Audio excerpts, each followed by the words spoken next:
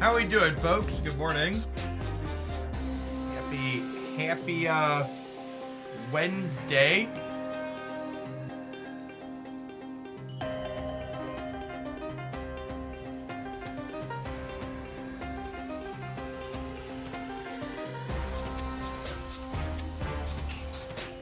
I was expecting Valentina to mostly get used in Loki lists, and obviously that was an easy call. But honestly, I'm kind of surprised at how few non-Loki lists have been going around. Our Typhoid Berry build is right around even at the most played, with the other ones people have worked on being even worse than that. I assume this is the auto deck one. This doesn't look very good.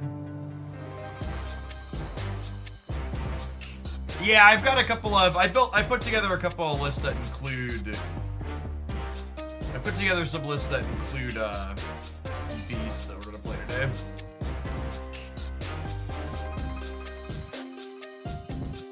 I'm not surprised that there's so much Loki. I am surprised that there's zero other innovation. So like Loki is the low-hanging fruit, easy, obvious. I'm just a little surprised that there's just like no one doing literally anything else.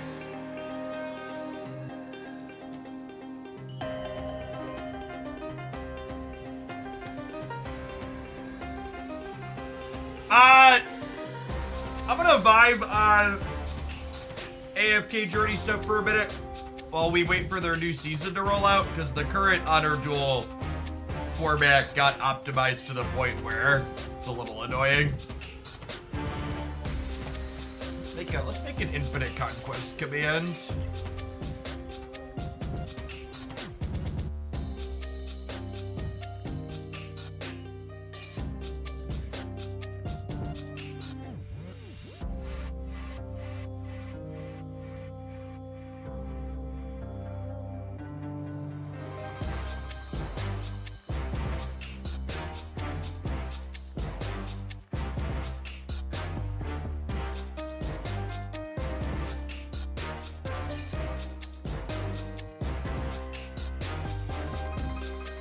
Jeff found Infinite Conquest to be fairly unfun the last 2 months, so for April he conceded all of his tickets and is skipping the game mode.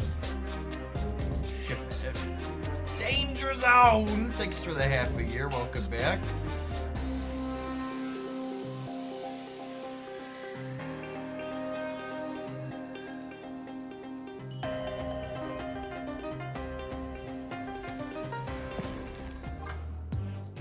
Angela's one of my more split cards. Oh, actually, you know what I'm realizing? I actually have multiple golds I can use on this custom card. My other one's a little better. So that one's good. I have a few Angela splits. 1, 2, 3, 4, 5, 6, 7, 8, 9, 10, 11, 12, 13, 14, 15, 16. I'm at 17, but I have a bunch of them though. Did you make it to 75,000 medals? I think we cashed in like 60,000 yesterday. It was a lot, to say the least.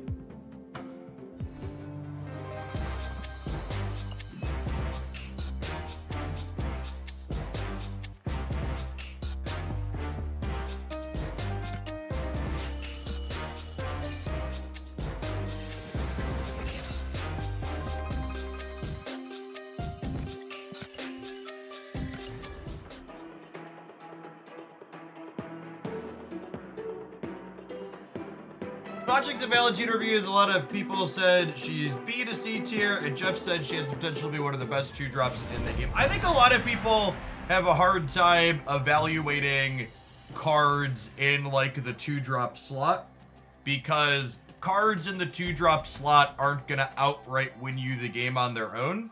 So the power level expectation of them is very different than like what you expect from a card like Red Hulk in the 6-drop slot. Yeah.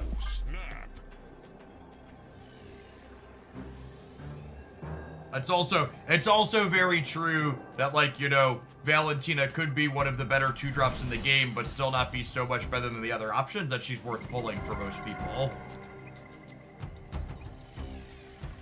There are really, truly very few must-have cards in Marvel Snap.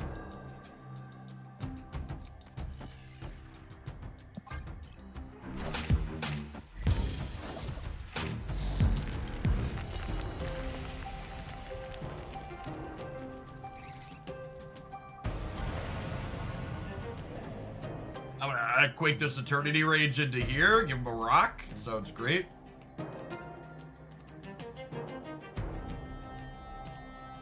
Do I want to put Snow Guard down? Maybe I do actually. I put Snow Guard down and then we make some more squirrels. That could be fun. I don't know if it's good, but it sounds really fun.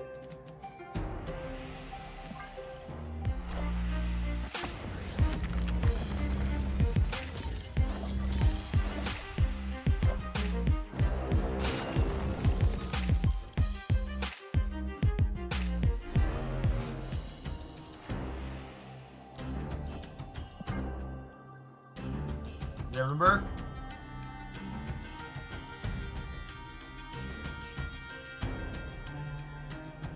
Shang-Chi is a must-have, that's why he's Series 1. Honestly, I don't even know that I would classify Shang-Chi as like a must-have. I've been playing a lot of decks recently that just like don't play the card. Bannon! Thanks for the 10 months, I appreciate that. Welcome back, and your tier 3 is absurdly generous as always.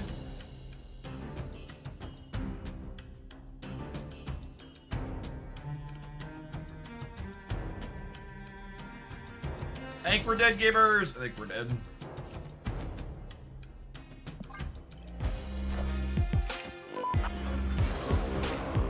Clear their goal for the Misty Knight promo.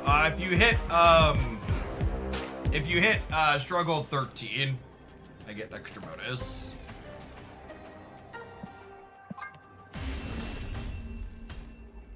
You're someone that enjoys my content and you've not been in a financial position to subscribe, checking out our sponsored mobile game this week, Misty Continent's a great way for you to support with just a little bit of your time. I get a little bit of a bonus anytime somebody gets to Struggle level 7 or 13 while checking that out. So as a thank you for that, I'd be happy to gift you a sub to the channel if you do that. Promo will be running through the end of the week. I'm actually curious to see one of the things. This is our first time we've done one of these free sub promos while chat's been open. And this promo's been performing worse than when we ran these types of promos when chat was closed, which might be a knock against open chat. Or less incentivized to take 30 minutes to check out the sponsor if there's not a more tangible benefit to it. And Valentina also looks like a Viper variant. It does kind of look like a Viper, doesn't it?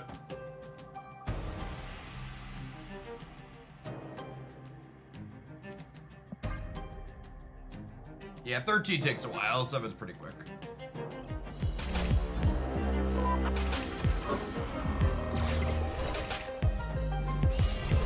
Fly, it's not a bad one. Ah, yes. The classic Shang-Chi holodeck. A tried and true Marvel Snap classic.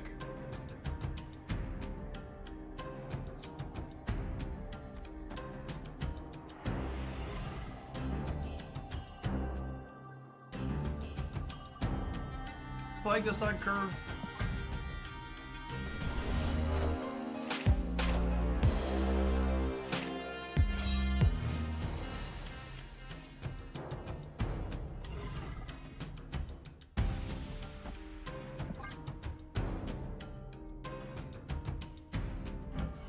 Probably pulling a rug. Yeah, we'll stay. We're playing in silver.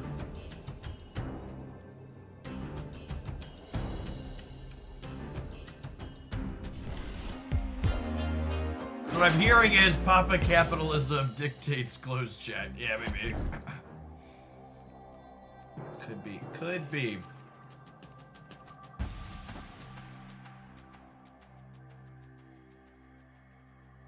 Watch how I'll flip Shang-Chi into my Devil Dino path.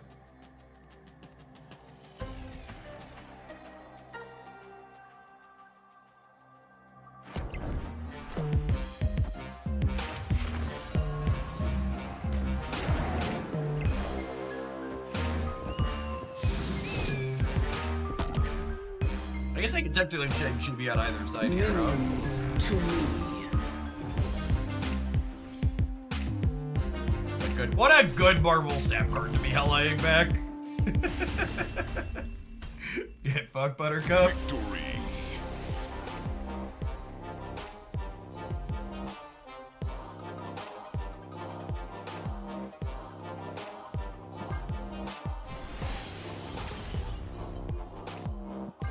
That's so weird, chat. The hell players ever fist bump me when they lose, only when they win.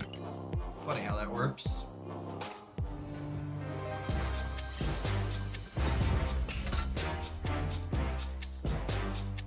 Oh yeah, I forgot to check my shop for free boosters this morning. Nope. No, I do want Patreon. This has been one of the best changes in a while. Actually makes me poke in and check the shop a few times a day. I want free boosters for cards I'm short on boosters for. So for people that didn't catch that update, the fast upgrade shop no longer charges you for additional boosters. The 3 cards it shows there are all cards you're missing boosters on, and you just get them incidentally for free. It costs the same as a regular upgrade.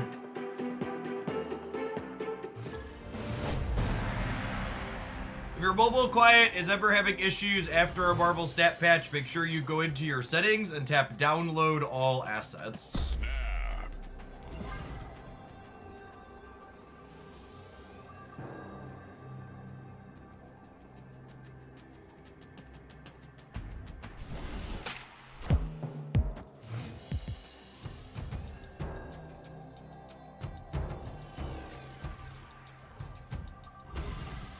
Not terrible for us. Ideally, it pulls something not Snow Guard to give us some energy efficiency.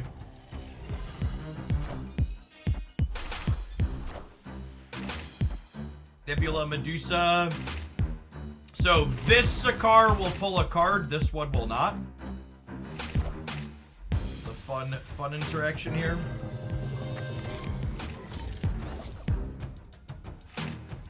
Download all assets being done on PC. Now the PC downloads all assets by default. That's my understanding. I don't have a good way to make my dinos big on the last turn with the Coulson and the Sogar and the Helicarrier played out now.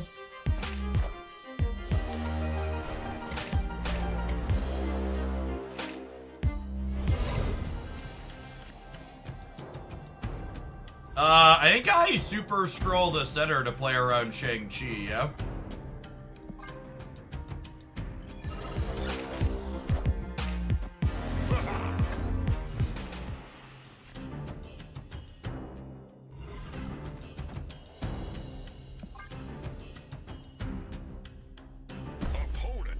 Valentina is probably our best draw next turn, purely because she generates a card for us.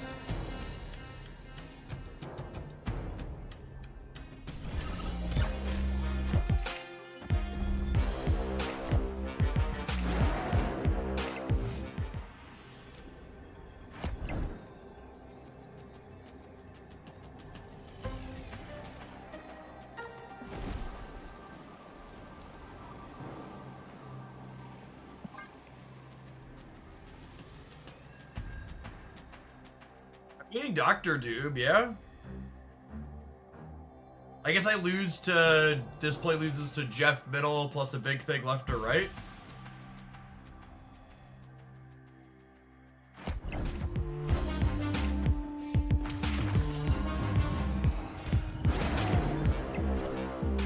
Doom rules all.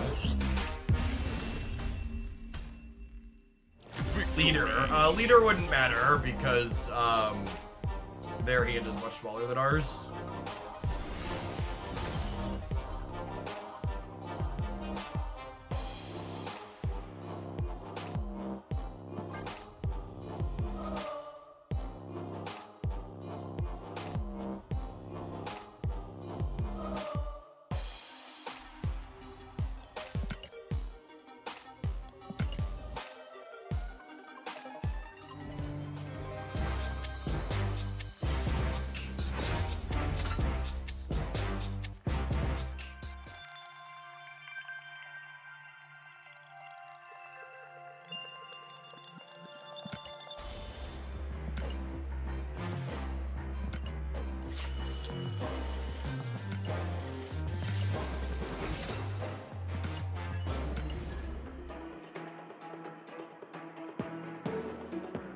believe it's May already, gamers.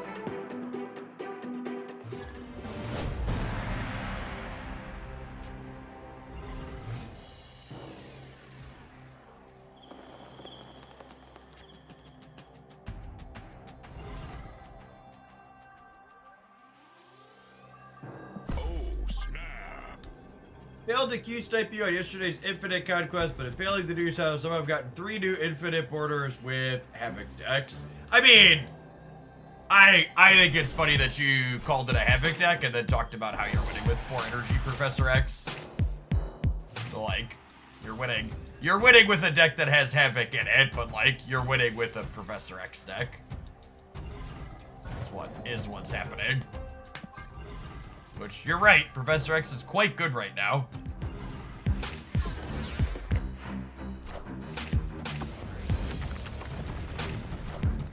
So we knew they were still going to draw a card here. I mostly just wanted to put their stuff into an unknown location here. So they could potentially have a bad time with it.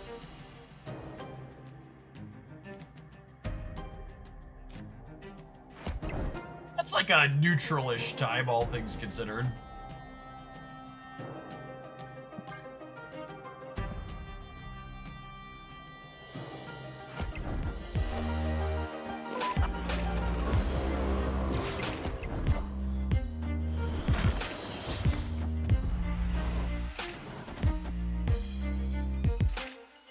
Man, debris is so unfortunate. That would have been so. We would have gotten to Odin the hobgoblin, the green goblin back. Would have been sick.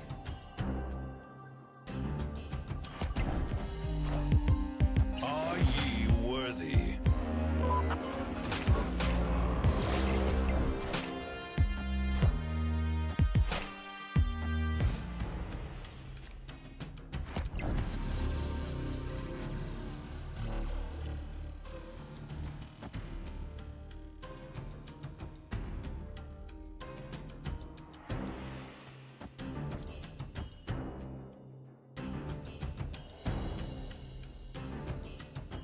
This ties Professor X on the right,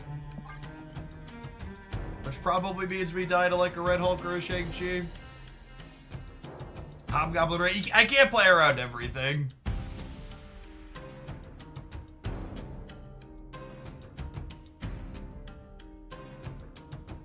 This game sucks. Thanks for the 10 months. Welcome back. They might Hob right, don't play Snowguard. They might Professor X right, so I should play Snowguard. Chat, you can't beat every card your opponent can put into play. It's just not how games like Marvel Snap work. Sometimes they're gonna get you.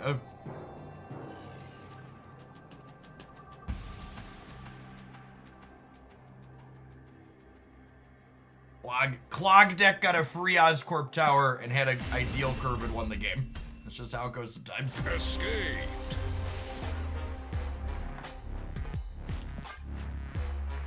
How's Shadow King so far? I was trying something similar, was too afraid with Collector. I mean, don't play the Shadow King into your Collector path. Is that really... don't be dumb. You choose where your Shadow King plays.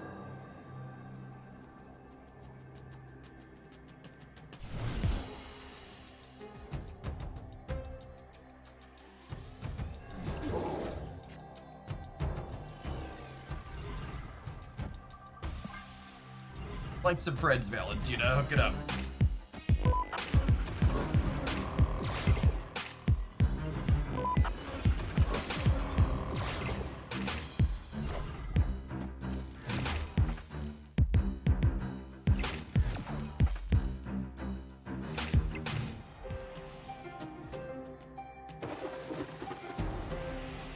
Opponent snapped. Assume we're just torched here.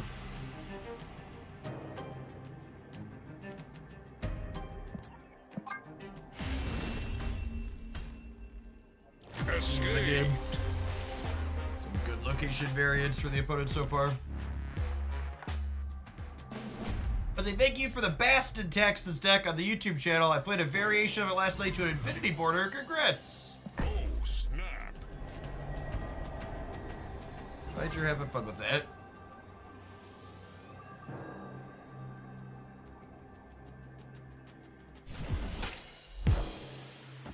White Widow on Carmartage and filling the location is a choice. It's a good choice. It's a great choice. It's a wonderful play.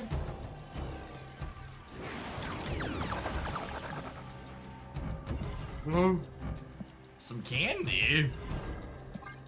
It's unfortunate that I don't have a 2-drop now. And we didn't draw one of our other, 8 cards we could play here. But Peak Dino, Peak Mystique is pretty good.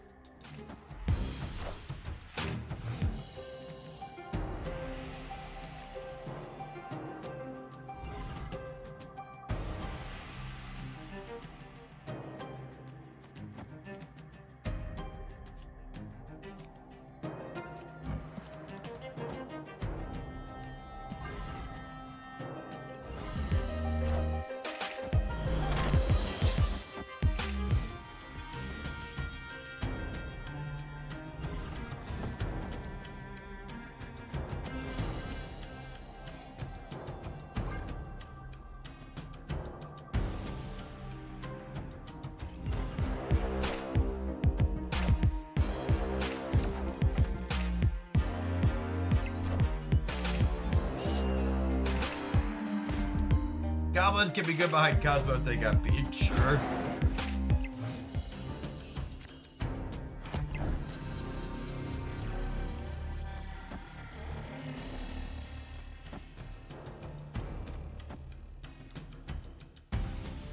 If I play both of these, I missed my draw, and I think I want to hit my draw next turn so I have a chance to hit armor to protect this. This beats Professor X, though. This is definitely the play here. And Valentina's 6-drop's gonna cost us 3 because of Titan. So we'll be able to, worst case we draw a brick, we'll be able to Coulson and Valentina 6-drop next turn. Maybe I should have played the bare metal to stop the Nebula. Well, that's worse than the Professor X, I suppose.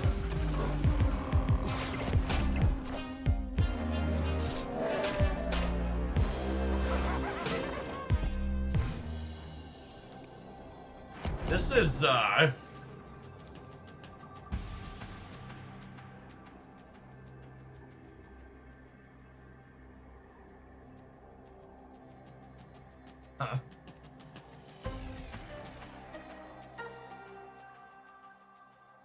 They're definitely a Shang deck. But if they're Shanging, they're not adding many points to the board, yeah? So let's say they Shang me here. This is base 5 plus 6. This will stay 17. So I'll have 17, 20, 26, 30, 37, minus 12. There's 25, 25 everywhere. It's not that much. If they I'm counting if they Shang me, chat. I'm counting if they Shang me. It's probably better to just do this to guarantee we don't get shagged. This isn't 1 more power, chat. This is 9 more power, potentially. Draws 2 cards for Dinos. It's probably better to just play around. Play around Shang. Yeah, they're leaving. Victory. This is one of the many cards that Valentina can generate that has really good Q equity.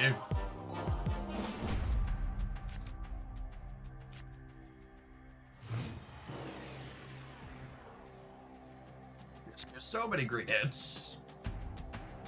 Oh, snap. You're like one of the best cards. I think there's a good chance she's the next best card behind Red Guardian.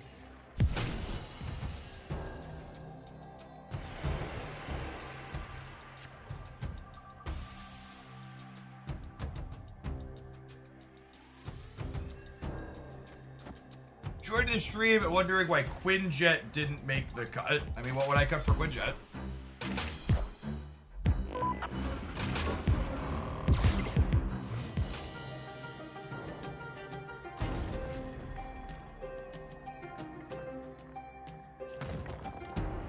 get Quake killed over to here. 494 Magneto's a premium beggar, yep. Just a draw here. I'd have to cut a utility card. We'd have to cut Quake or Cosmo or Shadow King. And I think it's important to have 2 energy cards to play alongside your 4 on the last turn of the game.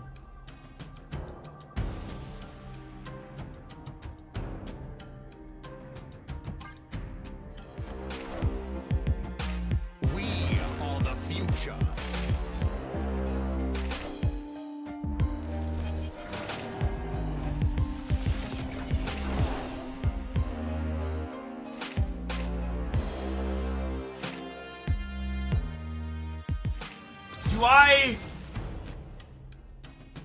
Do I even want to move Kiln? I probably do, yeah, because they're gonna. Well, I guess if they Professor X.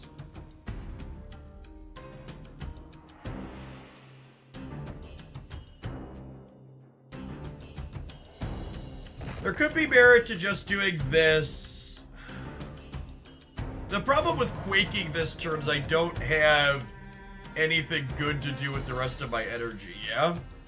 I think I just do this and then hope that I draw Helicarrier or Devil Dinosaur next turn.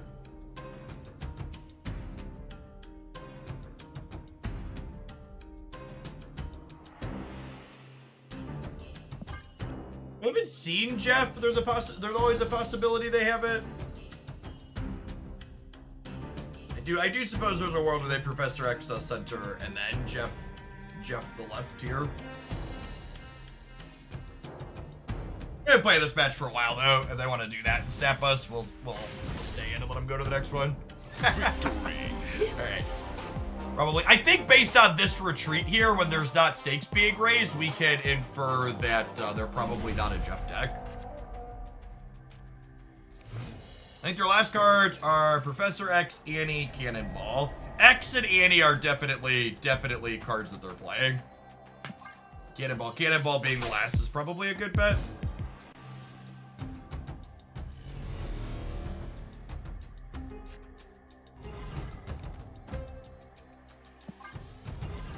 So one of those locations that's very good for Nebula because it creates tension where I want to play for here, but also I need to play to here to lot with the skip big. Although I do suppose I have Shadow King, huh?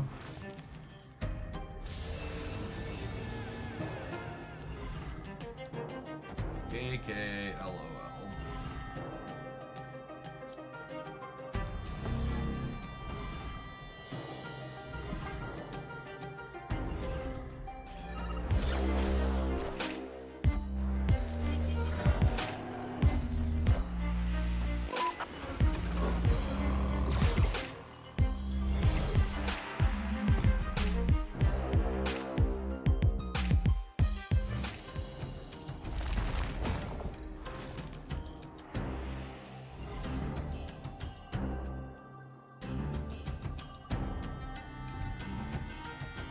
Unironically, yeah? Well, no, I think I do this because they have 5 energy. They're gonna Annie me this turn, yeah? And kick the Void across?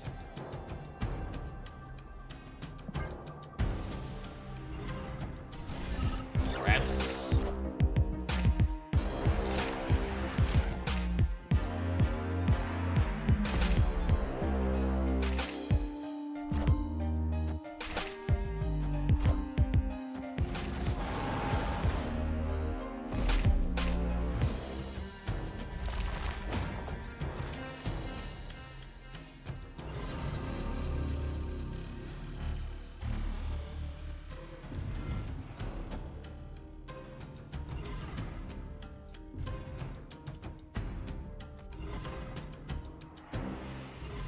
I think I need to do this so I don't give them a free Professor X path at either of these spots.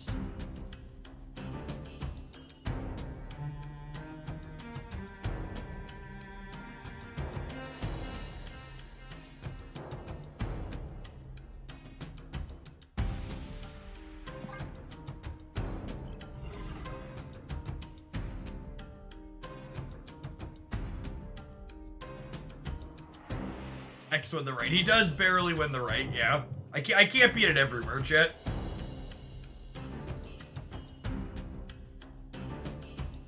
Sunset Bleach, thanks for the 3 years. Welcome back.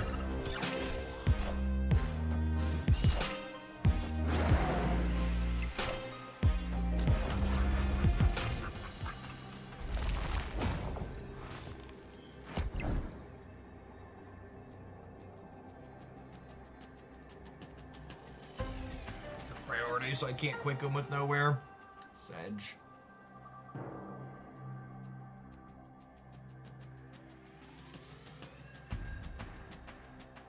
I think we're just dead to Cannonball Middle, yeah?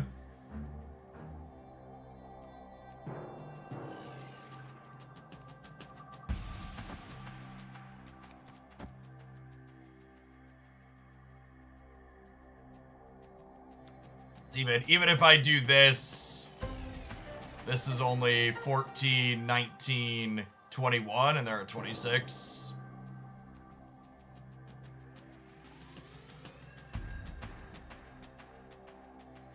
Our inability to play for here because it was nowhere really sucked.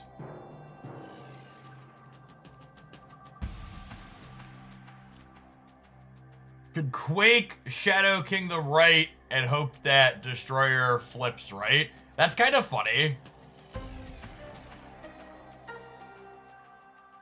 It loses to literally anything else though, yeah?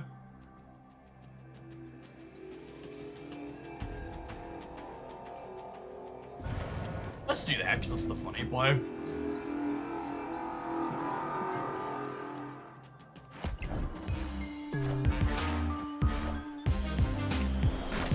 Fucking chat. Fucking chat! Alright, well, our deck won the game. The funny play did not, however. Yeah, Cannonball might not even be in there. Actually, it's probably not, yeah? Like, their last card's gotta be Professor X. So, for reference, staying in here is probably the make them have it line. Mystique here plus Lady Sif here puts them in the ground. I'd be shocked if they're playing Ravona and not playing Professor X. That was a fun set. Our deck seems solid. Let's tap an ad break and we'll play some more when we get back. Thanks for hanging out. Don't go anywhere. We're going to have a ton of non-Loki Valentina decks coming up today because we're always cooking here in Oglandia.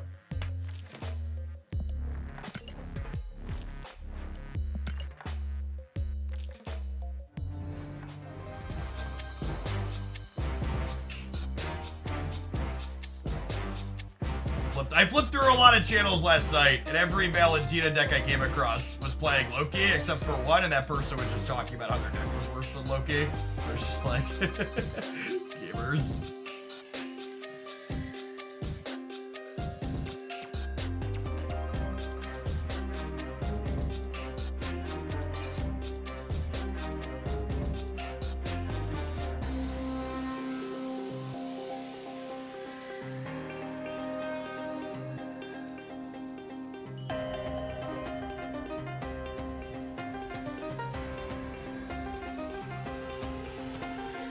Loki seems like a waste of what Valentina does. Yeah, it's not an unreasonable thing.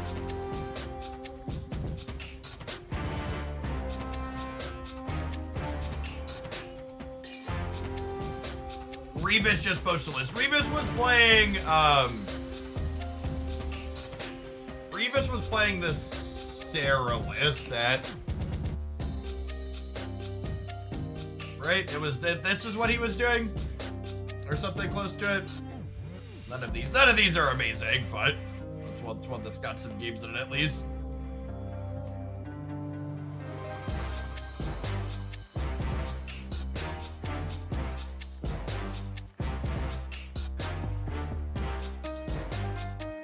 Well, this one's a little different. It's got Miss Marvel and stuff in it. It's not a low bar. It looks better than this.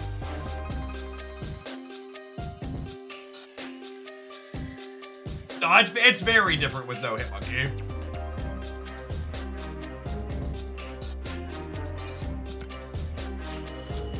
Hitmonkey is a TLS cheaper. I mean, are we calling shoving the new card into the stock old deck a brew? Is that where we're at, gamers? It's like calling the deck I'm playing a Devil Dino Brew. It's like, no, we took the card and shoved it into a stock existing deck to see if it feels okay. There's nothing wrong with doing that. We're doing that right now, but it's just funny to hear like, oh. It may be a brew, but it's just a Bud Light. It's a good way to put it. Snap. Ooh. We're gonna do some damage, chat. Just made a hot pocket. You can go ahead and call Gordon Ramsay.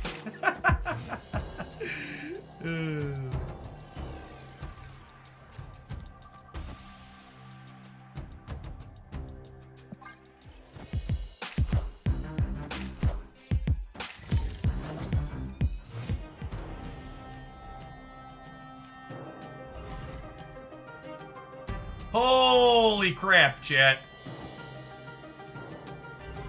I'm currently experiencing a hostile workplace environment.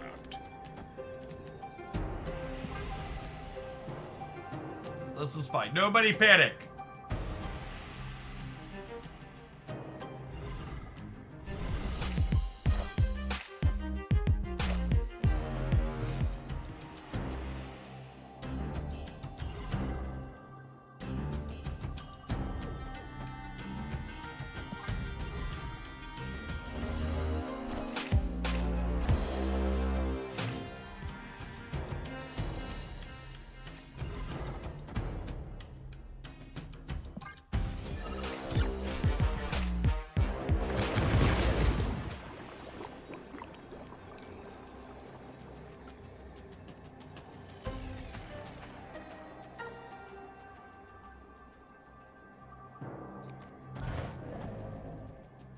I assume we're dead here.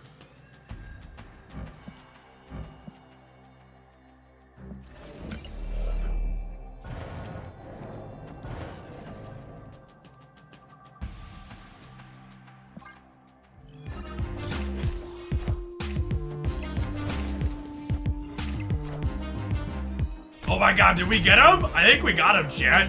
Gamers keep wanting to cut my Quake. I gotta keep fending them off. Don't cut my Quake, chat. Oh wait, no, I lied. The way this works, Rickety Bridge doesn't trigger, yeah? Oh, I forgot about that. I forgot about the timing on it. That's so sad. Dark Dimension fucked us up. This is after the game. It has so much potential to be a sweet game.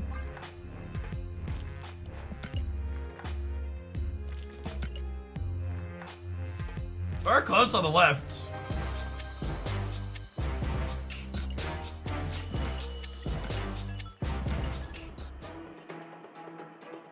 What a huge letdown.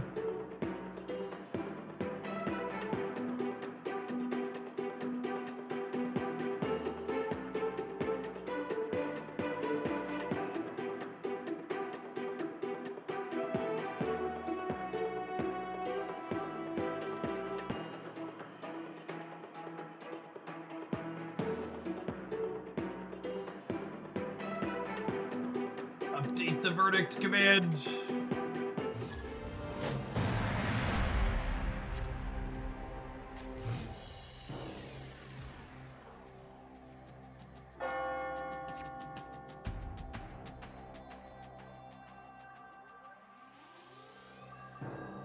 Oh, snap. Opponent snapped.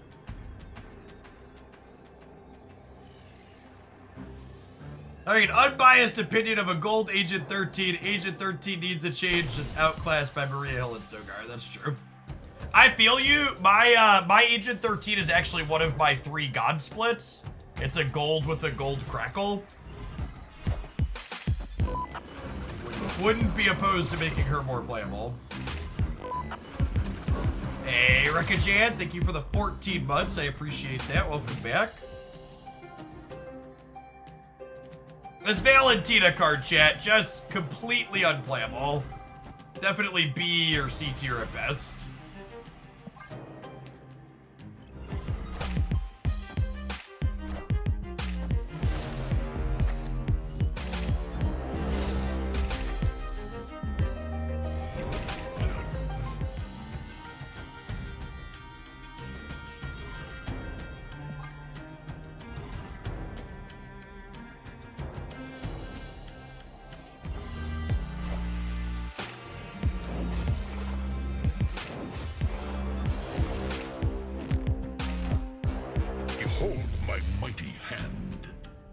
Oh my god, and we hit the Mystique, chat? That's so good. Holy. Well, I guess there's some debate on whether or not we play her versus Red Hulk, yeah? I will say, playing a Valentina deck that enjoys Onslaught is sweet. This is the first time we've done that.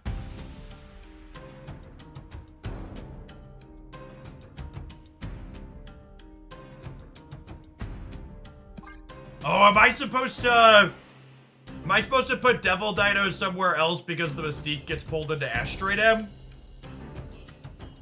Yeah, probably.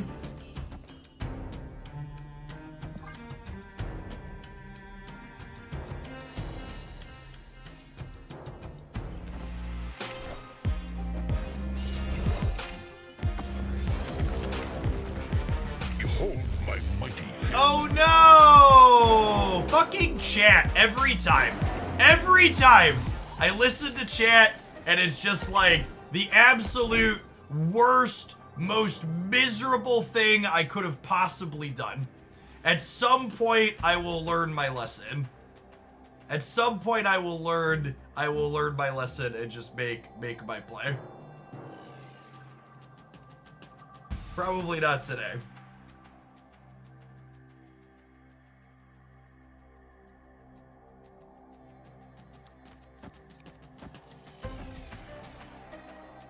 I guess it's just this now.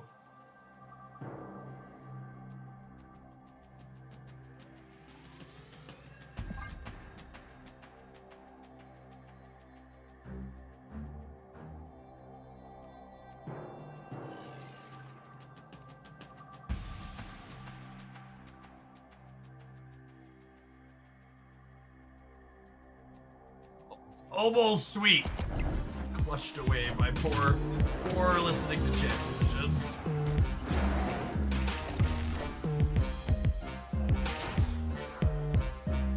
Classic playing against Loki gameplay here.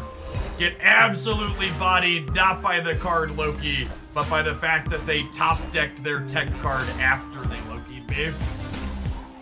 I would estimate 75% or more of the games that I lose to Loki, I lose because they drew Rogue, Shang-Chi, or Mockingbird after they Loki'd me.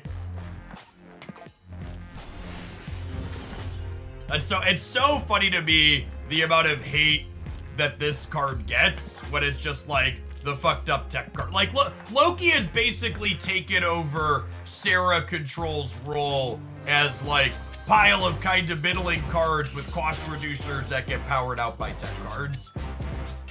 Yeah, that's true too. If I would have just played the Devil Dinosaur on the right, we win that game every time. Also accurate. If we had dodged listening to chat, we would have been okay there. Oh, snap.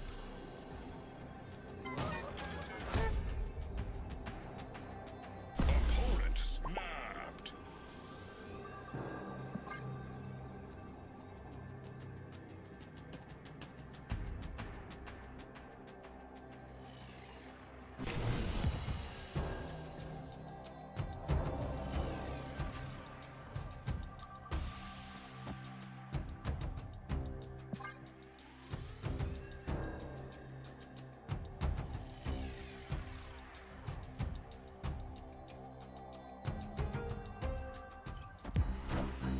After stewing on it for a little bit, I think I'm gonna move chat back to being sub only. It's been a little obnoxious and unlucky this morning, and we currently have a free sub promo going on. So, we'll incentivize people to check out the sponsor. Someone who's not subbed and you want to chat more frequently. Remember, you can still chat not being subbed with channel points. If you want to chat regularly as you have been, we have a free promo.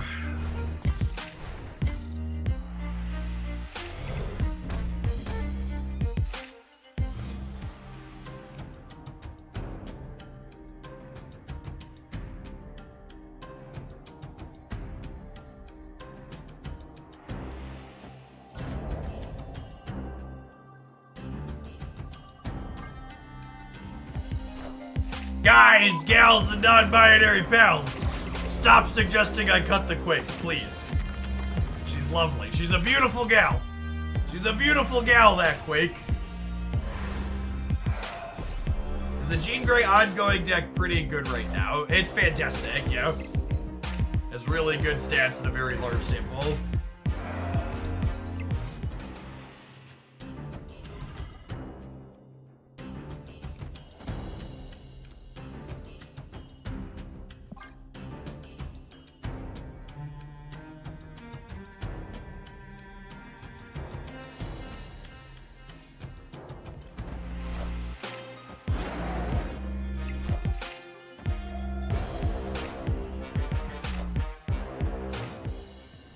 You could have oded the Quake to be really mean.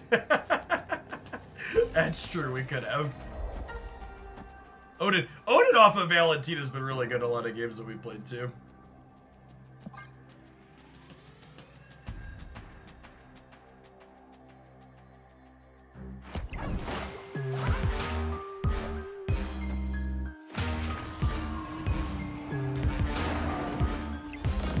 They have another way to make... They have another way to make their cards bigger? No, they're just counting on shaking me.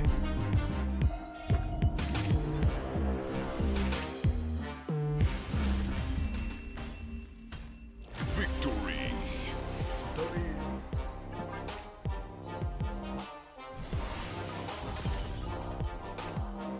We played 11 of these cards to a pretty solid set before Valentina released.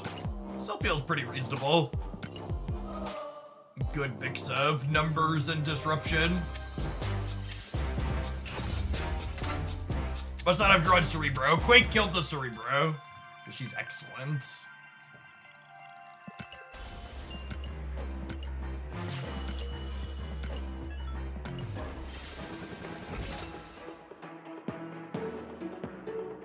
She's more than good. She's great.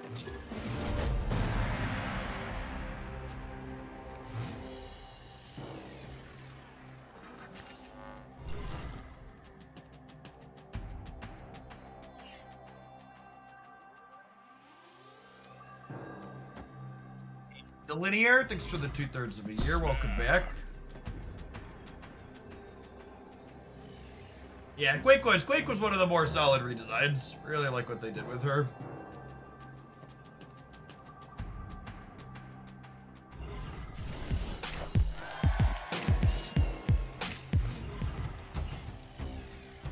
Is it the 4/5 stat that prevents people from playing Enchantress? What do you mean prevents people from playing Enchantress? Confused by your statement?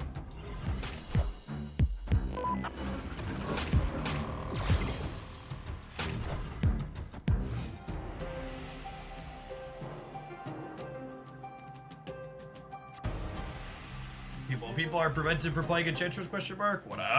What an absolute unit of a Marvel Snap card, chat.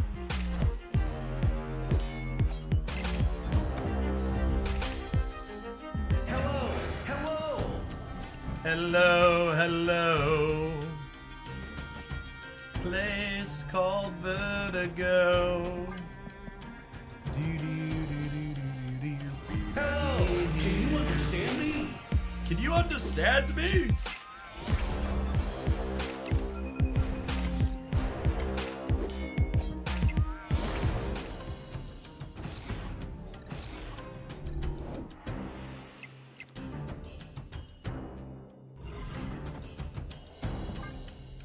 Valentina's worse than Cable. It's just a different card from Cable Gamers.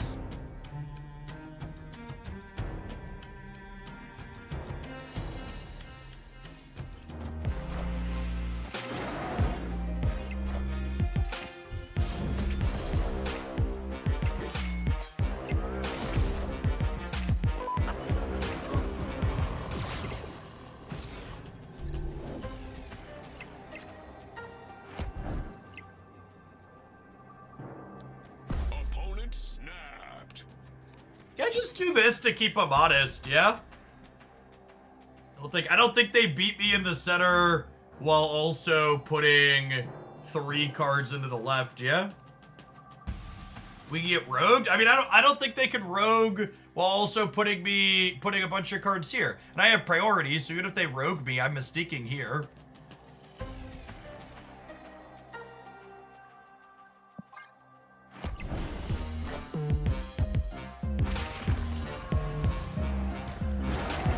Maybe they pulled a second Shang from Colstead. Yeah, I can see that. I don't know. I feel like we gotta win one of these two, yeah?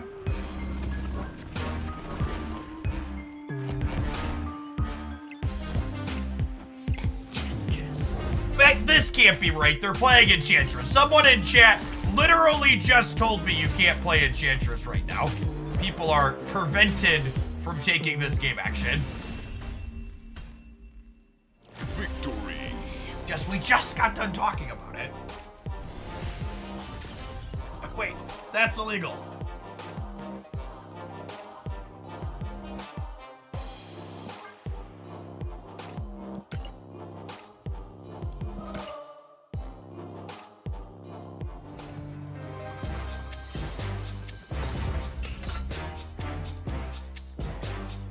They played 2 tech cards and still lost yet.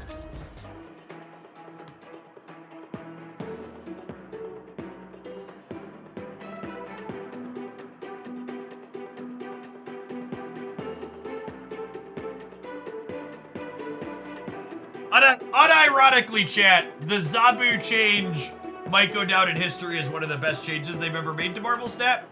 But it's also kind of hard to tell, was it really the Zabu change or the Alliance change that improved things as much as it did? Because both of those happened simultaneously. The Zabu Alliance patch is definitely my favorite patch in the history of Marvel Snap. It's gonna take a lot to beat that one out.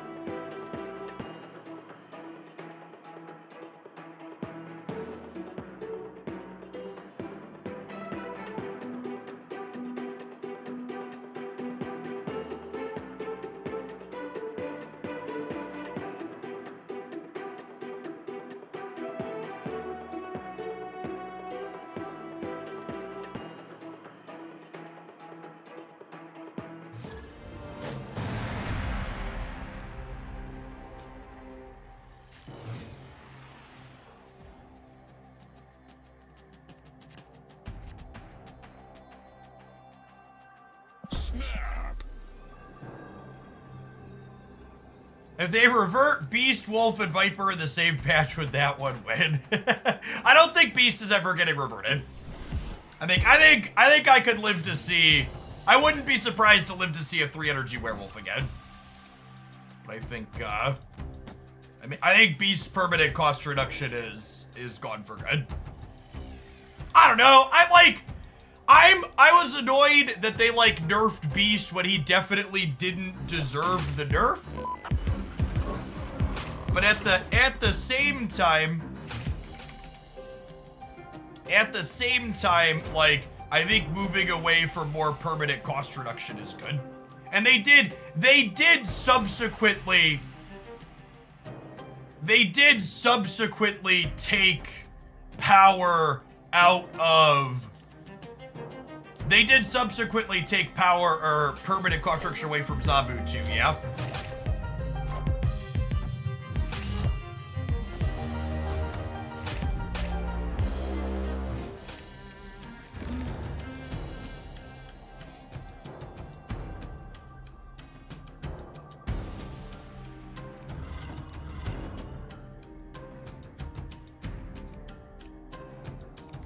Do I do this, and then next turn we can Magento? I could probably win with the cards that I have, so I think putting more rocks in the deck sounds good, yeah?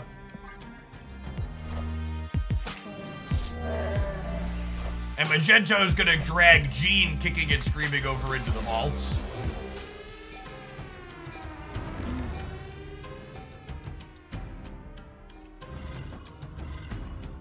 I guess, do I want that is a question. Do I want these in the vault? This would put me to 15, and it'll put them to 11. But then subsequently, they go 2 more up to 13. So I guess I'm still winning here. I'd lose to a Jeff, though. And they're definitely a Jeff deck, yeah?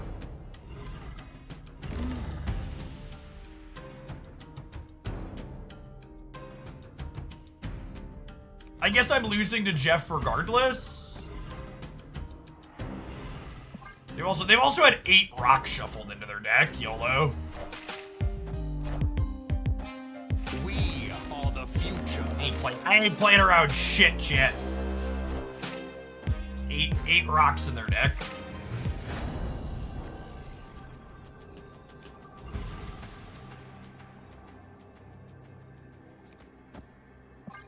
Come and get it. Dinner's ready. Come and get it.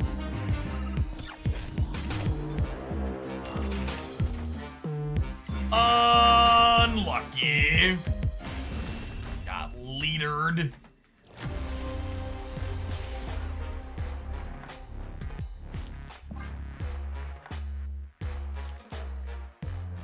Leaders seen a small uptick in play as a response to, what's his name? Red Hulk. Which seems fine. Generically speaking, our deck is pretty good against Leader because copying our Devil Dinosaurs or our Mystiques on our Devil Dinosaurs is not a profitable thing to be doing in most positions.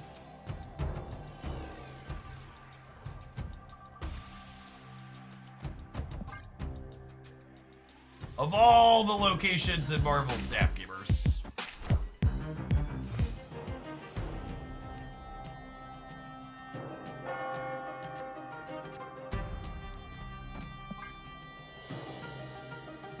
I would like 1 Doctor Doom, please, Valentina.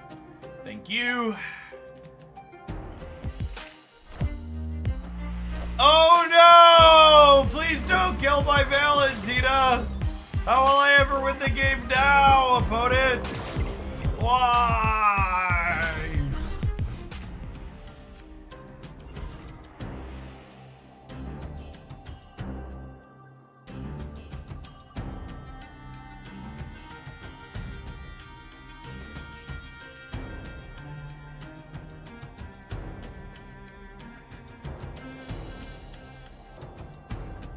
What do we think of pass into She-Hulk Dino? I think I'm into it.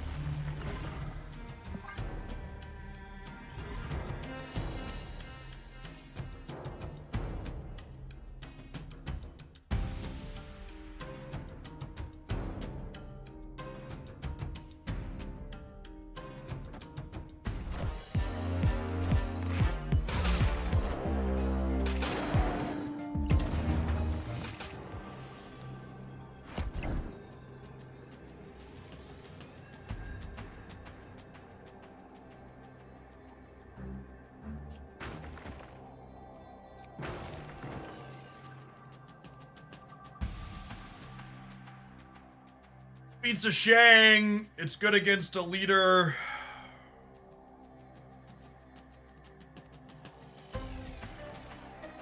Gives me +4 over here.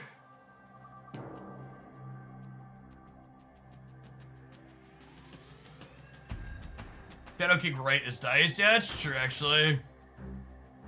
Is that the better line? This gives me... This is bad against Shang, though. You think they have room for Shang on top of everything else they're doing? Probably not. I think I'm gonna put them on not having Shang. All the other cards they have.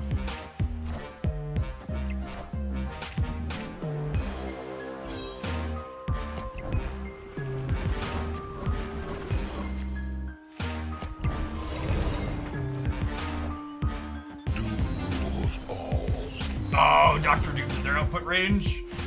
Would my first line have won again? My first line would have won again, yeah? And I've had a lot of those in this set. We're just like, we were coin flip between two lines and then ended up taking the one that just didn't work out. If I would have gone armor plus lady sif here, we would have been at 6 plus 7 here, which is... No, sorry, it would have been 4, would have been 8 plus 7, which is 15. And they would have been at plus 4, which is 14.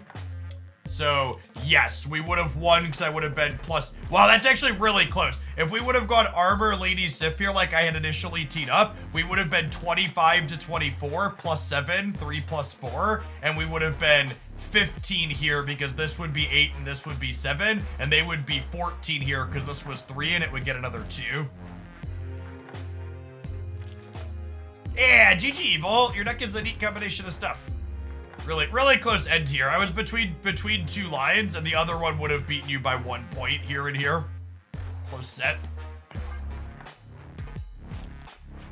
You tried a Hitmonkey Swarm deck. Yeah, I featured a Hitmonkey Swarm deck on my Jeff Oakland YouTube channel, I think it was. Last week or the week before. You should check it out. Alright, let's get like one more solid one in with this, then we'll move along to our next deck idea after an ad break.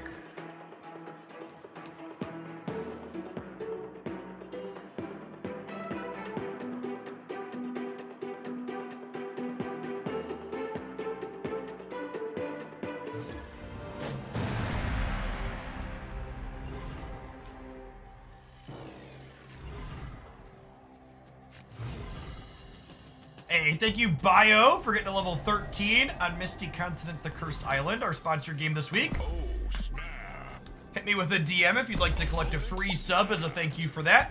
Appreciate the folks that have done that.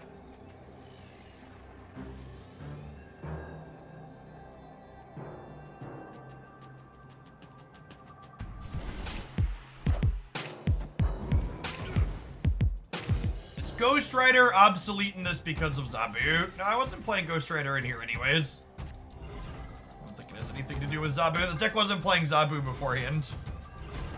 I was playing 11 of these 12 cards before Valentina released. It was a highlight. Felt pretty reasonable and has been feeling pretty reasonable again today. Yeah, you generally speaking, you don't want to play Ghost Rider with only a single card that discards. Yeah, Sif is here purely as a helicarrier enabler.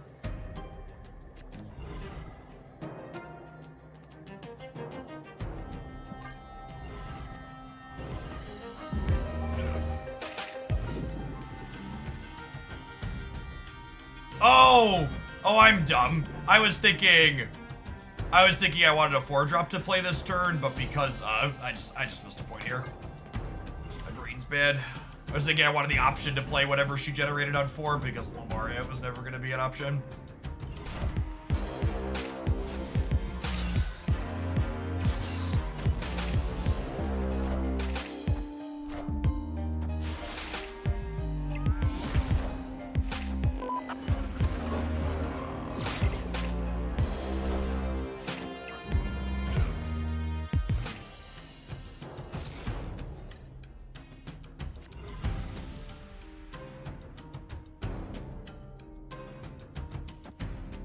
So big.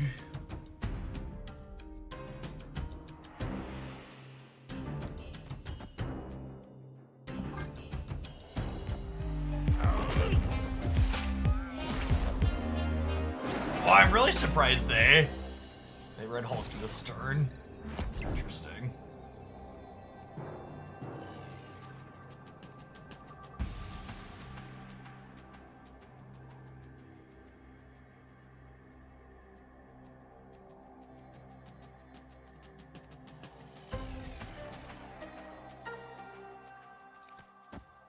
What would this put me to? I don't think this is enough to win yet, because I'm going to lose 4 on here. It would be 10, 11, 12, 13, 14, and they'd be 9. Yeah, more than that.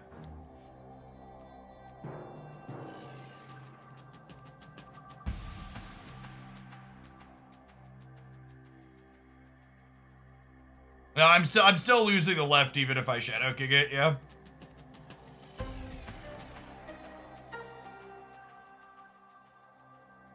Yeah, Gorgeous Torch here. Things are just too clunky for us, and they have, you know, a 625. Escaped.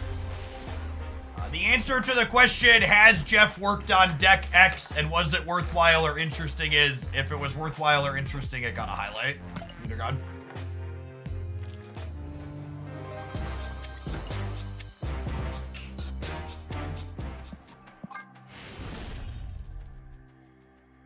Escaped.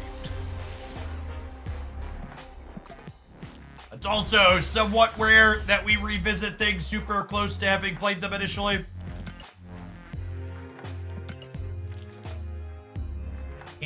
Hammering the same decks constantly isn't great for my content mill.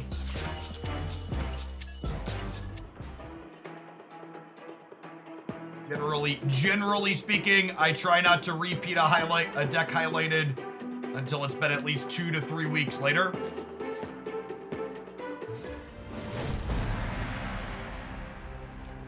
Oh, snap.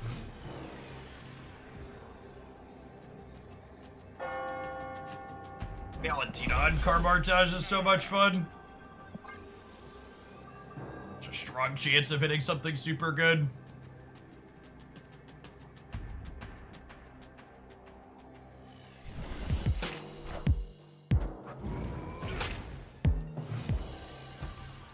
Oh! My body is ready for Red Hulk Nerf 2, the Electric Boogaloo. Fully expect that card to get whacked again.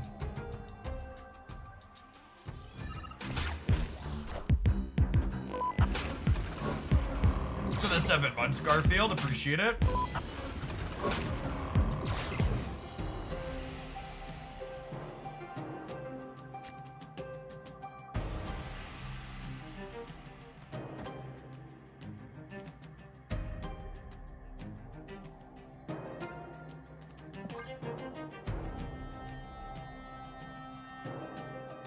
Yeah, the Valentina animation is clean. I enjoy it.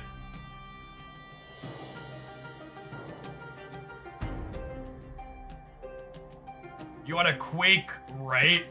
The problem with Quake right is that it gives the Hulk stats, yeah? I don't know that I'm interested in doing that. I don't understand. I don't think it's possible for me to win a game here where my opponent's Hulk is just like arbitrarily large.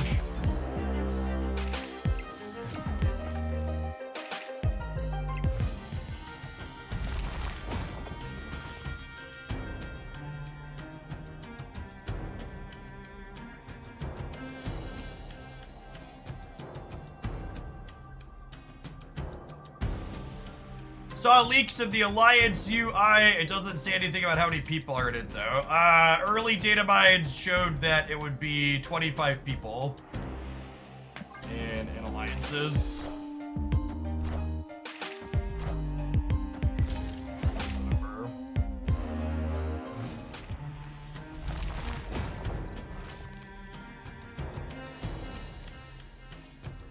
Yeah, I think we're torched here again.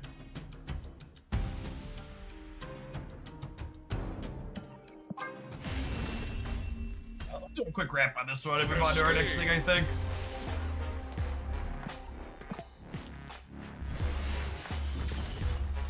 Scrappa Gruffin, thank you for the 4.5 years. Appreciate that. Welcome back.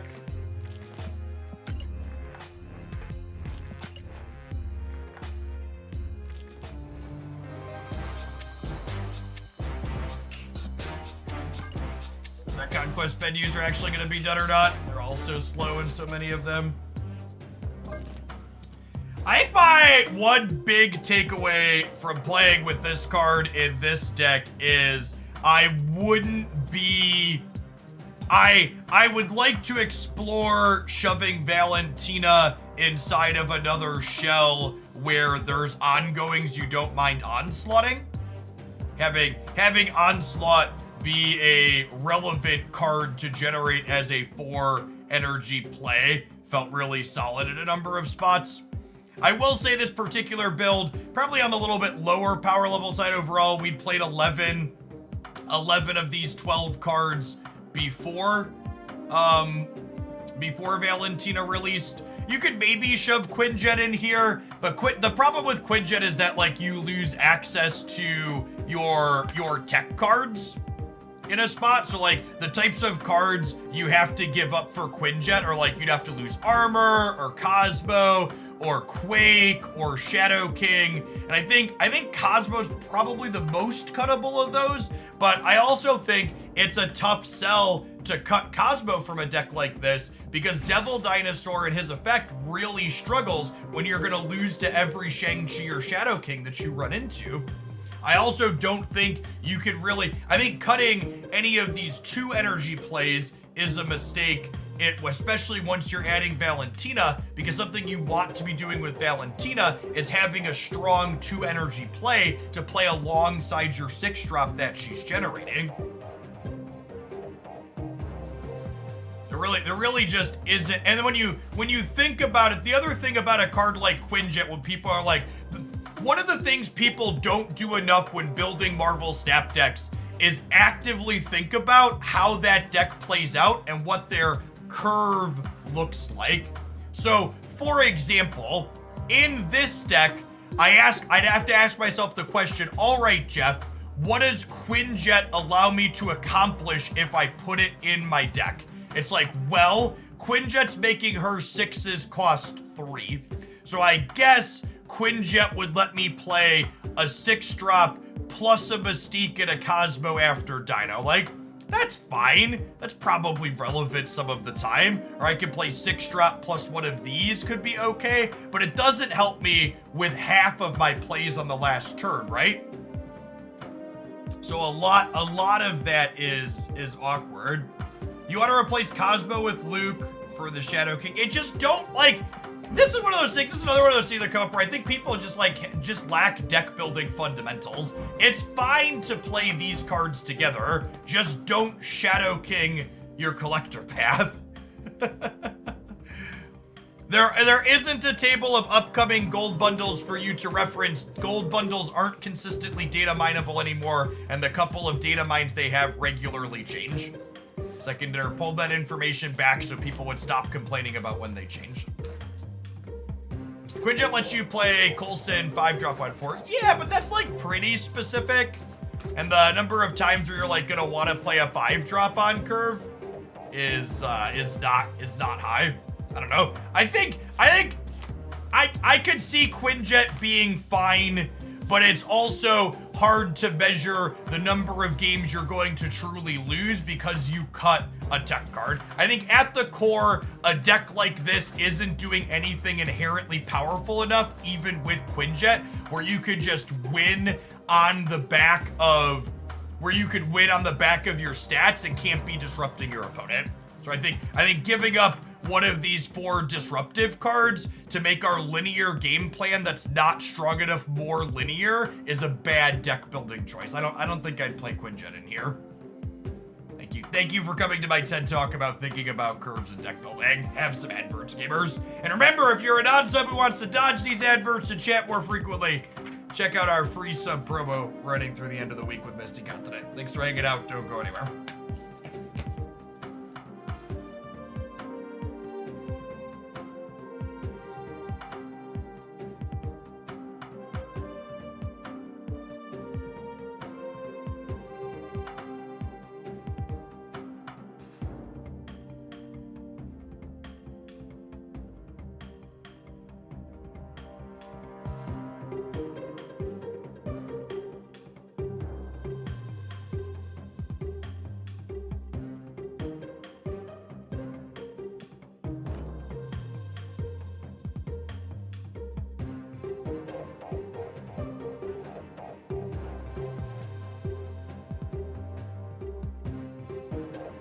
I mean, Game 2 of Gold Conquest does it also match with someone in Game 2? I believe it tries to, but also prioritizes getting you an opponent quickly. You zoom in on Gold Angel. Sure. She's lovely.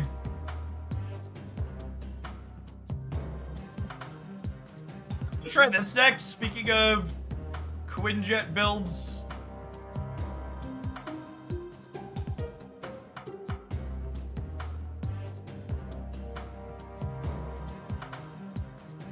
This deck's got a lower curve.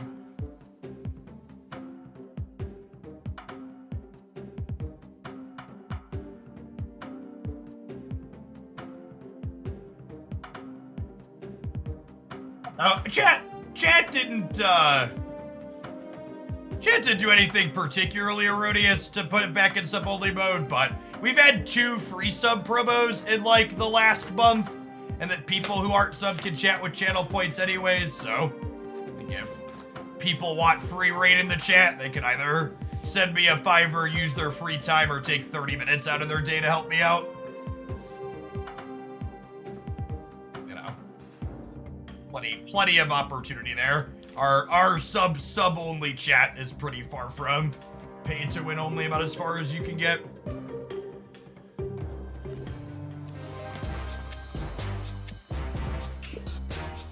People think Valentina is a bad card. There are a lot of people who are very down on Valentina, but I think that's also because most people I've seen have literally only played her in Loki. And second, did said anything about cards dropping series again. The last time cards dropped series, they said there would be 2 to 3 drops per year, meaning our next series drop should be at the end of May or end of June. They also give us around a 2-week notice. So we should know the earliest series drops could happen is May 28th, and we should know around the 14th if that's happening. If they don't happen on the 28th, they would happen 4 weeks after that on the 25th.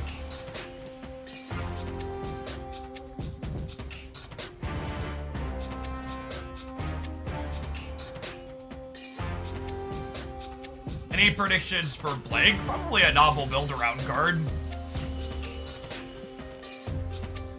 I think Blink's a perfect type of card to have be a season pass card, because she's got some sweet deck building puzzles to solve. Can probably be used in a couple different ways.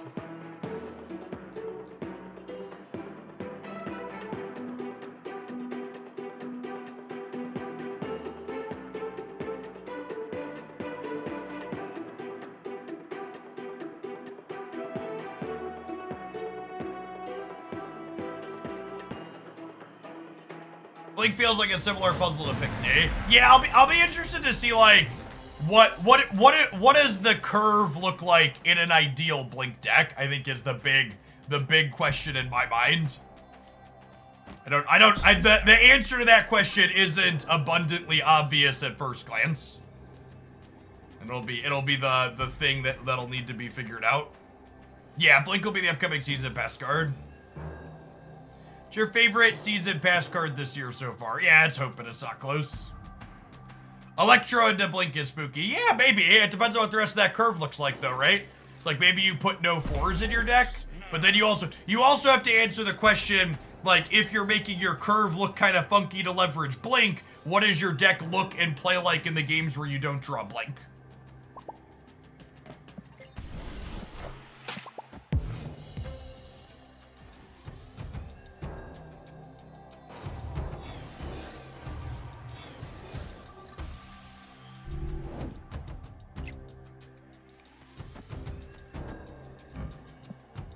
Quinjet variant Shadow, so happy I can move my gold split over to it.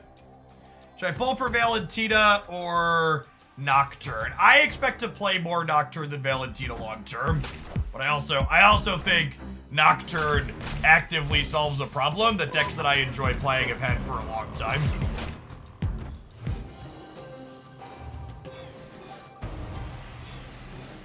Miss on Valentina this go round.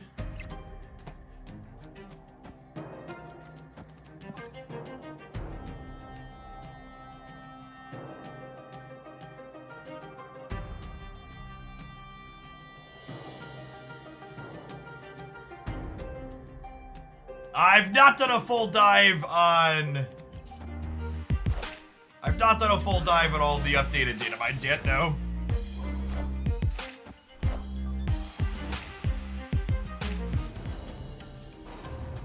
Take a look at that over the weekend. Nocturne will be the Spotlight Cash release next week.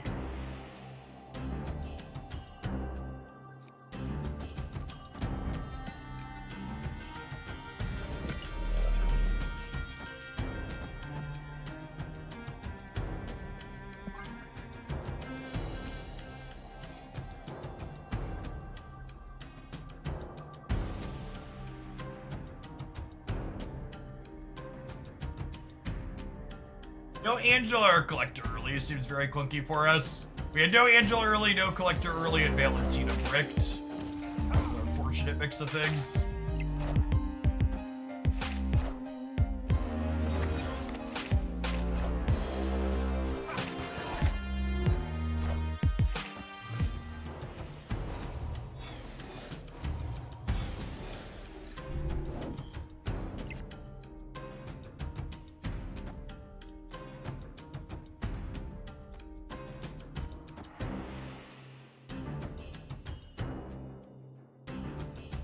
Do I want to fill here for the sake of having +1 energy? Probably not.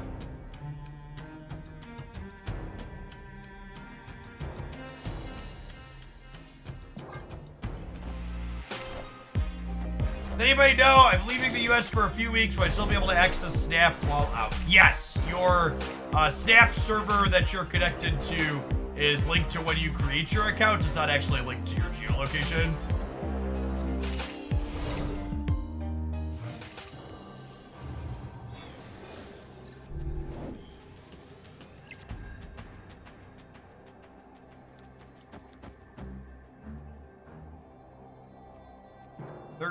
This is gonna be 15 here. Their Darkhawk is currently 12.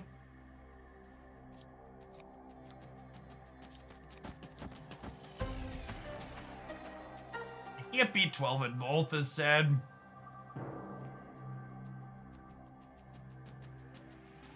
So Jeff here. That's another reason to turn this off. I think it's this. I don't know, flip here though. Well, they played for middle instead of cut line. Interesting. I guess I already had more points here. Yeah, I probably should have just jammed everything mid. Would we have won if we did that?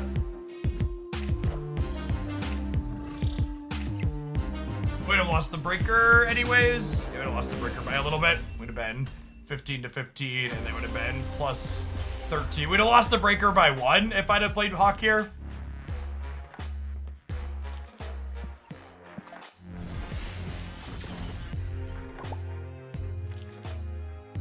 Oh, Hella would have won me the game. I forgot she was 3 because of the Quinjet. I could have played this. That's a good shout. This is actually our first time playing Valentina a Quinjet, so my mental math had this on a 4, but we totally could have played 2-3-1, or even 2-3-1. Yeah, good shout. Would have been a 3-6, which would have been fine. I think Nocturne will help C5 a little. I mean, Nocturne can't possibly make Cerebro 5 worse. Getting a new card that's cost efficient that actively solves a problem the deck has can't possibly be worse than it is now.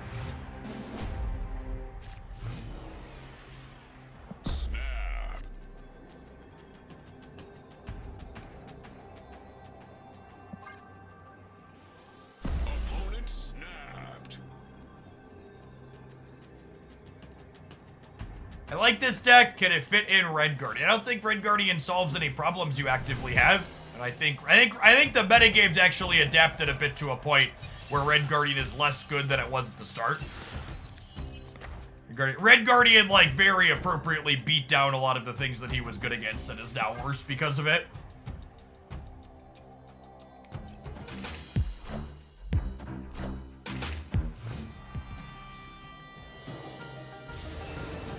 I think in a world where you expect a bit less Loki, you could play Red Guardian in the Mobius slot. But I think you definitely need Mobius with how much people are playing Loki after Valentina's release.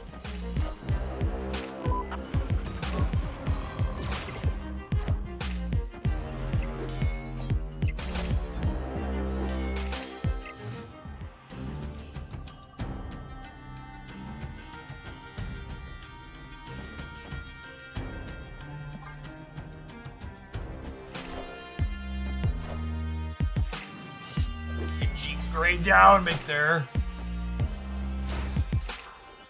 Elsa Bloodstone a little worse here.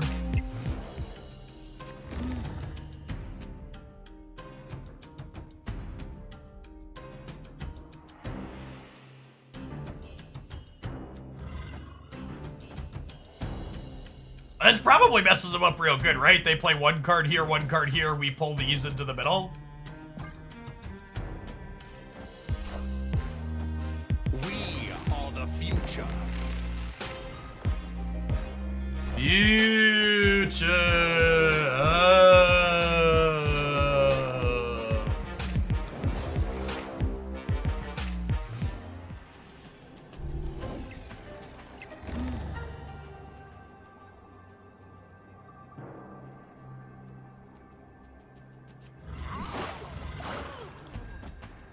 And then thankfully, Jean isn't Jeff's real mom, so she doesn't get to tell him how to live his life, so he could just not play into her path this turn. Why didn't Elsa buff Loki? In order for Elsa to buff a card, it has to be the 4th card when played and when it flips up. It's a two-part requirement. They do have a Quinjet here off of the Rogue, so they could play a bunch of cards and get us here, but this is the line and we're staying in for sure. God, that's so many cards. I guess our deck is full of really cheap cards, yeah. I don't know if my body's ready to see them top deck their Shang-Chi or like a Shadow King. I guess Shadow King doesn't get us, yeah? This is 14. How big is this? Oh, the collector's getting bigger too. Oh, and they have Elsa on top of it all.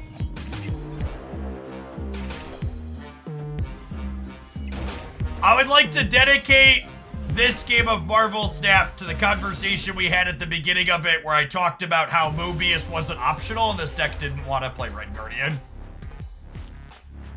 Decks like this are basically 0% into Loki without drawing your copy of Mobius.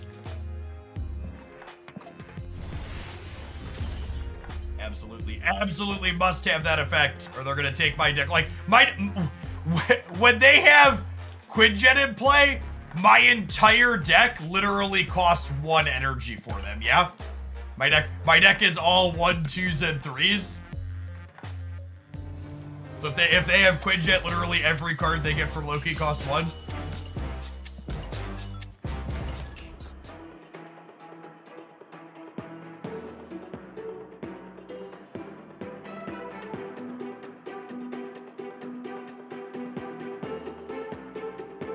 We'll get to play it all.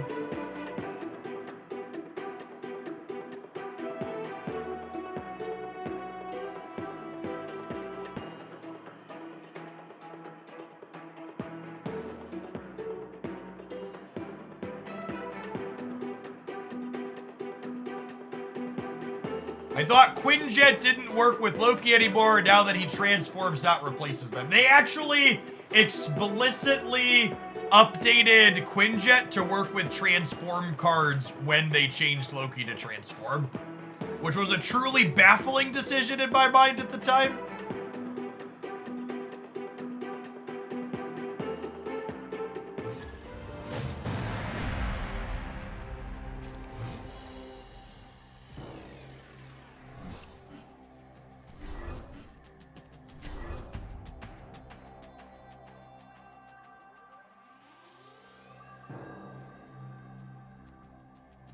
Discarded Kitty, we discarded Luke. Oh, snap. Opponent snapped.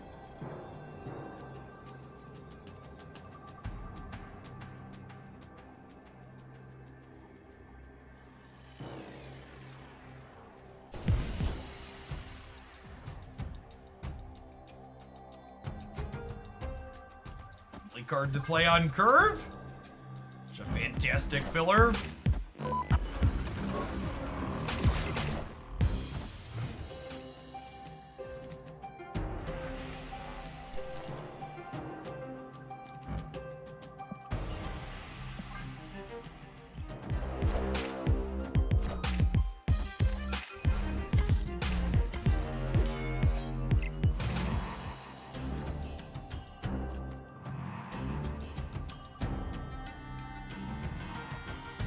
We're not a good Galactus deck. That's never stopped me before, gamers. Kneel before the Galactus. Kneel before daddy. All right, we're gonna top deck Agent Coulson, And Agent Coulson is gonna give us an absolute banger. Got him.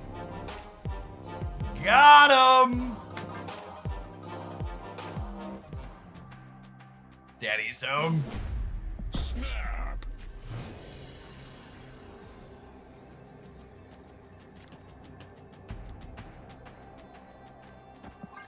Opponent snapped. Ooh, the snapback and then the bitter stay after getting Galactus.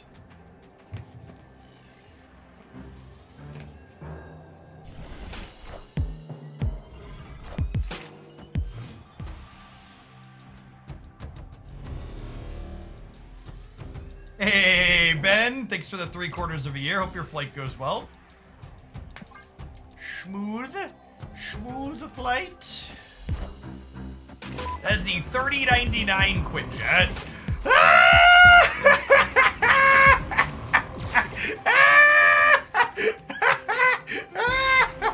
Another one!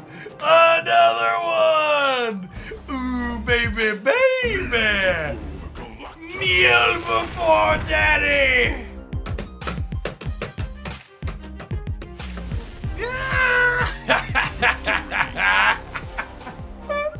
Oh my god. Oh man. Oh, that one deserves a tweet.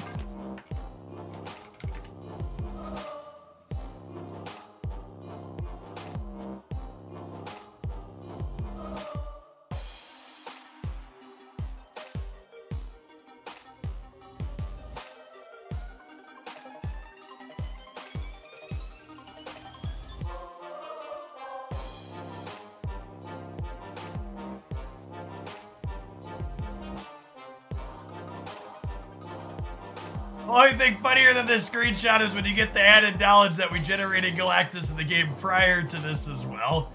Oh yeah. Big Kool-Aid Man energy there. Valentina is a quality content card. Big content energy. Esports energy. Esports.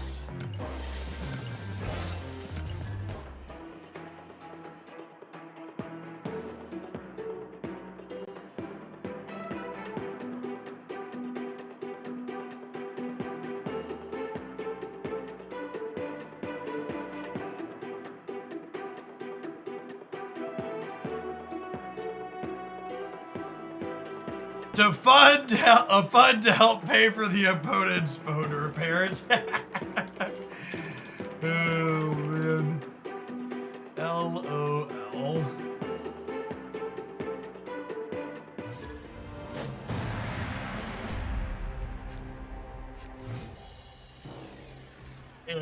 DWS, thank you for the 2/3 of a year.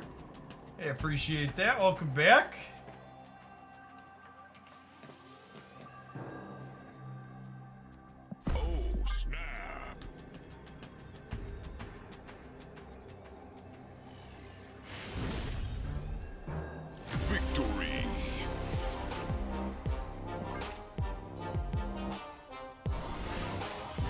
She's gonna carry the highlight show. I actually probably won't post another highlight on the highlights channel with Valentina, because she's a Series 5 card that I expect a lot of people are gonna end up skipping because she's not busted in half.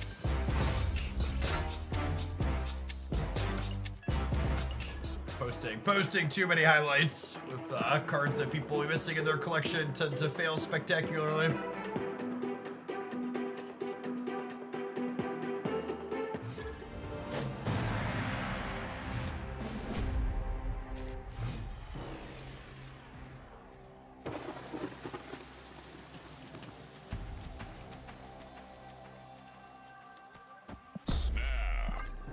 Incredible first location for us. 1, 2, 3.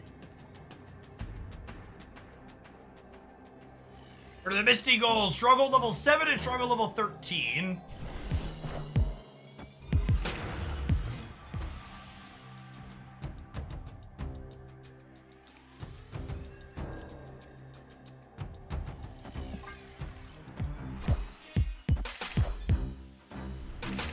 I think she isn't busted. I think she could be the number one 2-drop in the game. I think that could be true. But I also think a card could be one of the best 2-drops in the game and still be very skippable for most people.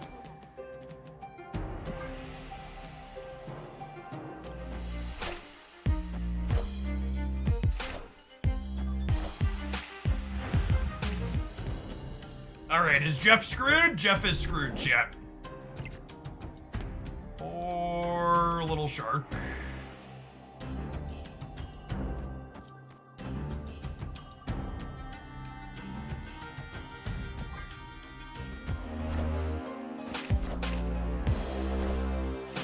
So where's Meek? Meek and Jeff are staying put.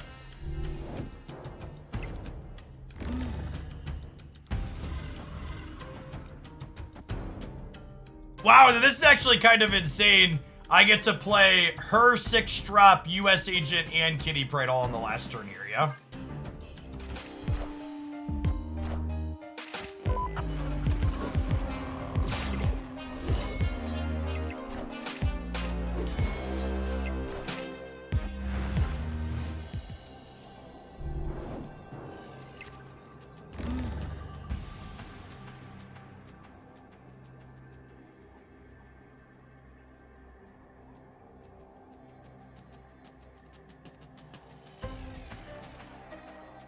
Is there ever a world where it's this? Oh, I have to start here, so no. I was gonna say, do I go like US Agent into this? But...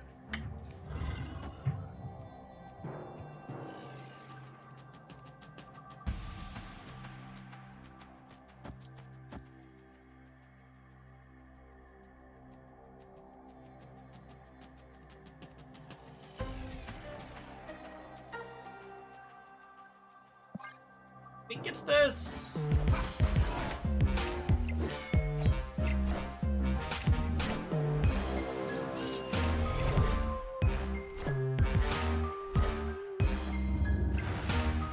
And then even if they hit Apocalypse, they haven't discarded it yet, so we're good over there.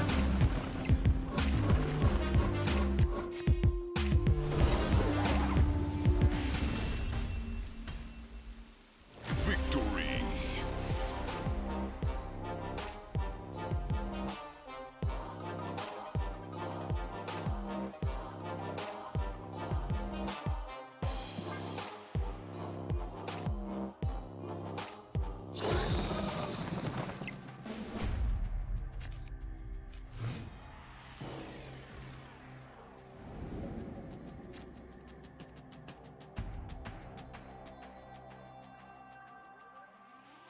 This location's not stellar for us. I guess they don't have anything they super want to send across either, though.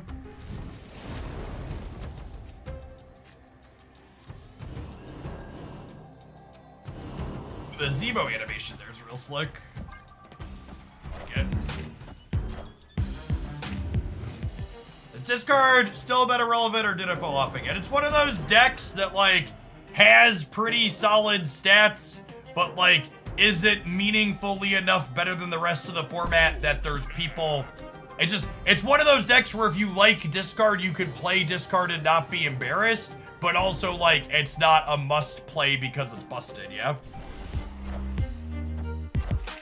Send them Jean Grey, maybe?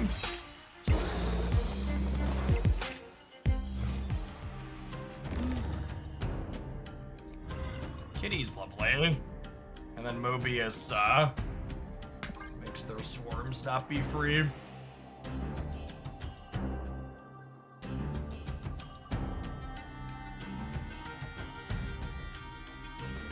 Yeah, I think the couple of small changes they made put discard into a really good spot.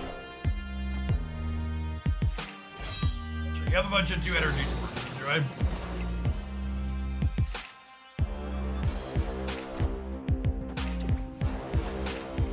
Emphasis on a bunch.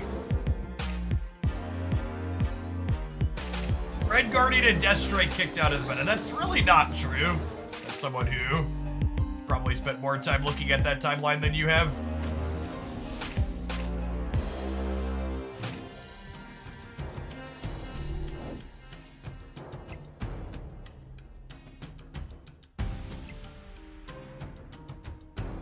can't do it, chat. Just kidding. Kitty can't do it. I think Valentina is the best draw in my deck because it's the card I most don't mind sending over here. Kitty's having a hard time coming to terms with everything.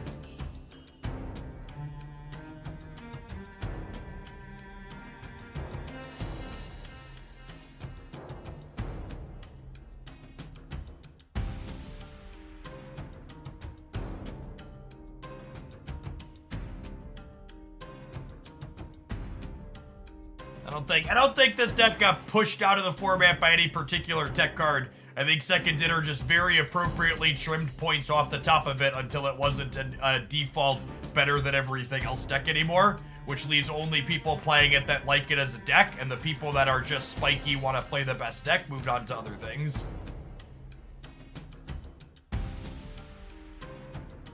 Oh, like, this is one of those bugs where I'm surprised it's not fixed, because the fact that it happens is funny and mostly harmless. It's like, in a perfect world, it shouldn't do this, but like, does it really hurt anything?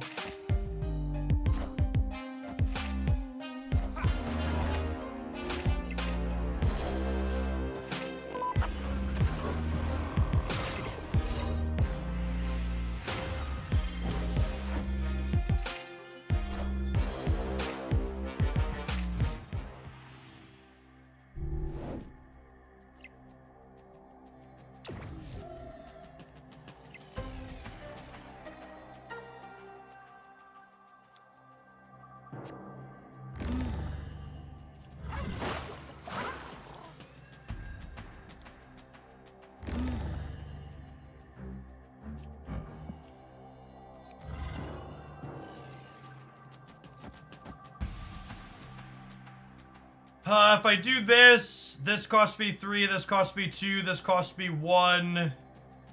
I could draw Snow Guard and go 3, 2, 1, 1. Sounds good. Monaco, thank you for the half a year. I appreciate that. Welcome back.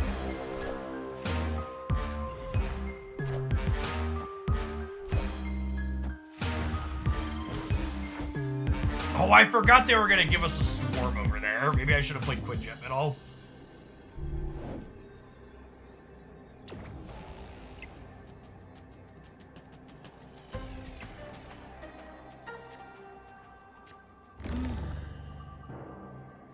That's our best draw here.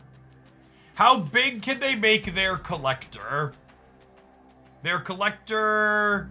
How many swarms do they discard this game? They discarded 4 swarms. And every one of these is +1 swarm. So they have five swarms. They have 2 more swarms in their hand. So if they Modoc me, those swarms would add 4 to their collector.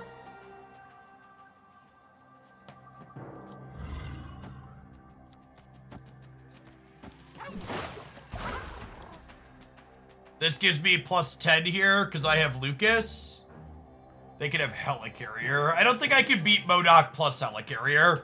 If there are 2 cards we don't know are Modoc Helicarrier, they win the game. It's not really something we can play around, I don't think.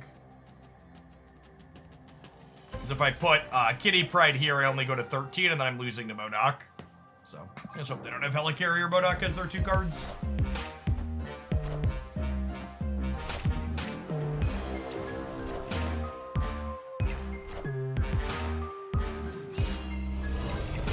Oh, did the Baxter building change that, though?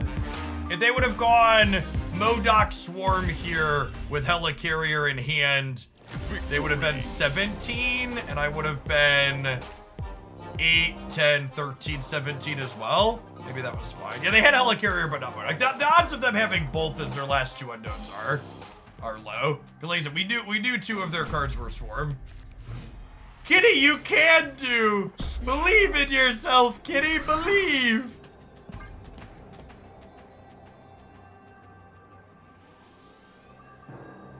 Yeah, Valentina giving us a 4-10. That was fine. It was a 3-10 actually, right? With the Quinjet? 3-10. 3-10's like solidly above rate. Fine performance by our new card.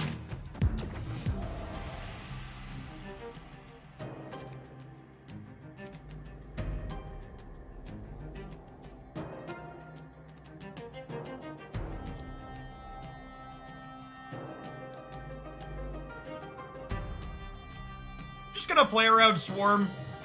Play Mobius. Garib, thank you for the 59 months. I appreciate the almost 5 years. Welcome back. A little bit of an expansion diff in their favor, but not too big.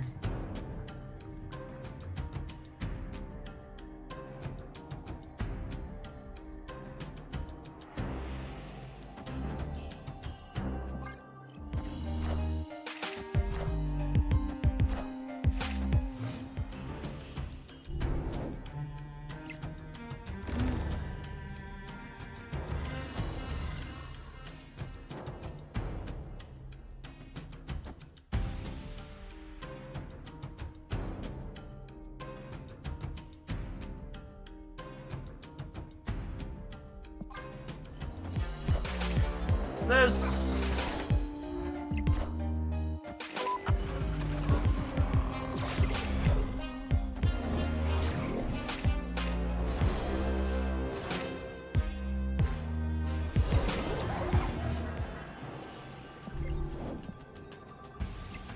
Okay, so they discarded Helicarrier. So they have 2 swarms, 3 card. They have 2 swarms and 3 cards from Helicarrier. And their Proxima went into our US agent path, which is stellar.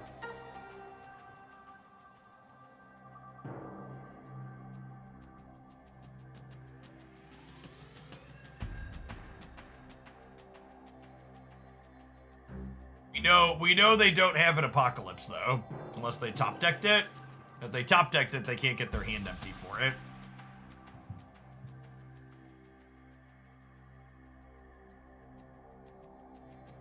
Does this win the game?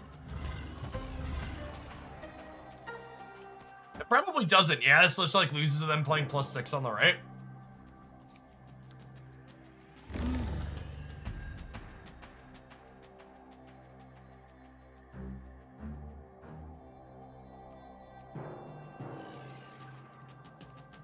Meek can also move. Yeah, Meek moving's a wrench. I don't think we can win this game, huh?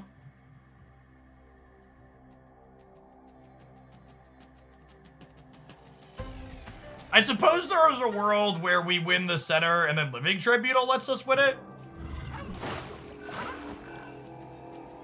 I don't think playing any of our other combinations of cards does it, so I'm just gonna do this and hope the math works. Such is my judgment.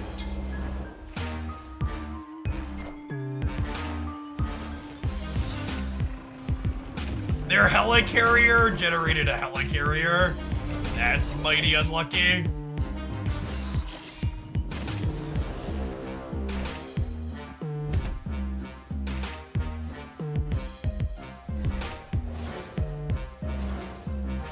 That's close, all things considered. Their Helicarrier generated a Helicarrier, and their Corvus RNG'd into the Helicarrier. Accurate that we did not have any lines to beat that, though. I should probably fit a copy of Shadow King in here somewhere. I don't really have a good cut, though, huh?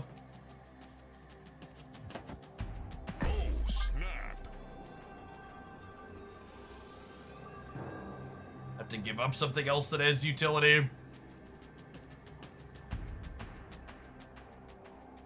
They have to be something like Snowguard. She's been kind of sweet.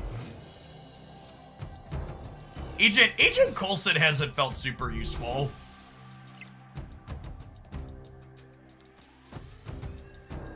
It's a generically pretty alright card. The 3099 Quinjet. You definitely can't cut Mobius in the current metagame. Card's very good. Like, I don't think I expect the Loki metagame to settle down. Spikes always play a lot of that card. Cut Jeff. Jeff is just so good with Jean Grey, is the thing.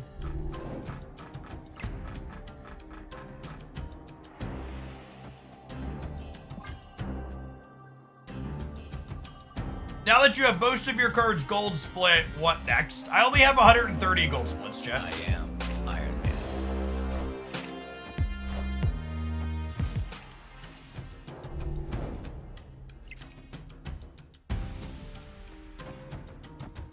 Coulson heard us talk about cutting him from the team, and he's like, none of that.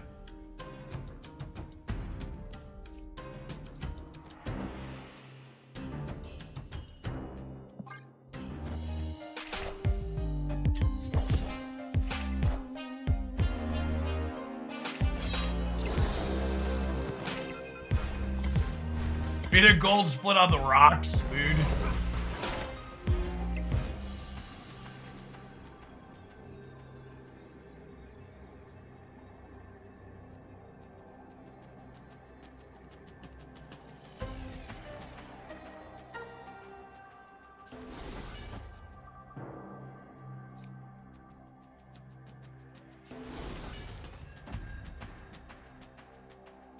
I think we're probably dead here, unfortunately. I don't think we can beat any stats they'd add on the right. It's like the only out here is like they add a bunch of stats right and play nothing in the center.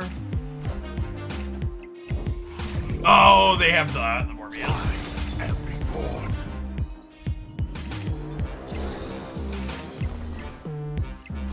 Man, their helicarriers have been strong. Random generations.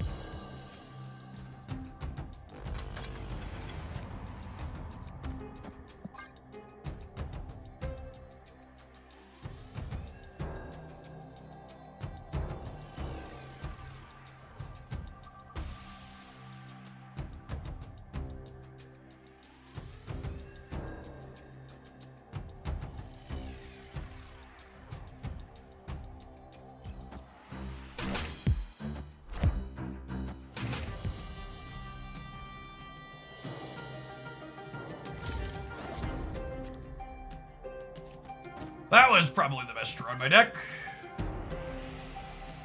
I think this is the first game we've had both of our scalers early. Should be a solid one for us on the back of that.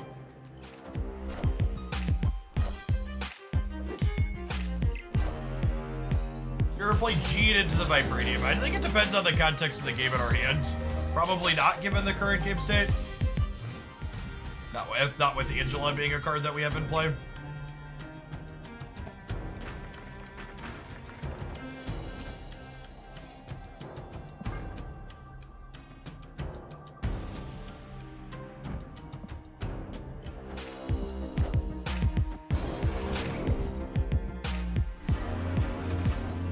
Best card of their deck is Helicarrier, chat. It beats us every game.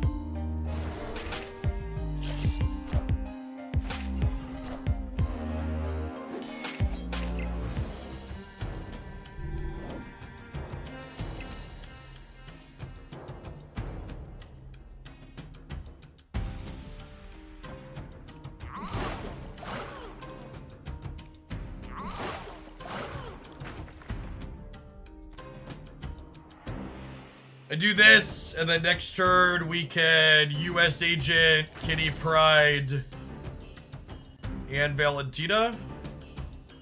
Alternatively, Vibranium Mines is now better than Kitty Pryde if I take that line.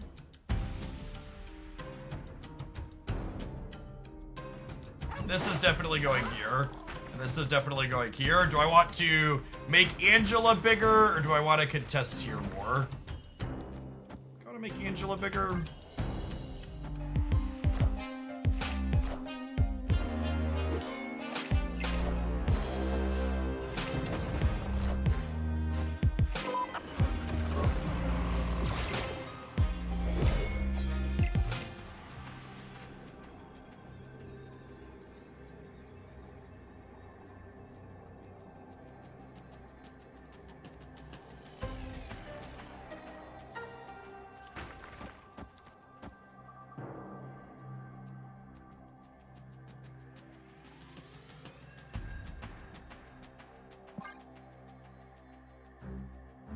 I think it's this. We have Luke, so this Magneto is 12. And the US Agent is one-sided.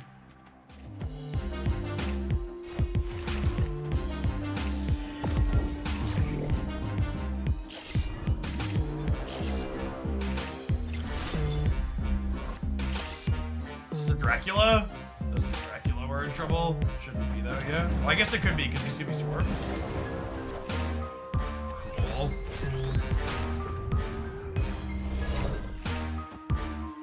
We are the future. Future.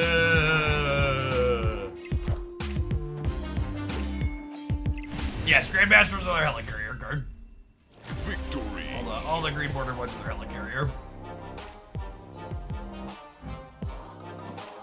I don't know, chat. Feels pretty good. I like her. And you know what else I like? Pennies I get from these adverts. We'll see you in 120 seconds. Thanks for hanging out. Don't go anywhere.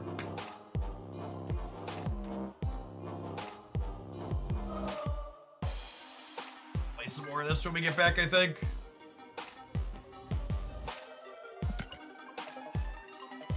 I don't know if I'm sold on Agent Coulson. I could see him being a tech card. Someone asked about Red Guardian earlier. Red Guardian or Shadow King could be this Agent Coulson slot. Another piece of tech. I think I'd lean Shadow King. I guess Red Guardian we can play on Curve, which has some appeal. Let's play a couple more with Agent Coulson. If he continues to feel lackluster, we'll swap him out for something else.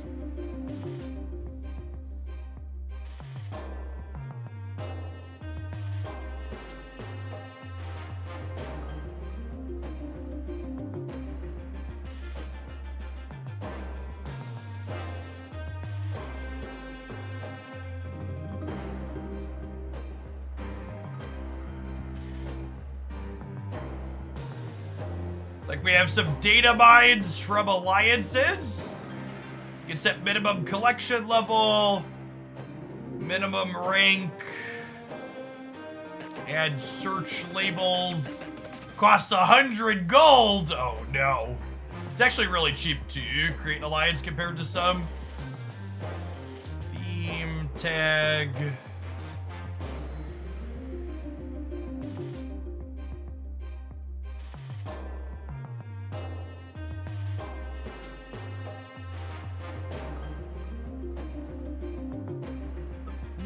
Oh yeah, these look like leagues. Rebel. Yeah, I'll be interested to see how much rewards they put behind alliances. Typically speaking, when games add social features like that, they put rewards behind them to make people feel like they should do them. If you're a Hoaglandia regular, we will have an entire wing of Hoaglandia alliances is my plan. So make sure you pop on into the supporter Discord server. If you're a sub on Twitch or a member on YouTube, you get access to that. And we'll definitely have some channels in there to coordinate folks getting alliances together.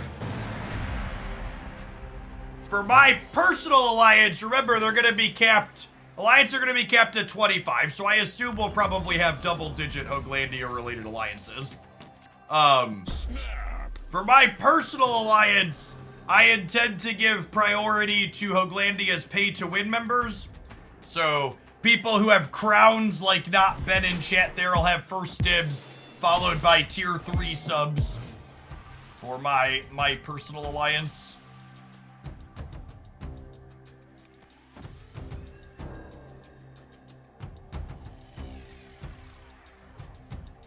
I'm just putting her here to get this use out of the way.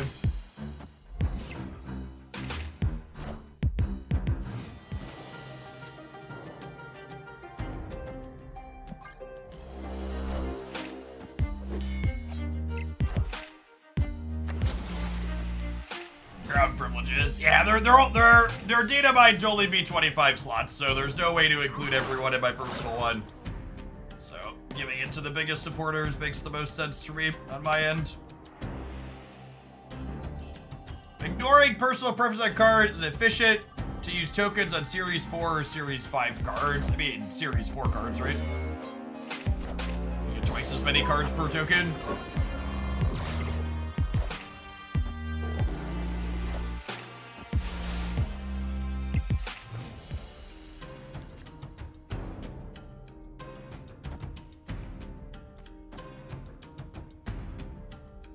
What a Marvel Snap card kicking their sandcastle, chat.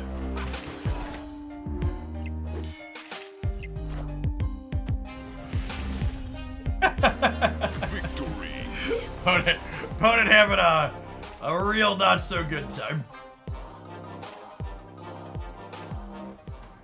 Yes, alliances in games like Marvel Snap typically have caps on their number of players that can be in per alliance because you'll get rewards based on things people in your alliance do.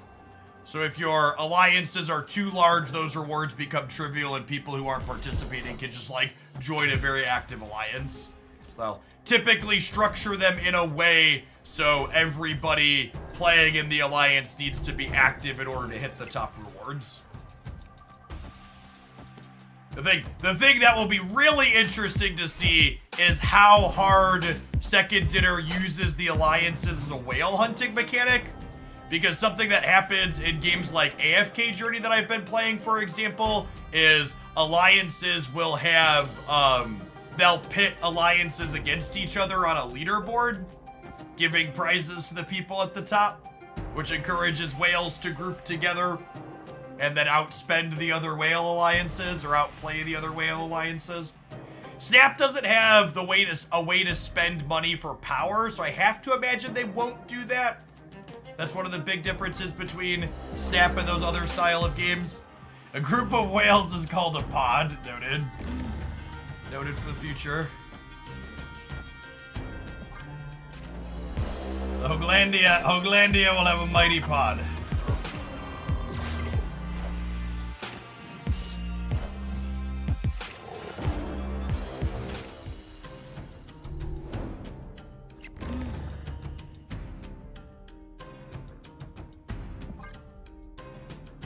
Hello! Hello! Hello, hello. Infinite vertigo. All systems go. Hello, hello. How about this US agent though, chat? Just like casual 211 over here? No big deal.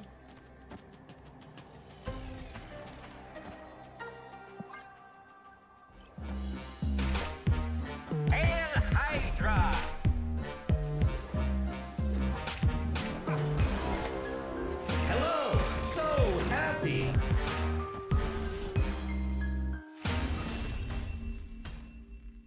Victory. Thank you for the tier 3 and for the absurd number of months. 89's a long time.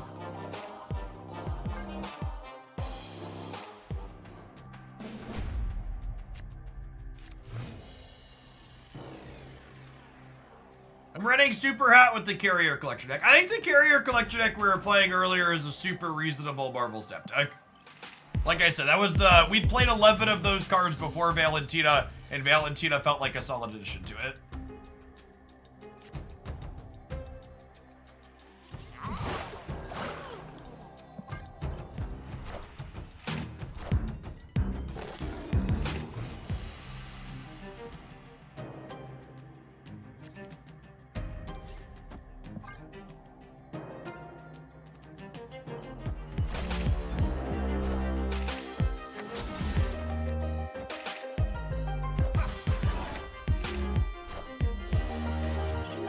We might end with some Misty Alliance today. I haven't decided whether or not I want to do it today or later this week yet.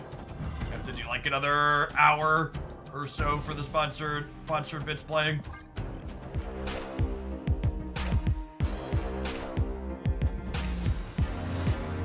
Man, US Agent getting randomly Sicard is so unlucky. We're torched here.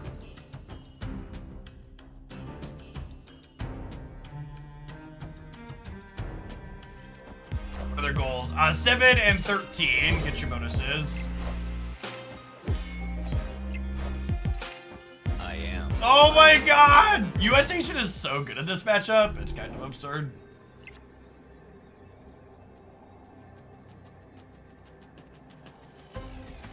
He's gonna leave for 1. There's no reason to give him extra cubes here. They negatived on 3. Escaped.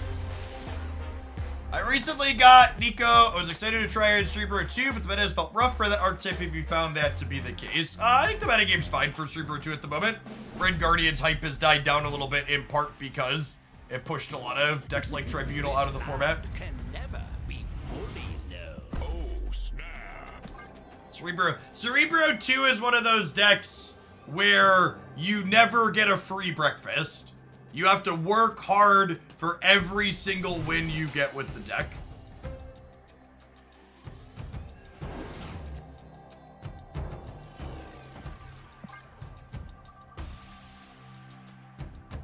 Opponent snapped. I don't think Nico is ideal in C2. It's okay to be wrong. It's hard for me to fully articulate how good Nico is in Cerebro 2. Like truly, wholly, entirely, she is very, very powerful in that deck. Was a marked power level increase when she was added to that deck.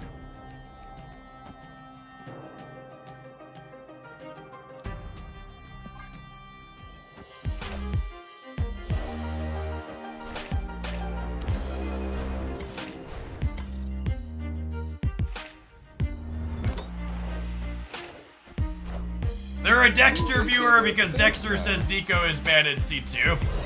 Yeah, the last time I was watching Dexter and he said Nico was bad in C2, I pointed out the fact that all of the Cerebro 2 builds that have Nico in them have significantly better metrics than those that don't.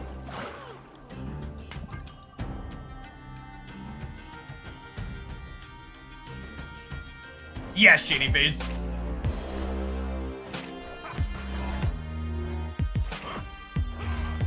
Oh, please don't bring facts into this.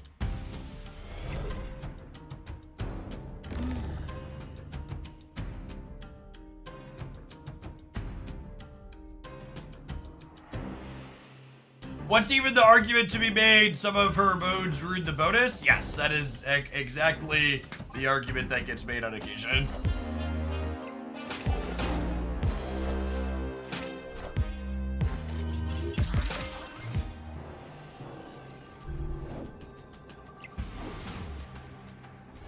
Hey, S6, careful with the mod settings, please and thank you.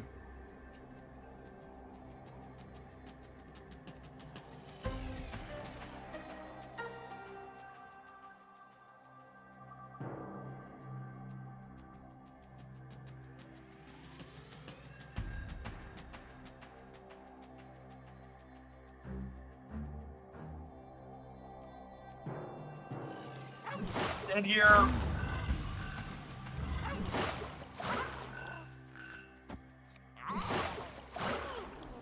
Bank collector across, we might win.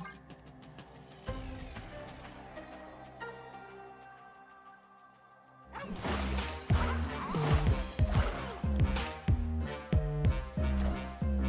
just did.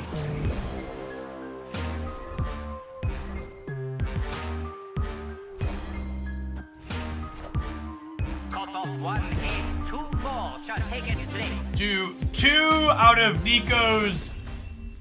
out of Nico's 7 modes are ones you generally speaking don't want to use in Cerebro 2, and the other 5 range from game winning to very good.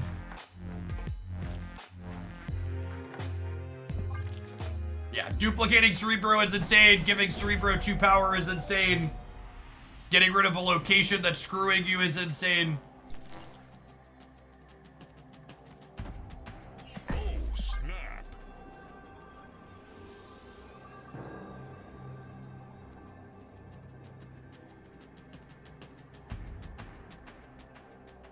Sometimes you even use the demon mode in games where Cerebro is on the bottom of your deck.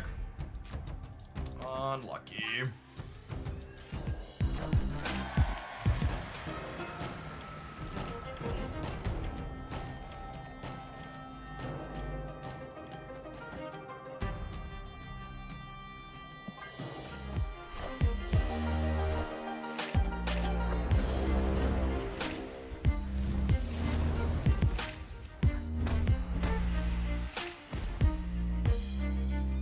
Yeah, her just being a 1-2 you could play out is periodically very good as well as accurate.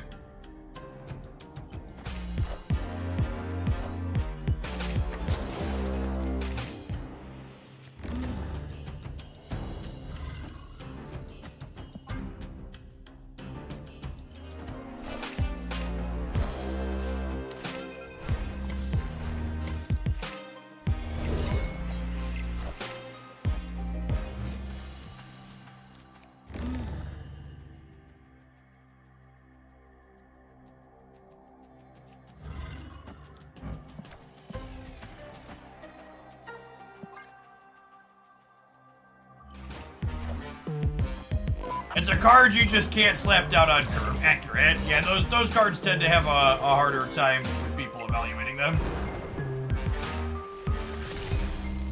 So they drew a bunch of 0 cost things, but they cost their original cost because of Mobius here.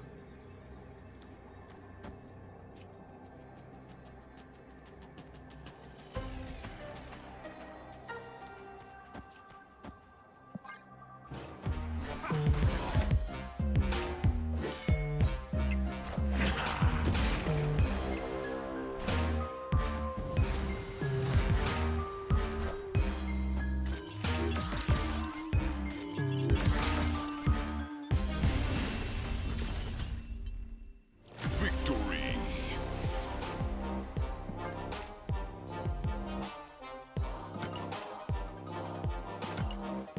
I mean, they were all in, chat. That's the reason why they stayed there at the end.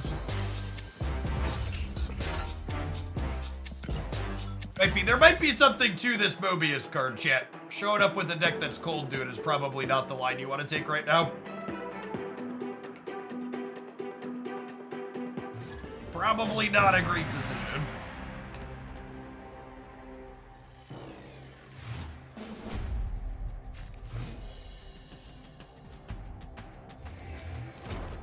Sandcastle successfully kicked. I vehemently oppose the idea that my opponent assembled a sandcastle at any point that game.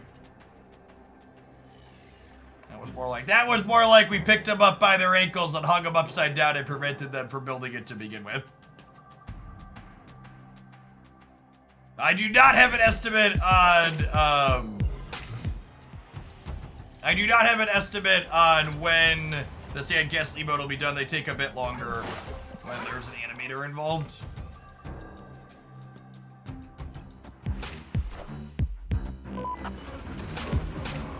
Why Loki free? Because if you scroll lots of other channels on Twitch, most of them are playing Loki with Valentina, because it's the easy, obvious line. Now, they could play their 6-drop this turn, because it cost them 3 with the Quinjet. Still gonna Mobius here. Valentina does have a stellar animation. Is accurate.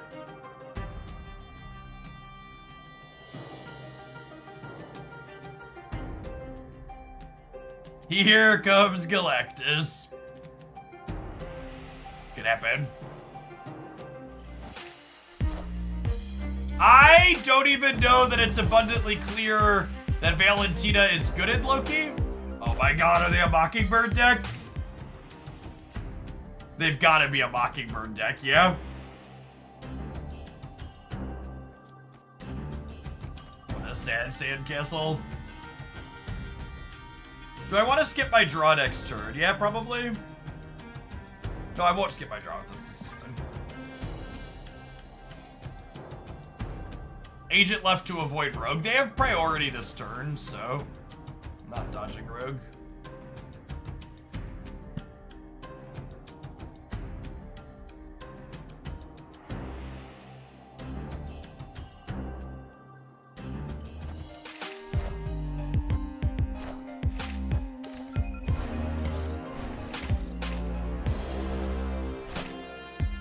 Careful with Lady Deathstrike left. I think that's unlikely to be in their Quinjet Squirrel Girl Mysterio output range.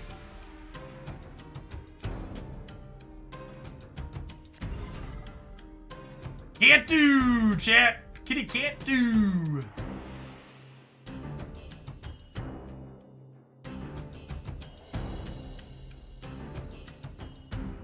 This could definitely be the real Mysterio over here. They could be at 13. What's going on, Decky? What? She went out with Jake.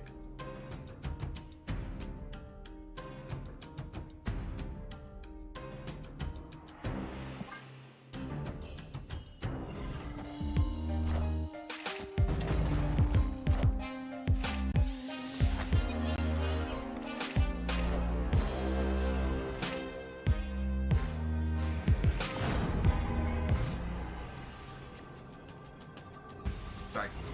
Kids have a half day of school today, so my youngest came in and just wanted to make sure he didn't need something important. Believe it or not, he couldn't find his cell phone. Was his important.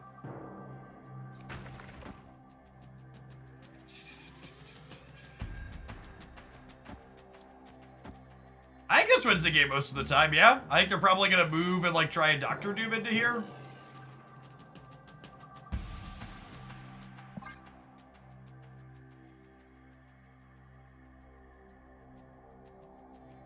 Those Blarv will get out. Blue Marble could be a card they're up at range, yeah.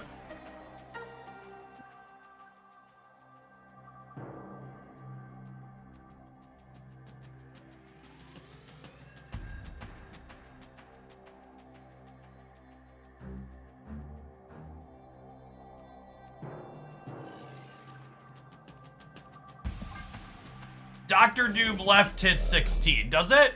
Through Mysterio there, they move this out. Puts them to 7, 11. They do, don't they?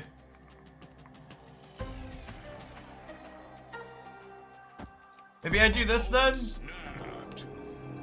It's definitely just a giant New York run play. I'm fine playing for an 8 cube here. Let's flip it, baby. Don't listen to chat. Yeah, it's all a flip. If I listen to chat, I get to complain that chat steered me wrong.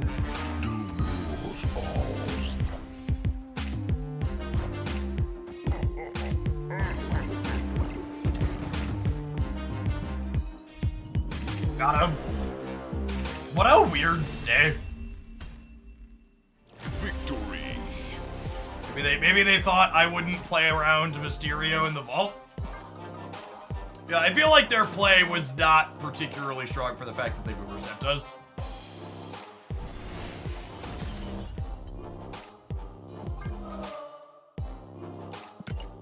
I think that play was like a fine limp. It's a weird last turn snap. Oh no, Chad, are we gonna win another infinite ticket? Have a little conquest socialism here if we win another infinite ticket.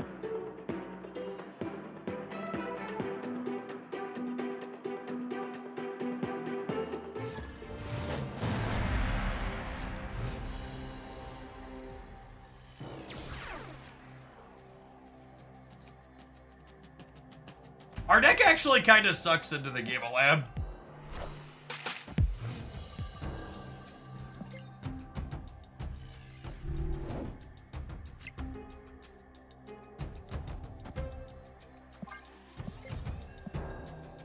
I'll wait and see if they actually wrote me.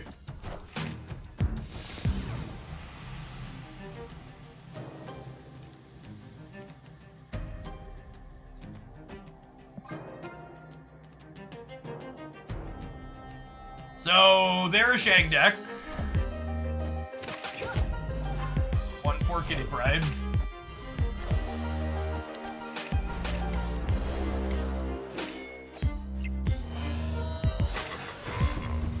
Can I draw a US agent to make these not shaggable? That would be ideal.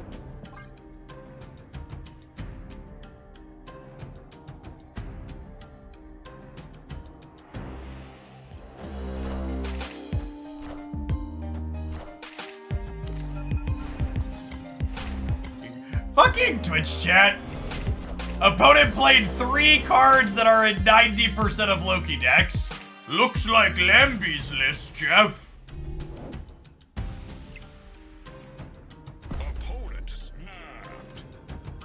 Freaking Marvel. The deck credit stuff is just truly, entirely one of the singular most idiotic things in gaming communities.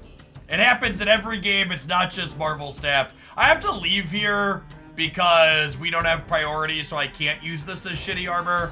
They're gonna shake me this turn. Escaped. Capitalist private property brain rot. Yeah, basically. Looks like the opponent is cooking. I would assume that Lambie probably posted a list with Mirage, because Mirage is not in every Loki list, but she's in a lot of them. Oh, snap. Hey, Uncle Slime, thanks for the membership on the YouTube side. Really appreciate that support. Direct contributions like that are a big part of my income. I was today years old when I found out the join button just doesn't exist on mobile. That's interesting. Oh, wait, are you on, Oh, I guess join not existing on the mobile app makes sense. It's probably similar to Twitch, where the mobile stores want a cut of the money. Anytime they don't want you to create a subscription on mobile. Like, for reference, for people who are on the Twitch side, you should never subscribe to a Twitch channel on Android or iOS, because you'll pay $6 a month, and the extra $1 that you pay goes directly to the App Store. It doesn't go to the creator or Twitch.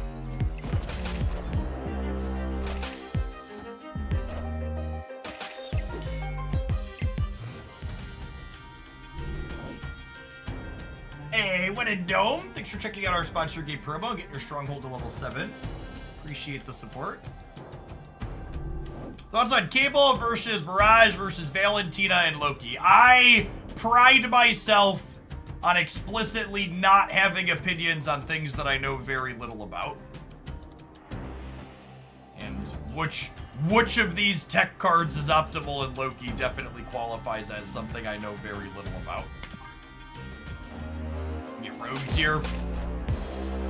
No, because this is 1-1, so we should be good. Oh, I got my kitty again. Unlucky. Why is Kitty Pride freaking out? Kitty Pride has something to do with Mobius, I think, when she freaks out like that. If I recall correctly.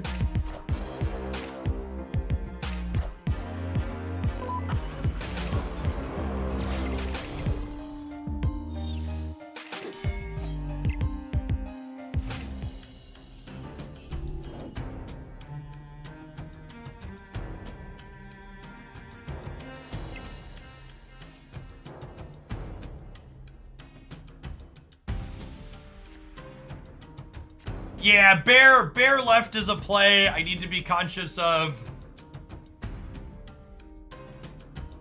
Do I give up 2 points in the center to play around bear on the left? If they bear on the left, the bear is 6, which puts them to 13. So playing kitty here doesn't really fix that. I think I just don't play for that. I think I'm gonna kitty pride and soak 4, so we have a big She-Hulk here, yeah?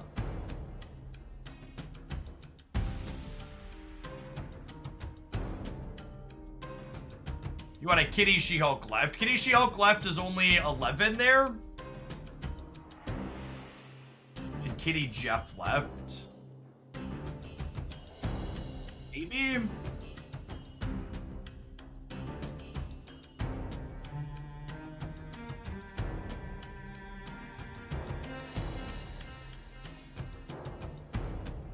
Oh. I'm just gonna do this. I want a bear, they can bear.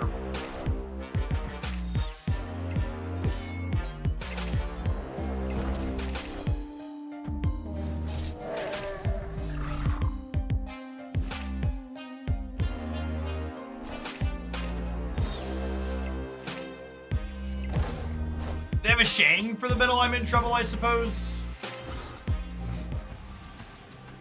Oh, I might just be in trouble to the kitties, right? They're gonna go to 22 there.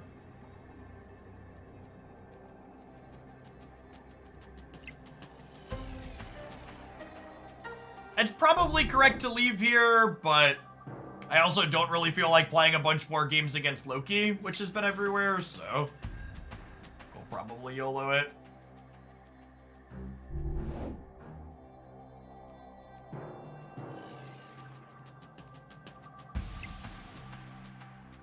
Luke's our best draw. Snowguard second best. Definitely want to draw Luke though. I think we're able to win here, yeah? This gets me 14, 19. Yeah, I can only get to 21 here, no matter how I slice it, yeah? And they're gonna get to 22. This is 10, 14, 19, 21. Yeah, if we would have spiked Luke here, we could have gone Lucas and then played She-Hulk in the center. Oh, yeah, they get bigger because of the Elsa, too. Good shout. All right, fine. We're so deterministically dead. We'll play one more. Shame we didn't draw Luke so we couldn't pretend.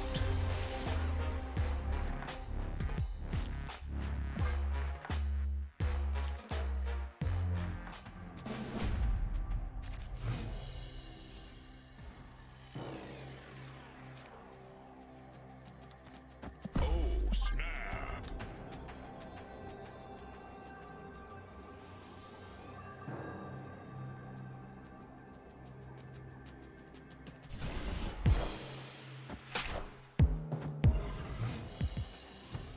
God grant me the confidence with which Twitch chat says things are certain because they only have extra information after the fact.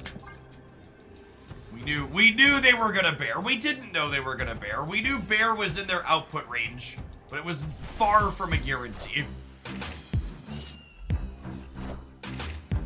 We explicitly talked about how it was far from a guarantee.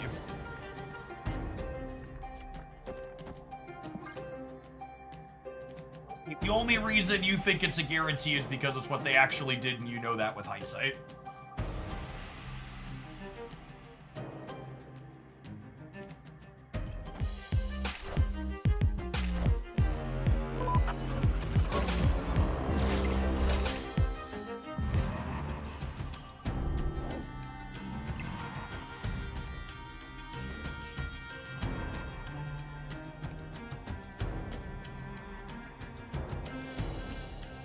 I think US Agent's a very solid use of resources at this point.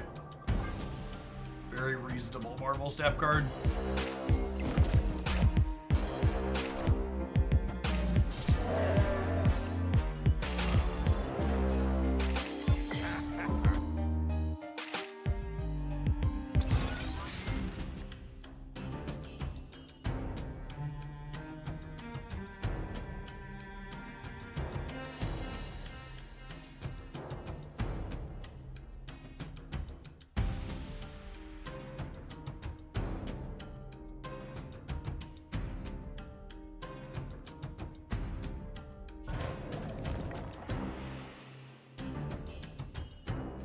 What do we think? I think I'm into it. I think I'm into it.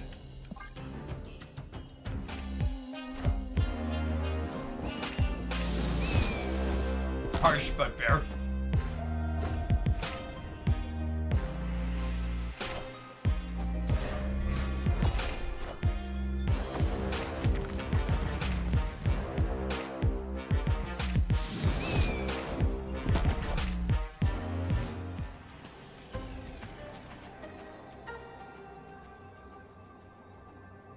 Oh! Should I also have known to move the Jeff last turn chat to play around drawing Miles Morales? Would anybody in chat like to offer up that suggestion? Of course, exactly. Nailed it. Obviously. Rookie mistake not playing around the Miles draw was the only play. Blushy, thank you for the 16 months. Welcome back. But how we owed mid for sure. Do we? And I guess we're dead either way, yeah? Might as well get some fireworks out of it.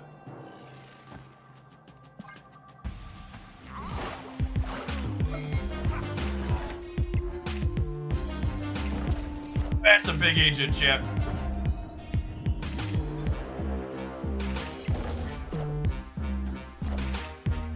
Are ye worthy?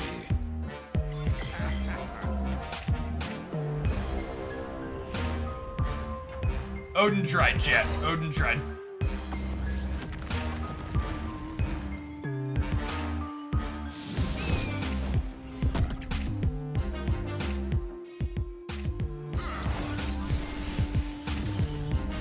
Oh, Baku. Oh, Baku. He tried.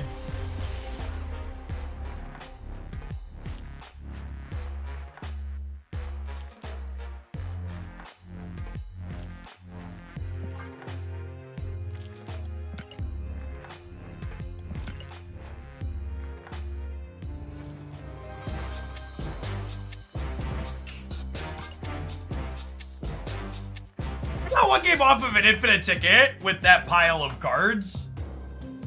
I don't know. Valentina just continues to be a card that I really enjoy. I think the big standout in my mind about Valentina is that I just keep playing her in decks with Luke Cage, obviously, because he undoes her penalty. And it really hammers home just how good this card is as a tech card in general. I've liked him a lot. Yeah, I think the one card that kind of stood out to me as being kind of mid is Agent Coulson. Felt like he really didn't pull his weight. I think there's a possibility that Snowguard, Valentina, and Kitty are enough to make collector work. I might try, if I were gonna play some more of this next time, try a tech card in this slot. Put like Red Guardian or Shadow King in there perhaps. Red Guardian has the upside of playing on curve, but Shadow King cuts down big numbers, which we have a hard time with. And Luke Cage means that we can play Shadow King alongside Collector and Angela and not feel bad about it, because he'll stop Shadow King from shrinking our stuff, which is great. So that was a fun build, though. Plays a lot of Marvel stuff that I like. US Agent continues to be a card that I really, really enjoy. I think if you're someone who's not super tight on resources, you'll get a lot of mileage out of this card if you have Collector's tokens to burn on it. Yeah, Jean Grey and US Agent are both very real Marvel Zap cards.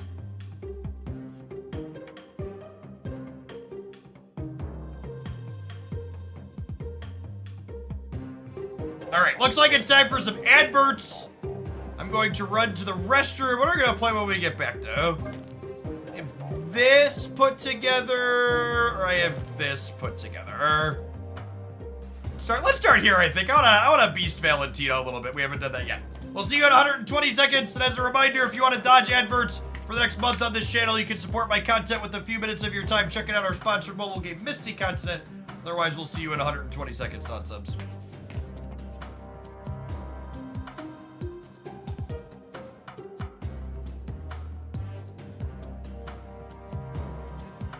Or be real.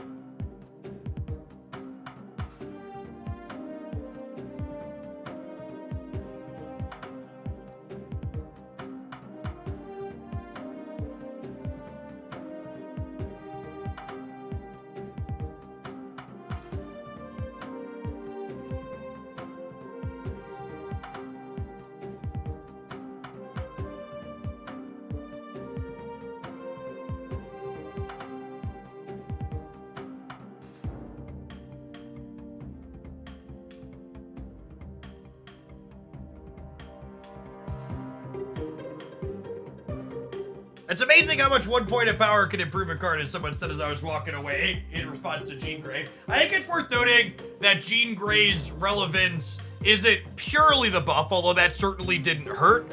Her relevance is definitely related to US Agent being a playable card as well.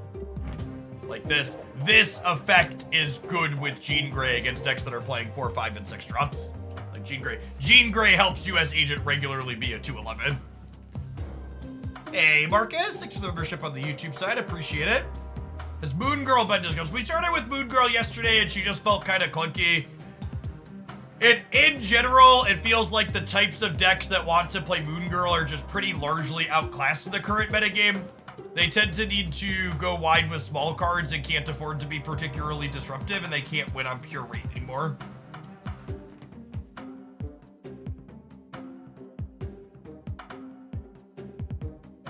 Comes down to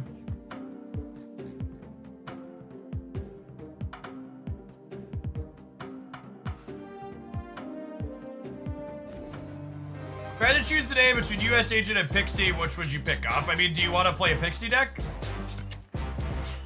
US Agent's a more generically good card that supplements decks that you're playing, while Pixie is an archetype enabler. So like, there's the Pixie Annihilus Lady Deathstrike deck is like the established good Pixie deck in the metagame. If you want to play that, the answer is Pixie. That's true, there is more Mobius right now, which makes Pixie the card that can be decked against. My work blocks Twitch. It actually surprises me how many work networks block Twitch, but explicitly don't block YouTube. Feels strange.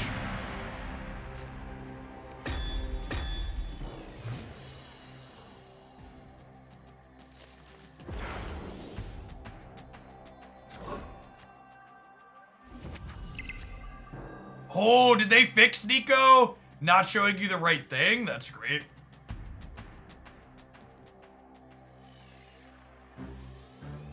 A lot more hot tubs on Twitch. You could take a 10-minute break for being unaware of the fact that there is like actual factual nudity on YouTube.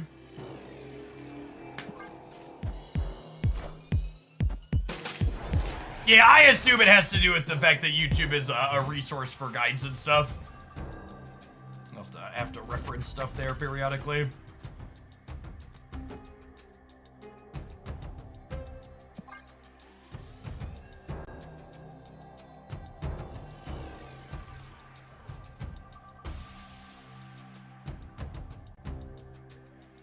My prior employer blocked YouTube for about a week before everybody couldn't reference Excel videos and work suffered. Yep, that tracks. Snap.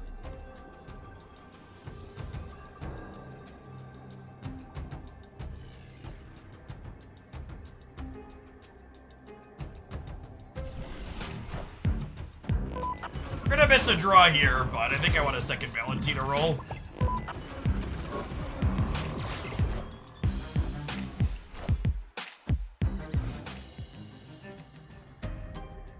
Okay, so people that haven't been keeping up with some of the off-meta builds, this is a Mockingbird death deck that they're playing, so let's get this Mobius down.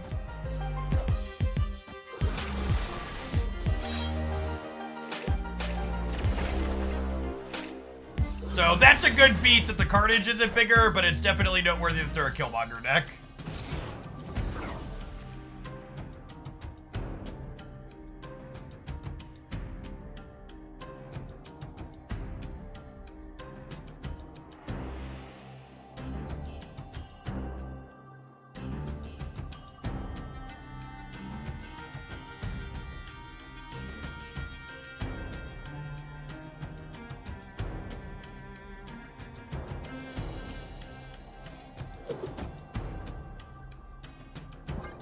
Our lack of loop gauge is a little sad.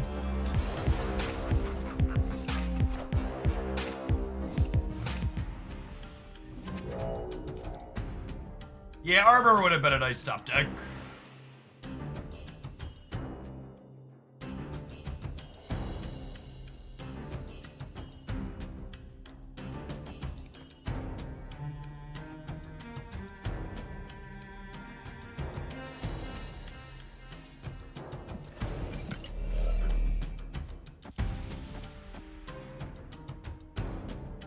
Gives me a demon and then pulls these two back to my hand. Is that enough?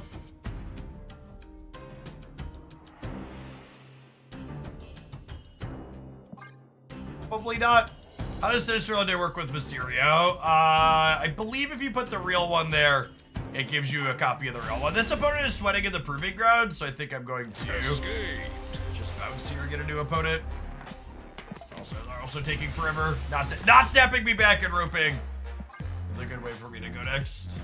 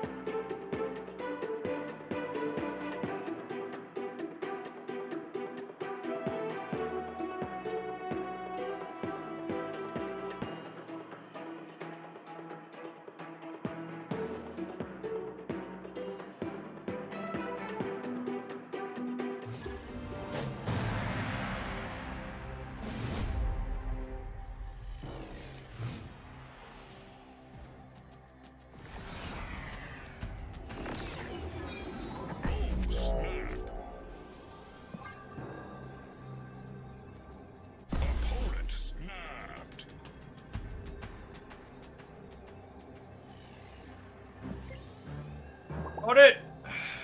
Appreciate you.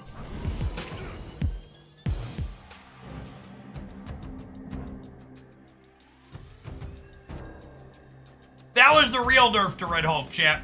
Red Hulk can't get generated by Great Portal anymore. Doc, thanks for the 15 months. Appreciate it. Hella. Hella.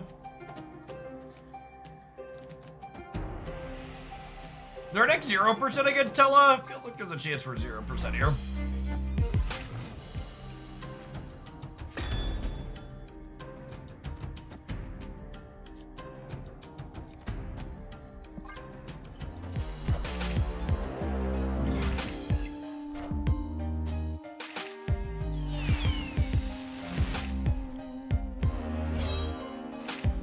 I'm playing the Atuba out proper so he can discount Mockingbird here. This is the plan.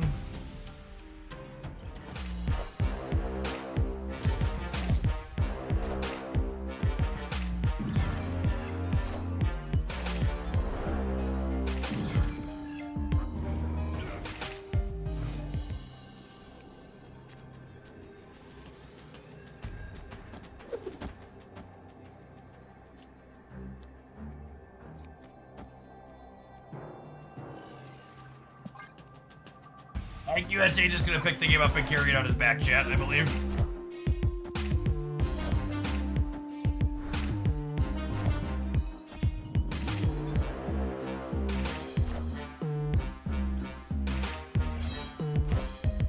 Minions to me. We are the future.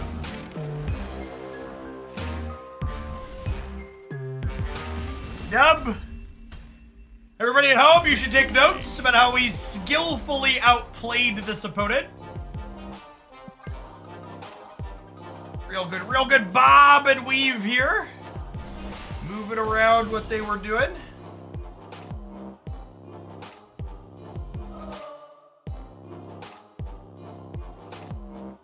They would have won if Magneto's voice line had been better. Likely true. All right, I'll get US Agent. US Agent is a very playable card. He's also a card that fits really well into the type of decks that I like to play. So my promise to you is if you spew on US Agent, chat, and you're someone who likes net decking from me, you're gonna get a lot of playtime out of him. Same goes for next week, by the way. If you're someone who fancies yourself a Hoaglandia net decker, you can expect to see Nocturne in a lot of decks that I build moving forward once she drops.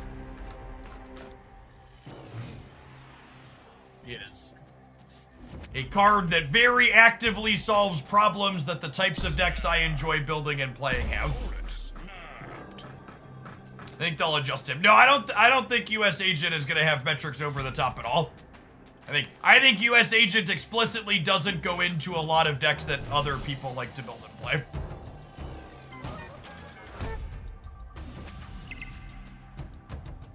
Please evaluate cards like this from now on. If you like decks I play, get this card. Unironically, I think that's probably a good barometer for me recommending or not recommending a card for a lot of people. And I probably should genuinely include that in my... Okay, let's think about this. Yeah, it's a good idea. We'll have just like a Hoaglandia reading. How likely am I to play this card on the channel in the future?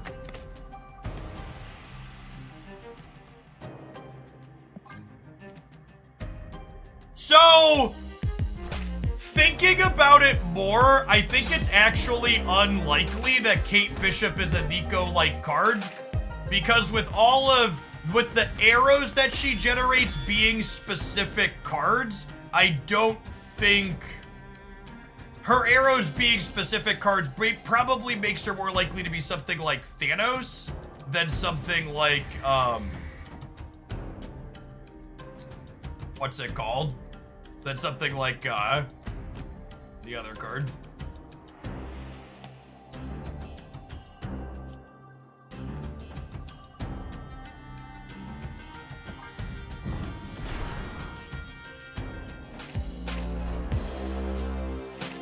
The second Ella in a row.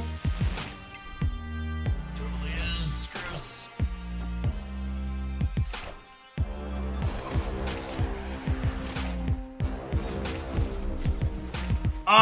Unironically, I think US Agent is probably a card I expect to play more of than Red Guardian moving forward, but Red Guardian's definitely still a playable card. You prefer Nocturne as another move proc for Angela or a way to get rid of a location? Yes. Yes is the appropriate answer to that question.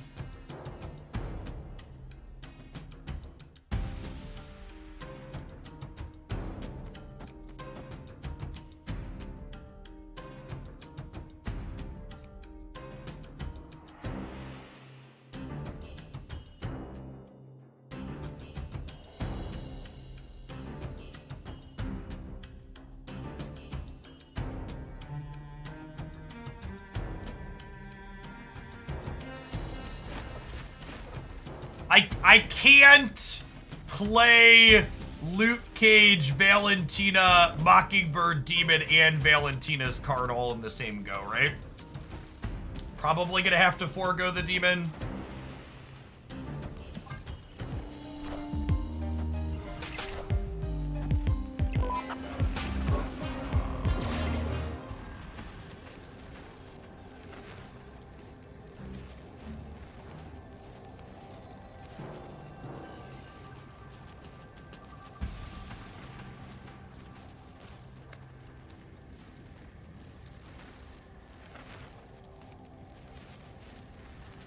I'm 10 to 5. We're up the same amount in both of these spots, and they get penalties here and I don't. So I think I put the Hulk in the middle.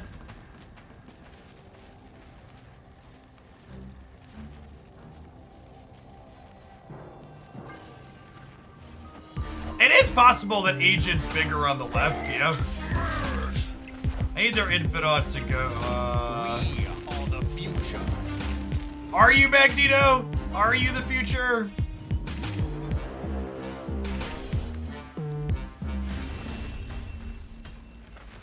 Victory.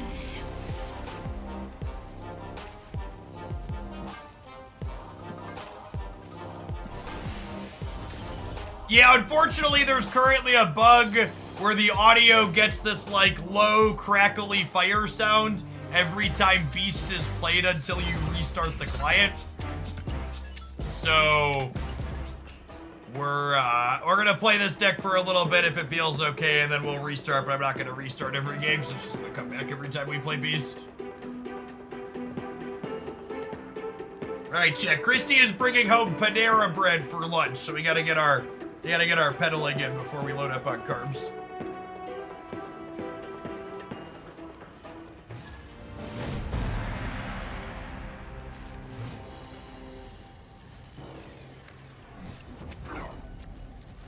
Well, that location rocks.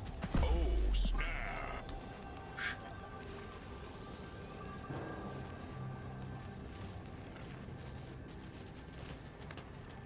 It's not just Beast that's been causing the audio bug for you. What other cards have been triggering it?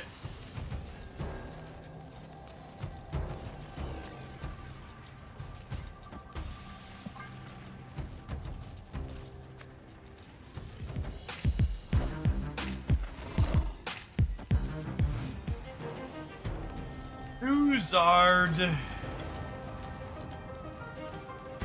These are some Marvel stamp locations, gamers.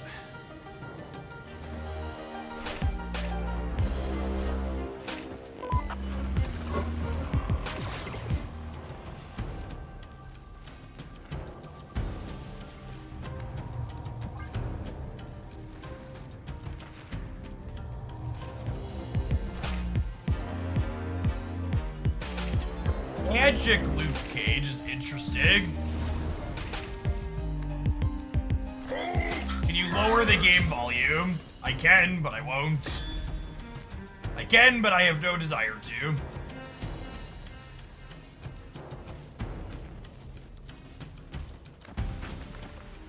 Yeah, maybe a Sarah deck's a good call.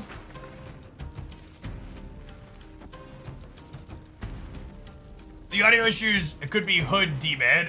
Okay. That would Those cards are often played with B, so that would explain the overlap and people thinking that they're happening with one instead of the other.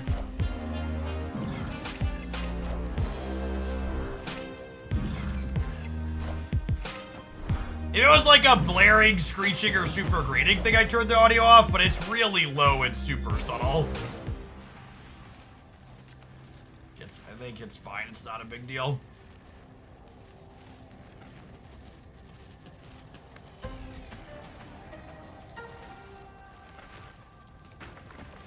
No matter what I draw, I can play all of it next turn, yeah? Well, I have 4 slots anyways. No reason to show him the loot cage. Yeah, I didn't notice it yesterday until people pointed it out.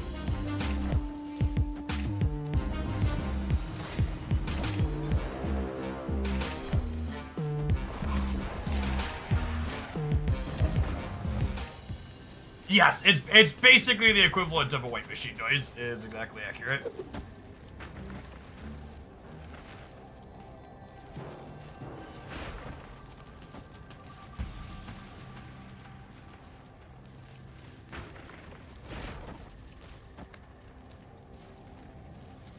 Yeah, it could be Hazmat Surfer. I don't know. They have a lot of non-3s.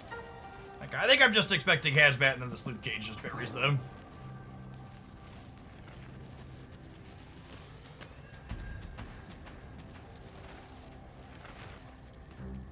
Valentina just like hooking us up with a 412 this game.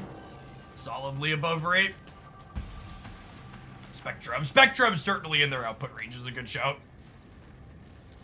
Should I counter on that? If they Spectrum the center, they're at 21, 25, 29. And how much are they at over here? They go to 19.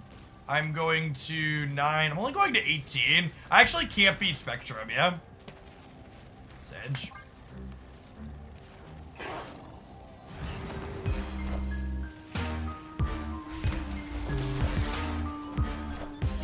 It's a bold stay.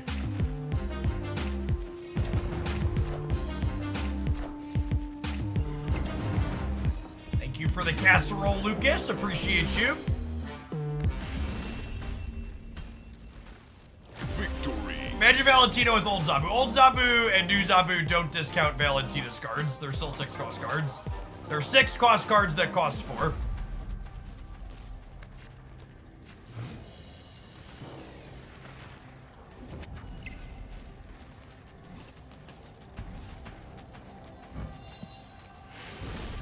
Go. Victory.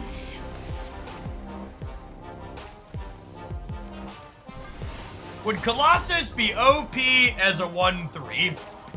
So the problem with just giving stat line boost to a card like Colossus like that is that a 1-3 with pure upside probably gets splashed into a bunch of different decks, yeah? It's kind of like how people suggest, well, why haven't they given an extra point of power to Howard? It's like Howard's not a card that you could really change by just a pure stat bump, right? You'd have to like change him into like a 2-3 or a 2-4 maybe. Maybe you can make the argument that a 2-4 with upside is fine. But generally speaking, 2-4. The really cheap cards that have effects that aren't quite playable tend to not be solvable by just adding numbers to them. Yes, and a card like Colossus also adding a point to it significantly changes the pool 1-2 metagame as well. You gotta remember there's an explicit new player format that has to be taken into consideration for a lot of those things.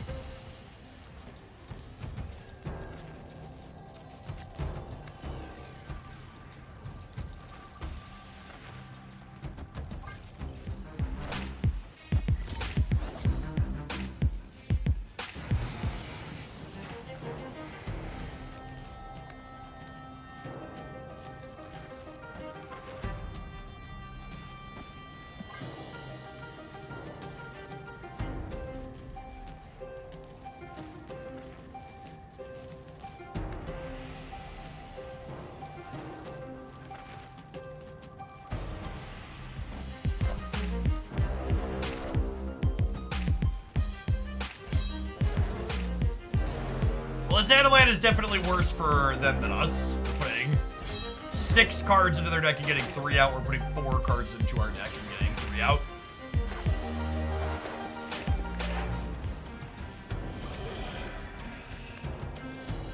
I know a lot of people are disappointed that a lot of signature Marvel characters don't get to see play.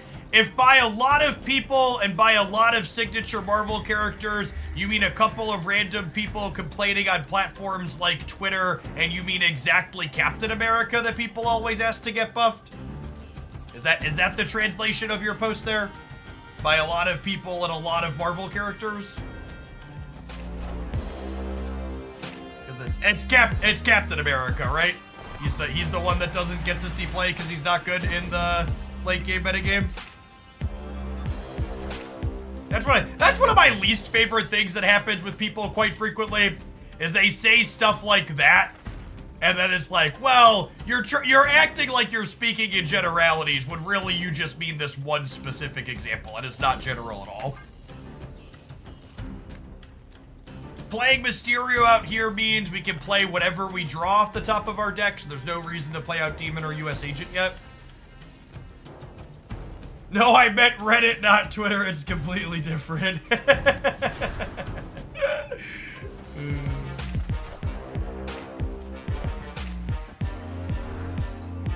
I'm so happy that Punisher found a real competitive deck. Punisher finding a real competitive deck was like solidly not on my Marvel Snap bingo card. I did not think that was possible.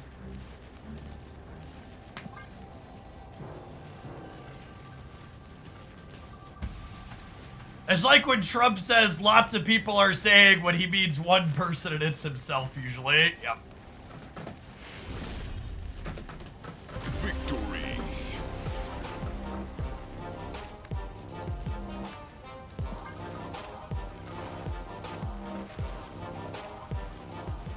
Yeah, Doctor Strange probably a close second for fan favorite behind Captain America that really doesn't see play.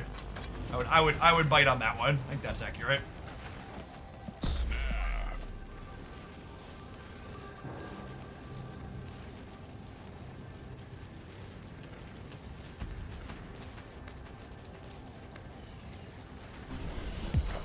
Where is Punisher being played? There is a Jean Grey Spectrum deck that has very good stats over a very large sample size that is playing Punisher.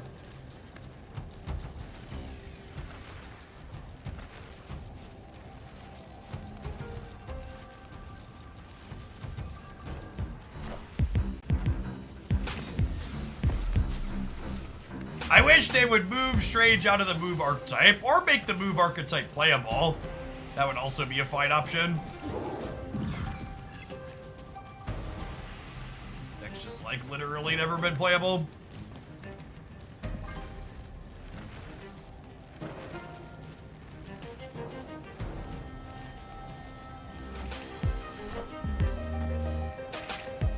Super giant swarm strong guy. Okay, you know how I often ridicule chat for saying my opponent is cooking when they're very clearly playing a stock meta deck? This person you can compliment on cooking, chat.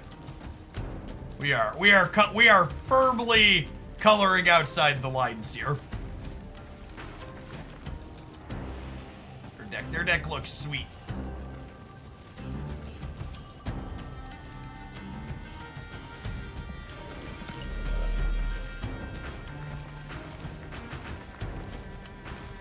This Mysterio, I'm not sure the Mysterio is good enough in this deck. It feels real clunky. It might be that I'm supposed to play Carnage. You'll note here that I prioritize playing Mysterio on 4 to play around Supergiant. Because if I didn't play Mysterio this turn, I wouldn't be able to play her in discount Mockingbird this game.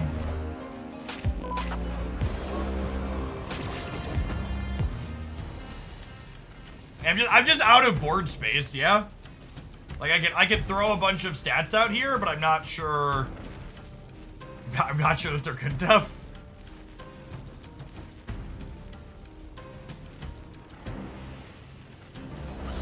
like I took up so much space with stuff like this.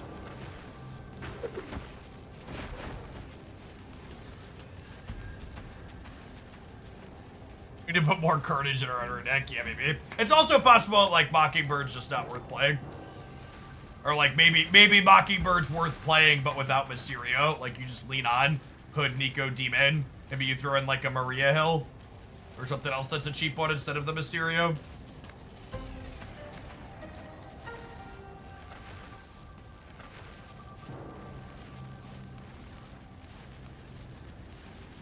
Yo Mysterio used to be a 2-5 gamers. Yeah, Valentina just can discount the bird if you play them on curve, is the reason I was playing her.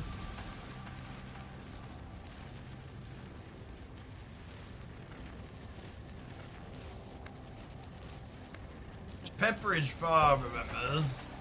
Ah, remember. We're into 13, 15, 19 in the center. So we're beating their strong guy currently. Oh no! This is a 5 on the left, so I think we're dead. We need to put Mockingbird on the right. Yeah, GG, put it.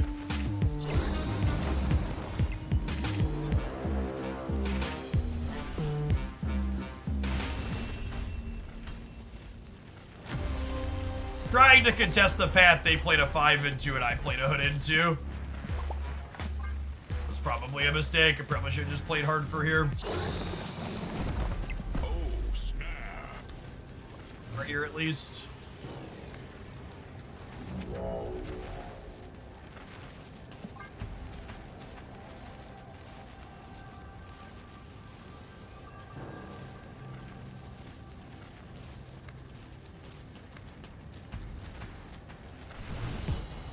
Yeah, they literally lost a real Mysterio anywhere else as well.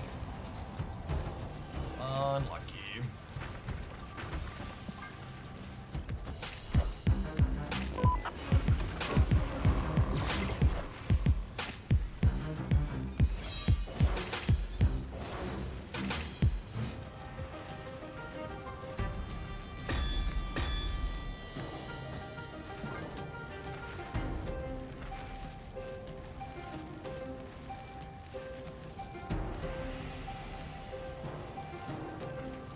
Cut their swarms off at the pass.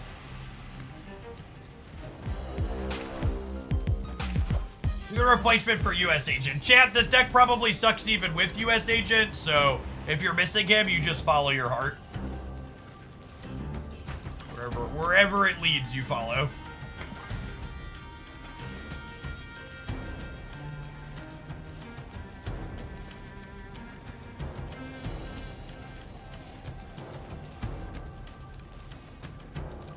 Who knows?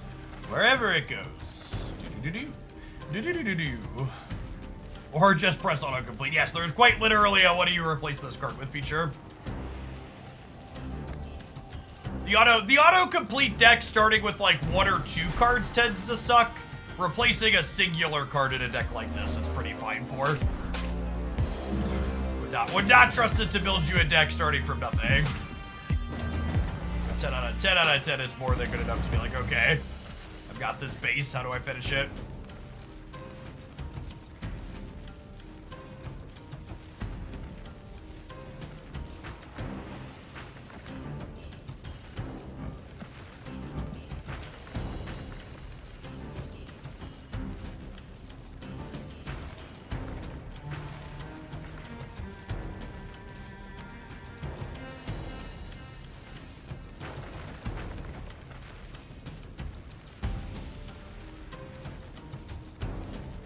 I just don't have time to play all these cards out of these games too. I thought Mockingbird would do well with. Oh, I guess I can play all 3 of these this turn actually.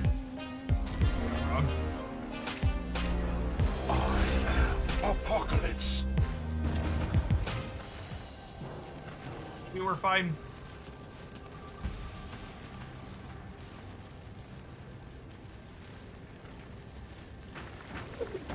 Do I want to contest here is basically the question.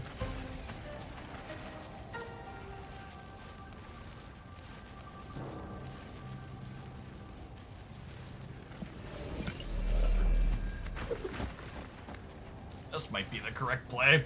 I might lose the right though, yeah? Although I guess I'm +7 over there, I'm at 21. That's so close. They can play in a few different spots. It might be right to just put Luke Cage here. We're winning here and here, yeah? See how these go? I don't think US Agent does much left. Yeah, but he's smaller than Mockingbird in the middle, and I'm just using my energy. This is, if I'm not competing here, this is the only space that matters, yeah? We needed every bit of this Buffalo. We needed the real Mysterio here. We needed the +3 power back from Luke Cage on our Valentina card.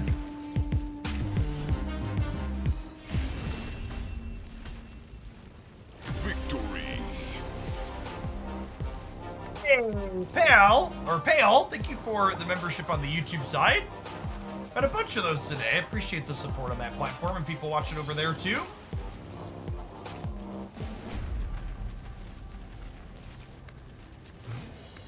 Is the matchmaking strict, region, or global? I'm trying to catch a chance to play with you. There is semi-regional matchmaking inside of Snap currently.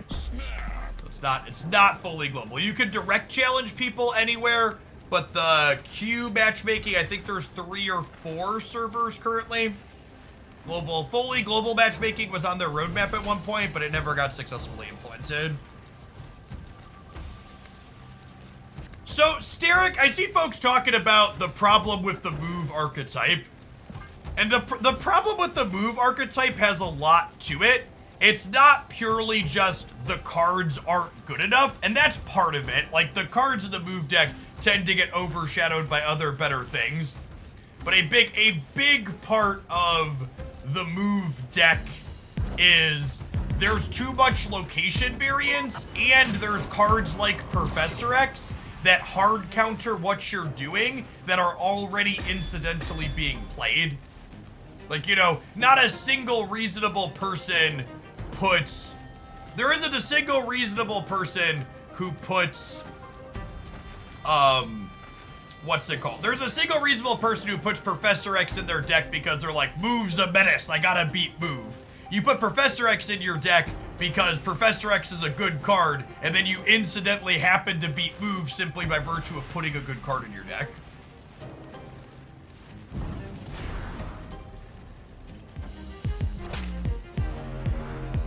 With streaming and content creation being your job, how much time would you say is off-stream work time, admin, research, etc., if that's okay to ask? I would estimate I'd probably spend somewhere between 5 and 15 hours a week doing off-stream work in a given week. That's definitely not a number that's hyper-consistent. It varies a bit from week to week and month to month. I think I'm gonna put US Agent. Am I gonna put US Agent here? Maybe I do this and then we US Agent here. I'm a little worried about Dracula, but they're gonna Modoc over here, I would assume. This is a lot of points, right? This is 10-19. That should beat the average Dracula there.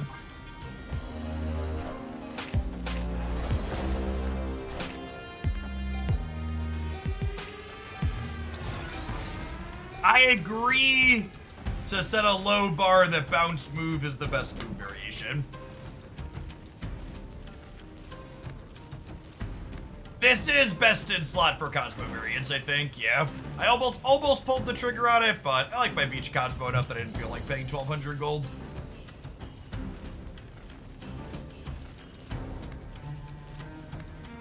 My number one problem with move, the set of cards that bulk help move as opposed to helping one single card is Cloak and Heimdall, so it's tough to get all my cards to benefit from this, whereas like Ongoing or 3-drops or Cerebro 3 get to help a lot of them. Yeah, it's fair, Burgle. It's also very... Move also builds a sand castle that's very easy to interact with, right? So like you spend a lot of effort building this deck up and then ultimately it's kind of only okay, yeah? You just get like, you like build this giant vulture or human torches to like get Shang-Chi, Nerd, Shadow King, Killmonger, etc.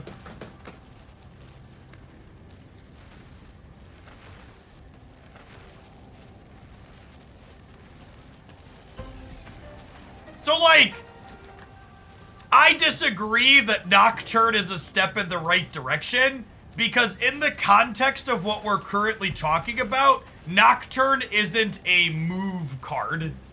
Nocturne is a card that moves, but the discussion that we're currently having, move cards, refers to cards that benefit from being moved or help you move cards. Cards that move themselves, Nocturne, Jeff, Silk, Nightcrawler, those have been commonly very playable in Marvel Snap throughout the course of history. That archetype full of cards is not unplayable. It's very, very fine. Alright, do they have a 4 over here? Ooh, they don't. Probably dead. So they're at 9, I'm at 6. Oh, I'm at 10, perfect. Close game.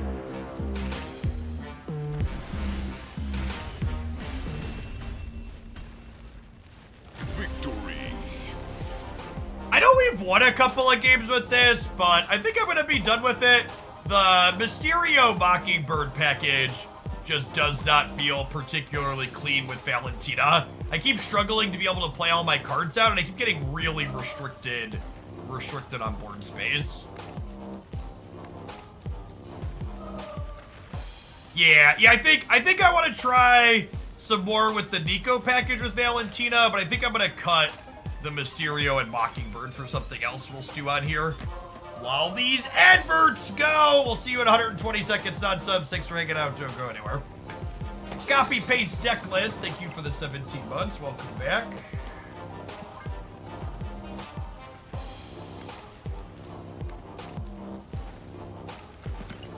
Yeah, the Mysterio's kind of clunky with Beast as well.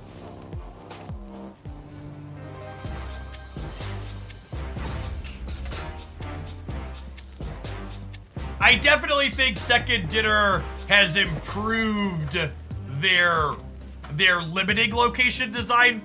Things like Thunderbolt's Tower and Castle Zemo are good examples of cards that technically restrict your ability to play in a soft way, but not in a firm, fully restrictive way.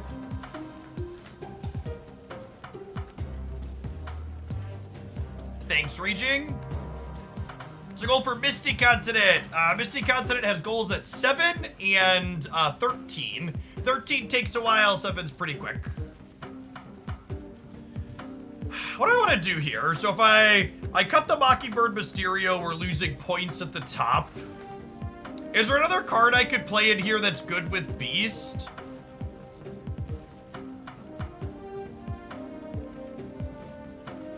Cull's not a bad call out. I mean, Cull kind of replaces the role I cut Mockingbird from, though, right? And then I could play another 1-drop that's good to bounce with Beast.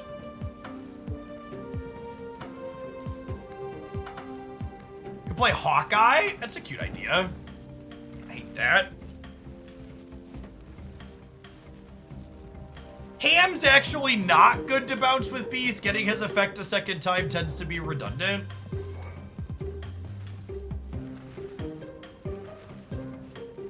You want to just play Valentina? I feel like once I'm in the Darkhawk package, Valentina's probably less useful. I guess she's another way to generate numbers. You're definitely right that we could build a different build that just like plays the Darkhawk package. Rocket's actually really hard to use with Beast because you need to play Rocket in a predictive way, not into a convenient path. So Hawkeye's definitely much better with Beast. Let's try her in the Darkhawk shell. I like that idea.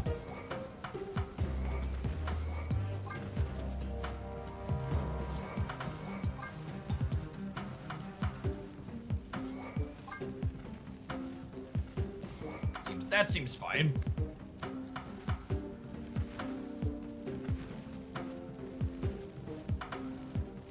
Honestly, we could maybe even still play Cull as the last card.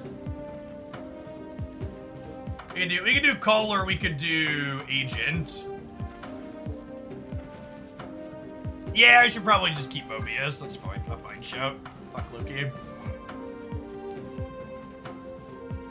Hawk is good with Onslaught. We talked about having Valentina in decks that like Onslaught. Let's do this. Let's do this.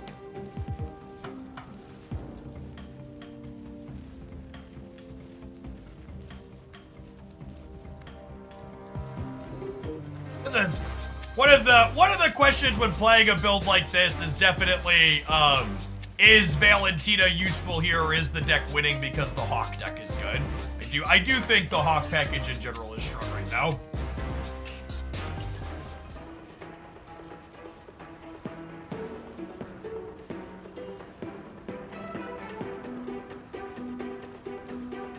I agree with that, Burgle. I think there's a good chance Valentina is a very playable card that you can easily replace in any deck that's playing her and have it be fine.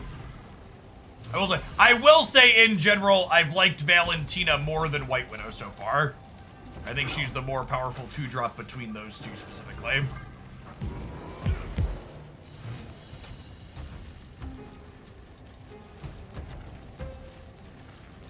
Mods, can we make a command explaining the crackling sound? Please and thank you.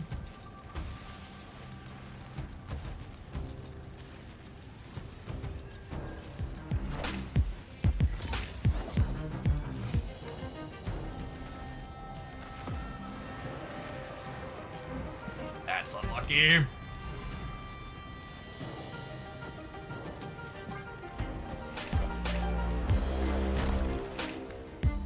The crackling is the game having static from Jeff having too many gold cards.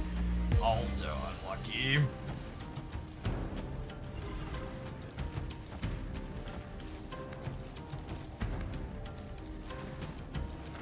I think White Widow has more versatility. What do you think? Disagree.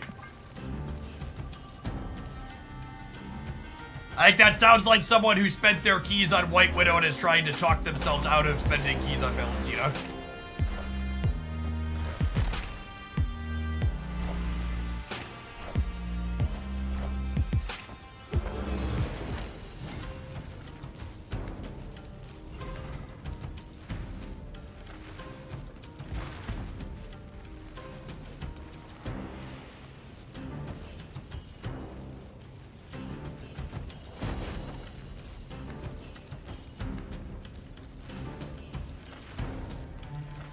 I mean, Galactus is definitely in their output range.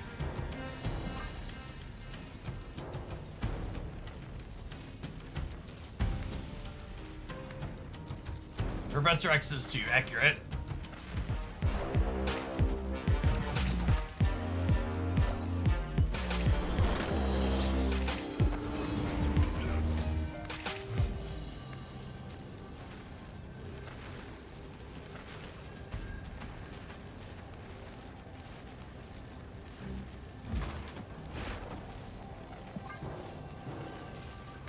A DTX, thanks for the prime, appreciate it.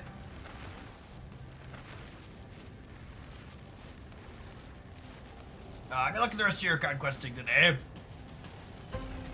You were the strong guy Modok Supergiant deck, right? That was a sweet one. So instead is armor necessary in this deck. I think armor is a lot better than she generally gets credit for. Oh no!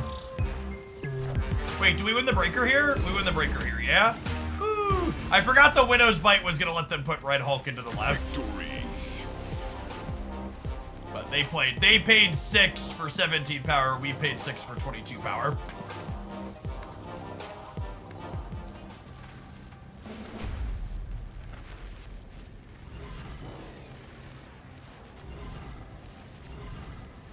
And Ospread, thanks for checking out the sponsor and get your stronghold to level 7 in Misty. Opponent snapped. Oh, snap. Let's play for all of it, gamer.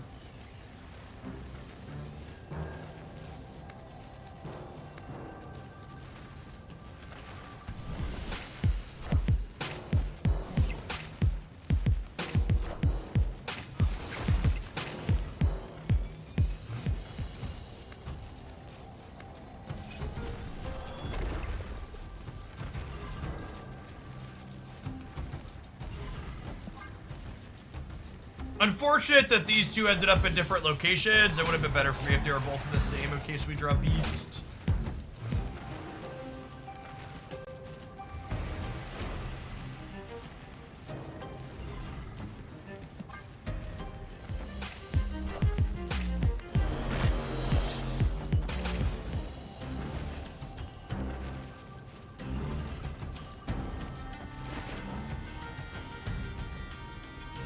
I could get Green Goblin here, but I think I want to be able to Darkhawk on the right next turn.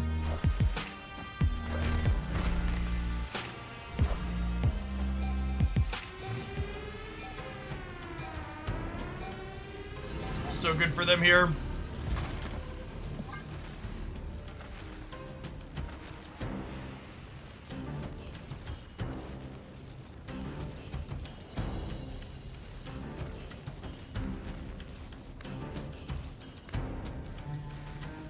We have priority, sadly. Usually the opponent's deck isn't Shang-Chi deck. I guess they could have Cannonball, but that seems not terrible for us. Professor X to mid. Sure, I can't play around Professor X here. Can't play around Cannonball. Like, that's one of the... If I had to give one piece of advice that I think would make a lot of people better gamers that they don't understand, is the amount of brain power people spend thinking about cards that they just can't beat and pointing them out on my stream is just, like, incredible. There's so many cards that just hard hose your sandcastle. Escape. That you have to just be like, yeah, sometimes we're gonna eat shit to that. It's worth asking yourself the question, like, can I play around it? But a lot of the time the answer to that question is going to be no. Victory.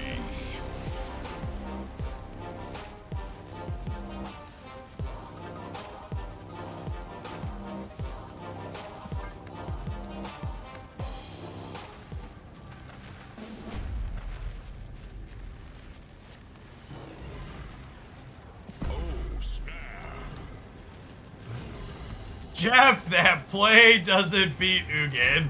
Man, that takes me back. Been a long time since I thought about that asshole.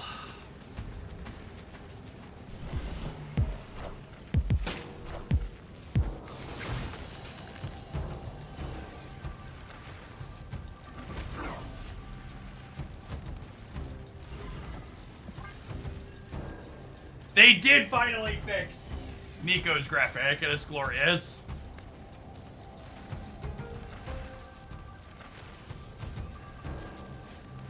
I would assume the keyword drain means take power and give it to the card that's draining.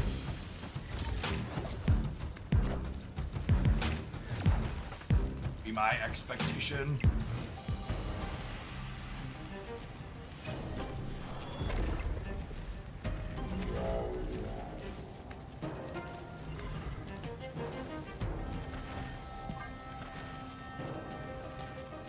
Second Dinner has not confirmed anything about unreleased cards and never confirms anything about unreleased cards.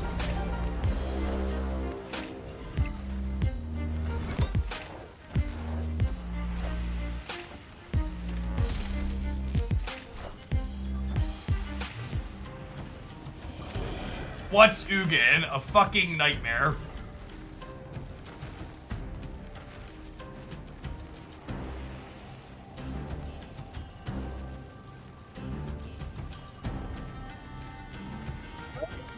Predates Fire Design, yeah?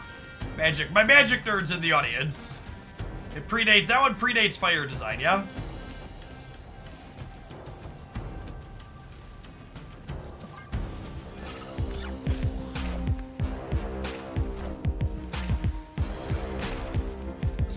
Orange, yeah.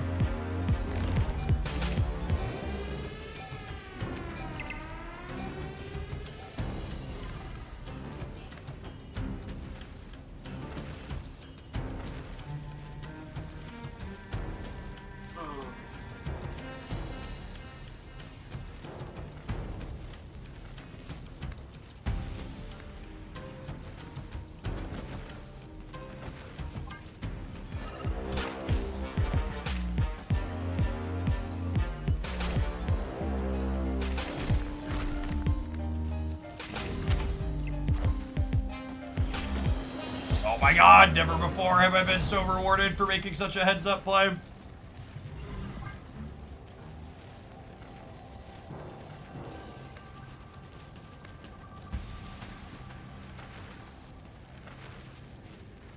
We prioritize putting rocks in their deck that turn because we want to keep them off of drawing Jeff if possible, because Jeff lets them win Limbo. And then obviously, we're going to play Darkhawk over here on the last turn when the vault opens back up.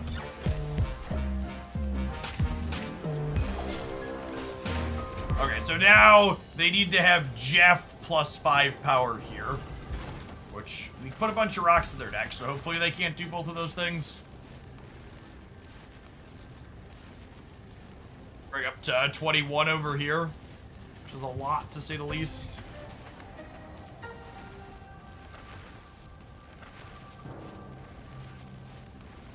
They could have Cannonball, yeah. I mean, Cannonball does what I said, right? That's a certain amount of power.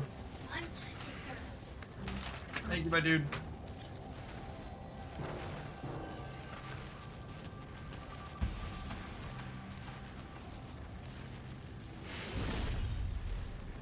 Victory.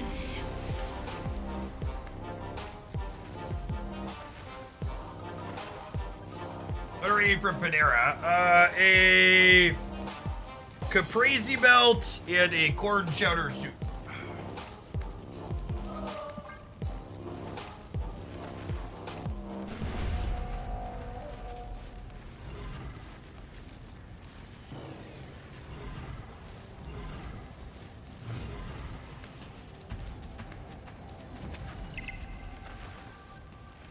Opponent snapped.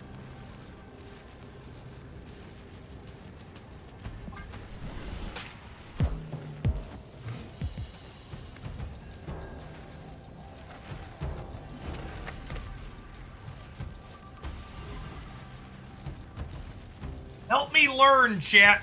What's the difference between a chowder and a regular soup?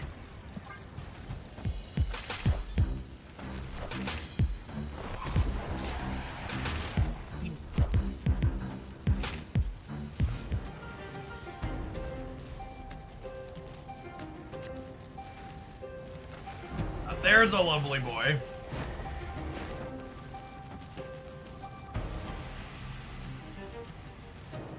Locations resolve left to right. So Starlit Citadel is going to shuffle before Dream Dimension happens here.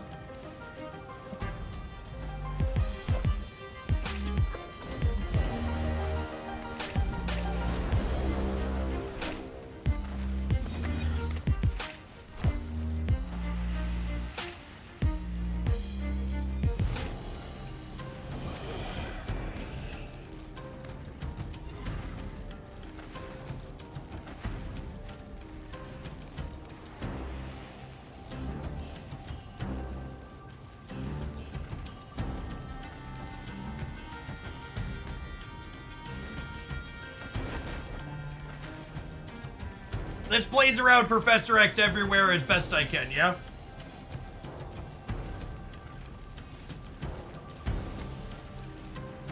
I suppose I should put... Should I put both of these here? This gives me 9, and this gives me 10, and they'd be 2 plus 6.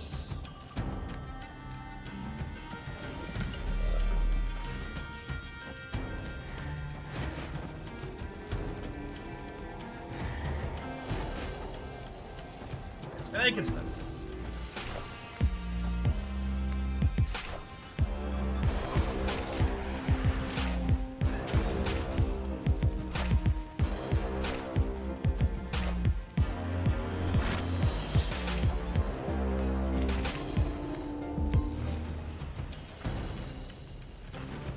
It's definitely the worst possible into that.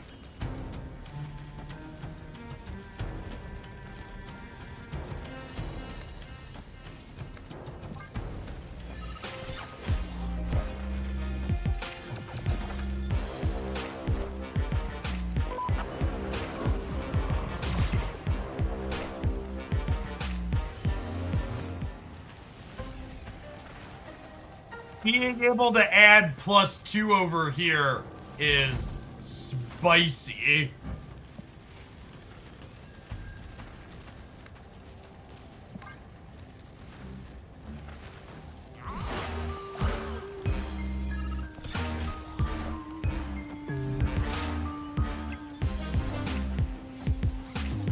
Yeah, she hits Darkhawk too.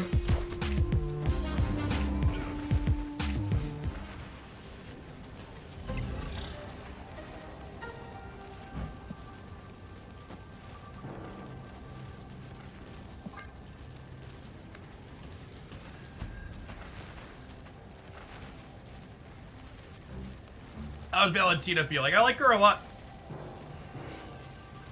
Fun, flexible, powerful card with a hard to predict output range. It gives you a lot of value in places. Knowledge is power.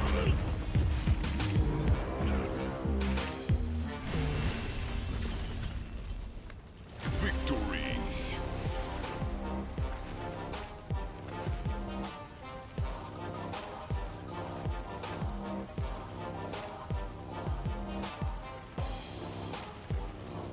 Hey, Toad, GG's. Good luck with the rest of your conquesting today.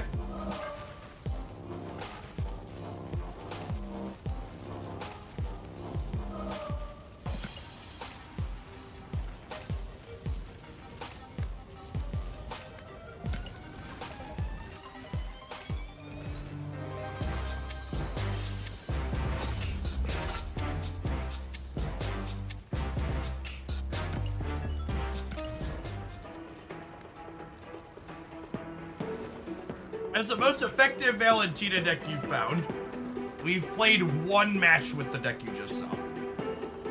One, singular.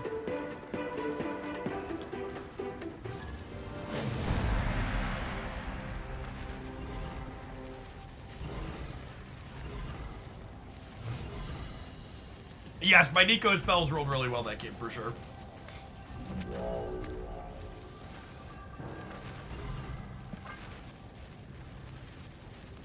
How do you get the new card borders? By spending gold in the custom cards tool.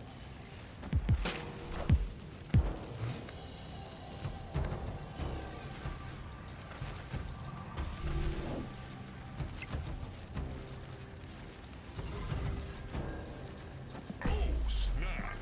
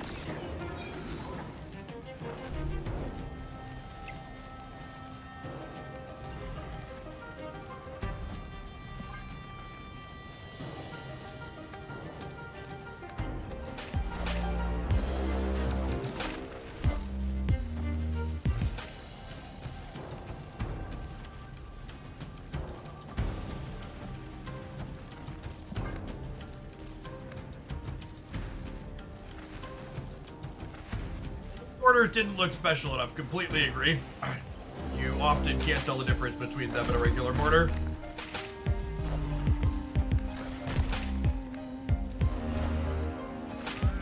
Face the might of Asgard. Mjolnir.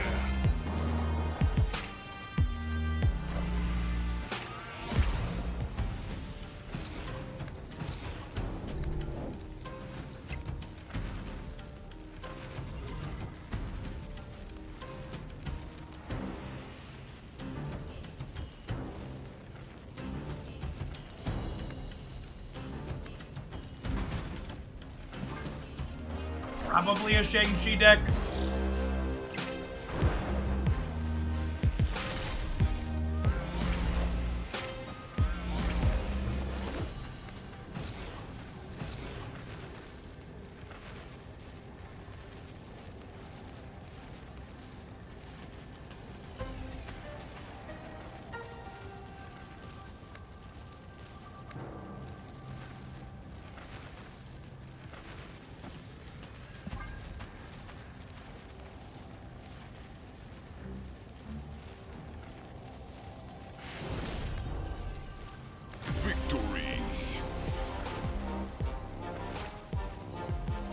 Shang in hand at least.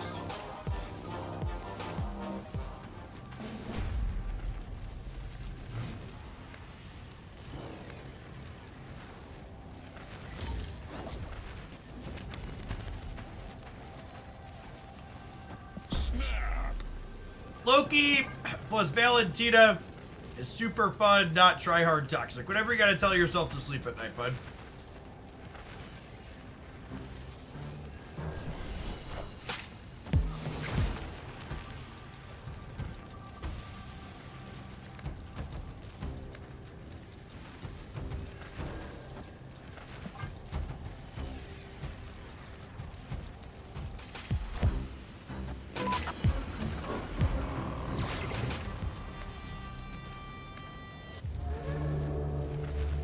I am Ego, and it is Oh, come on, my Ego! domain. You had 3 drops, and you choose to play the hood? What an asshole.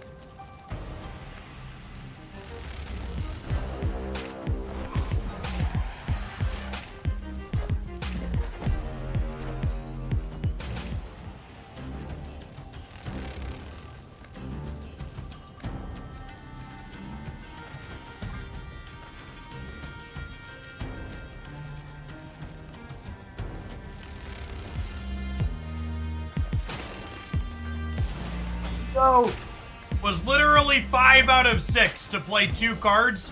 Hit the 1 in 6 to play the Goliath. Sounds about right.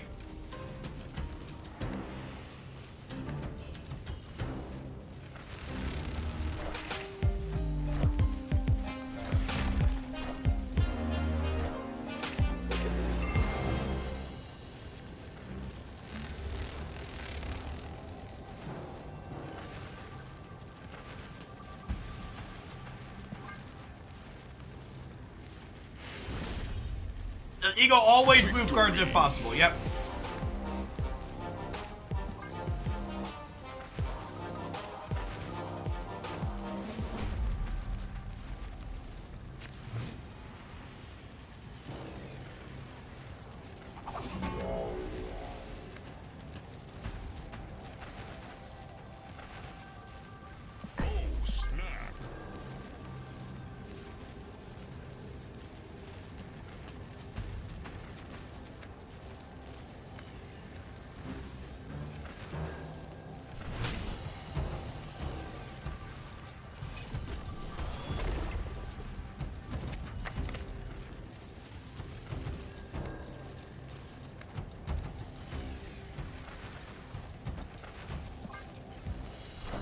Played Shadow King and Valentina in the same deck, but I also haven't had a... I've also yet to have a compelling game where... I've yet to have a compelling game where I want to Shadow King the Valentina. If that makes sense, the Valentina card. What do we think of doing this and then playing Destroyer next turn? Is that hyper-focusing on the cute play too much? I might be hyper-focusing on the cute play too much.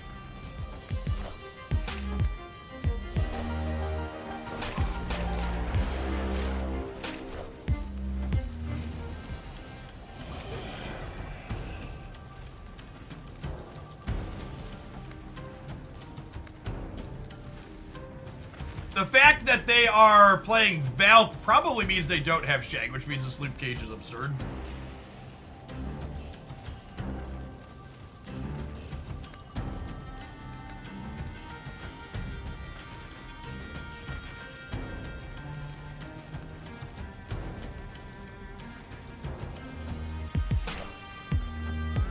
Face the might of Asgard. I would like the record to reflect that I've seen a number of people make like Valentina tier lists where they talk about which Valentina cards they think are good, bad, or otherwise. And this card is often listed as a brick/miss/bad card. And that has decidedly not been my experience playing Valentina and getting Destroyer. Getting getting this effect on a 4 energy play has often been useful and good.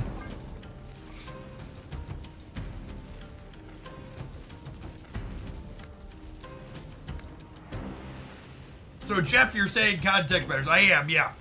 I am, in fact, saying the context matters.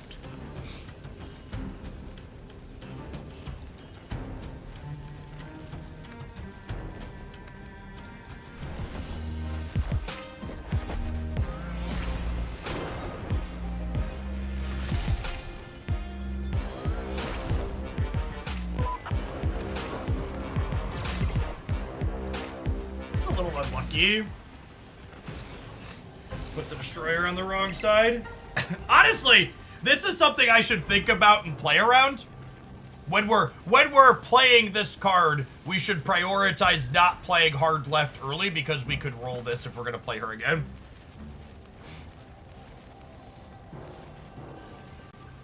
I always appreciate you qualifying statements like that within my experience. Yep.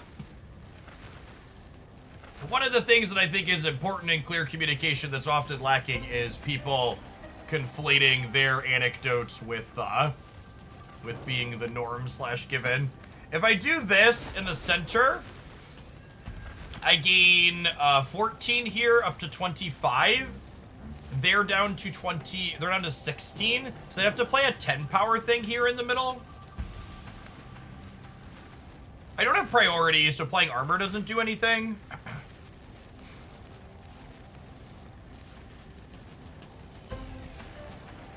I think it's just this. Sad that I didn't destroy her somewhere else here. I could lose because of that.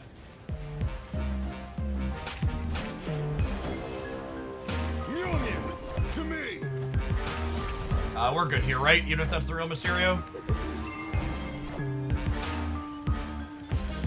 Yeah, I think like I said earlier, I think it's unlikely they have Shang anyways because they have Valk. Usually you don't play both, and we have Luke Cage as get fucked Valkyrie card. Victory. Not the silver border. That is a 900 gold cosmetic. 900 gold.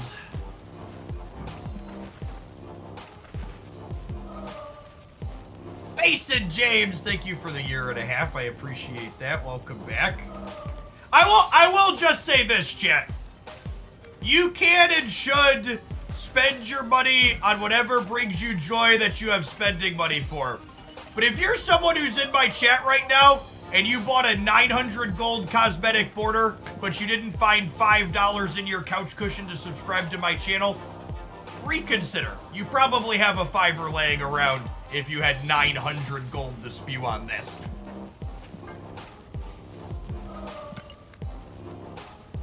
All right, gamers, we're gonna play some more with this. This build seems sweet. I'm gonna tap some adverts before we dive into our next match, though. Thanks for hanging out. Don't go anywhere.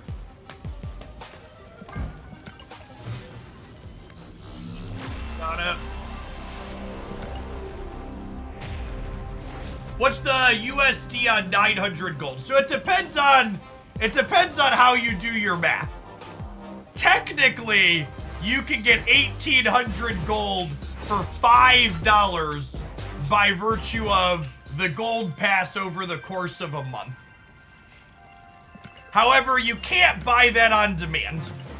The on-rate price for 900 gold is a little bit north of $10, I believe. For those of you at home watching in horror as I queue for Infinite Conquest while the ads are still running, this is conquest communism here. I am abstaining from playing Infinite Conquest this season. So when we get an Infinite ticket, I queue up and we give someone a free win. I believe that's our 20th Infinite Conquest win we've given out for the season. 20 or 21, one of the two. Giggity Gary and Sarah Lanik, thank you for the gifted subs. I really appreciate that.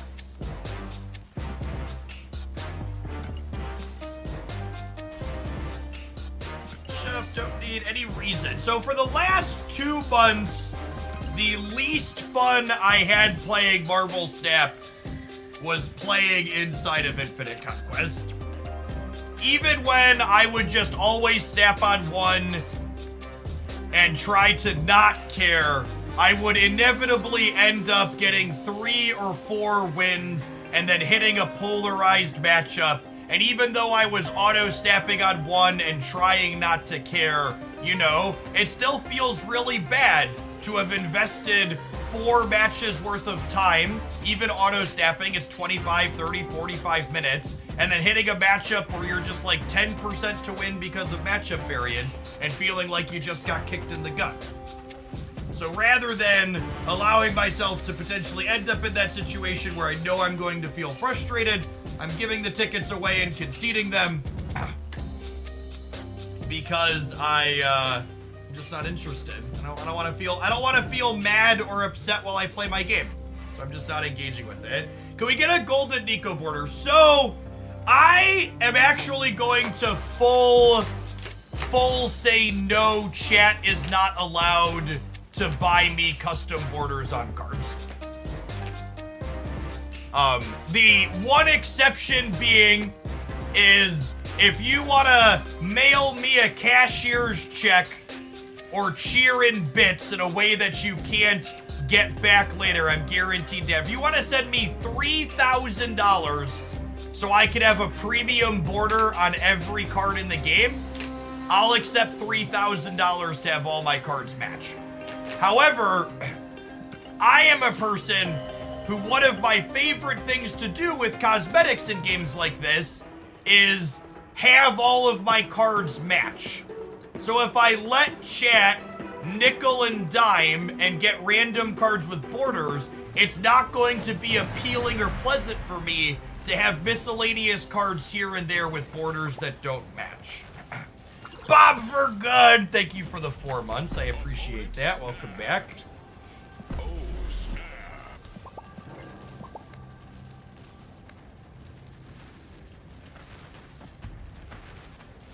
3,000 technically won't even cover it because you'd have to add new cards to it too. Now, if someone sent me $3,000, I would graciously cover the costs of all future cards to get the gold border myself. I would do that. Graciously, I would do that. I will say, I do think the gold border looks better than this border by a small amount. I think it's an upgrade to this. It's just not a $100 per 12 cards I want to do upgrade.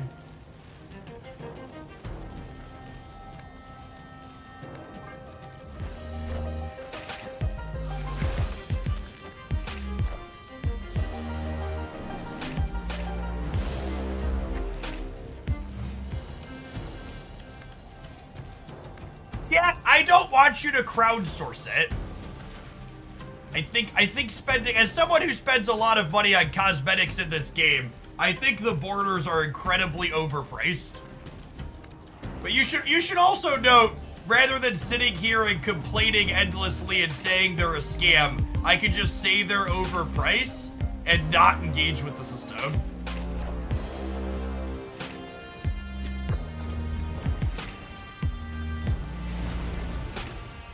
I just skip it. I just be like, that one's not for me.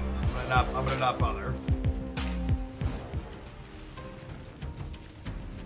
I don't think they look enough different than these. In fact, since the new borders went live on Tuesday, I've had probably half a dozen people already come into chat and ask at various points if I was using the gold border. Because it's so fucking close to this default one, you kind of can't tell at a glance on the board most of the time.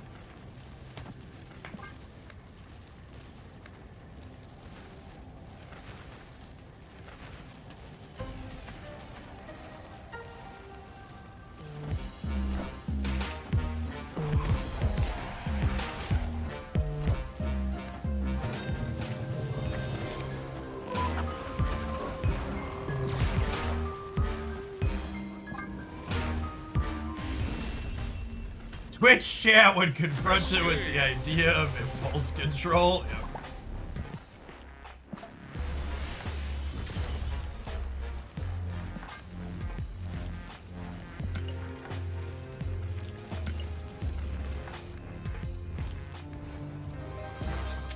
I don't even think it's fair to compare it to like owning a car. Like it's like owning like a luxury car, right?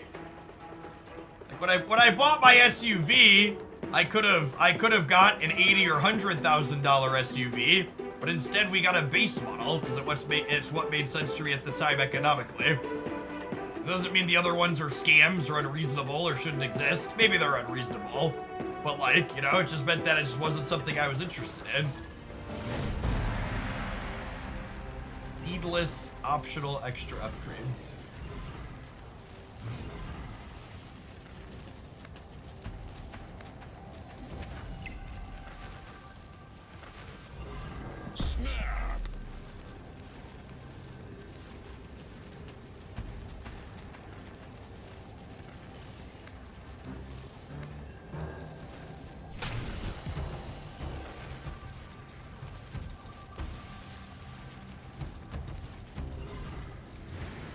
By the way, I want to get a room temperature gauge on this just unscientifically from the subs in chat. But loosely in terms of interest, I've been like half wanting to sit down and do another "This is how the Marvel Snap economy looks and costs" in 2024, but I really just haven't wanted to spend 3 hours in one of my evenings accomplishing that. So, what if, like, for the first hour of tomorrow's stream, we just, like, sat in a spreadsheet together and crunched some numbers? In the past, when I've done those videos, I've always done the numbers off stream. Jesus Christ, no. The one truthful response. The one truthful response. Is my opponent just wasting our time? I think they're just wasting our time, yeah?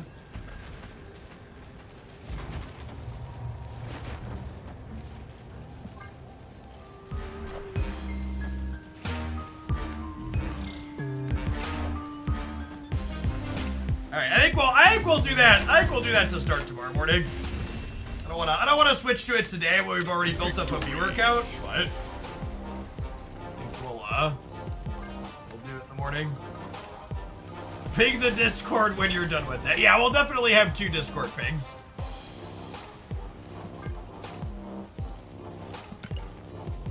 And hopefully it shouldn't take that long, because some of the base collecting isn't that different than when the last time I calculated it. We can add some extras in, like the fact that Twitch drops happen every month now, and some extra currency and stuff like that. I think the one thing I'll want to do to calculate is looking at the numbers when you have like average spotlight key variance versus best possible, worst possible. We can average out some of the gold. One of the things that I actually want to crunch is averaging the gold bundles that have happened for the last couple of months and see how much better or worse getting Token Tuesdays always is compared to the ones that run periodically. Versus like spending your credits on just rolling extra, your gold on rolling extra credits. So that's a metric I would like to have offhand when talking about the economy that I just genuinely don't know. It's like how much better or worse spending gold on credits is. Yeah. It's a question that gets asked with some frequency. I mostly just responding to with I don't know. Because I don't. It would be nice to have an informed take. I think Token Tuesdays is currently worse than buying credits for most collection situations. Yeah, see, I don't know the answer to that, right? what, the best rate on Token Tuesdays is 1,500 gold for 1,200 tokens. 1,500 gold is, those are, I just genuinely don't know offhand.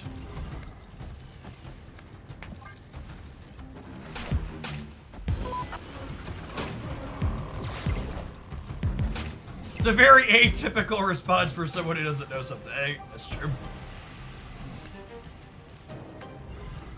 Oh man, I was gonna make a comment that I was excited to have armor in my deck when we Brick Destroyer here. Oh my god. District X is taking forever because we have Dark Hawk in our hand. That's funny. It removed each card individually because he was getting bigger. Usually I start the stream about 9 a.m. Central.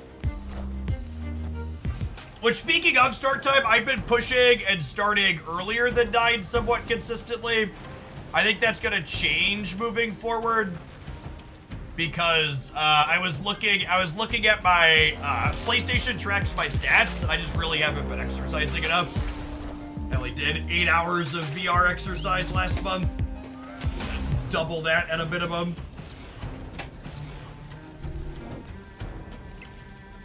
Gotta sweat more, gamers.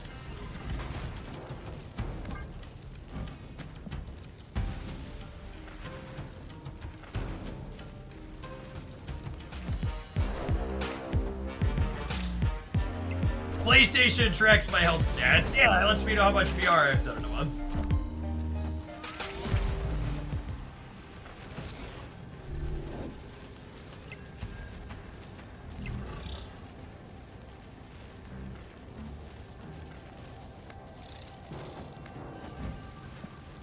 Alright, I've already shanked my chi, so hopefully we're good to go here.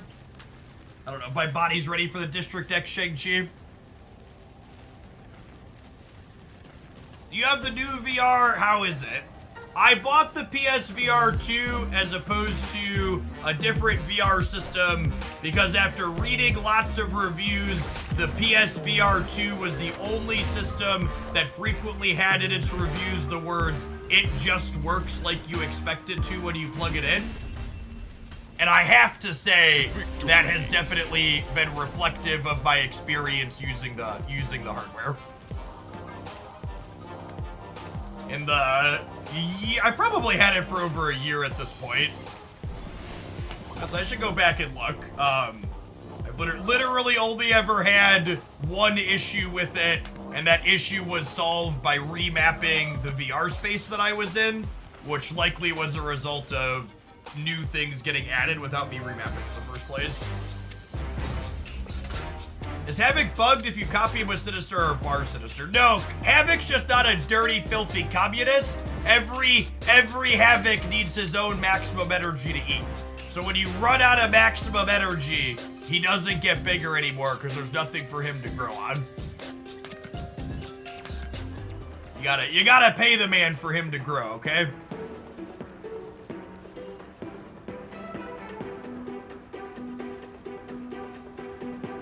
You want to simply use hardware when you have a gaming break or spend your gaming break troubleshooting hardware. That is 100% the truth. As someone who was firmly a PC gamer growing up through my teens and 20s, as something of an adult with limited spare time to game outside of working hours, my console is lovely because my games install and they just work after they install 100% of the time.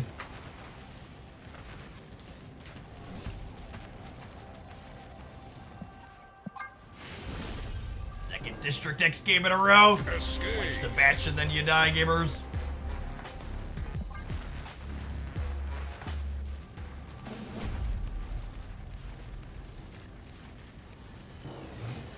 Unless it's made by Bethesda. Yeah, that's fair. I'm only talking about things that are on Sony, the Sony platform. They tend to have high standards.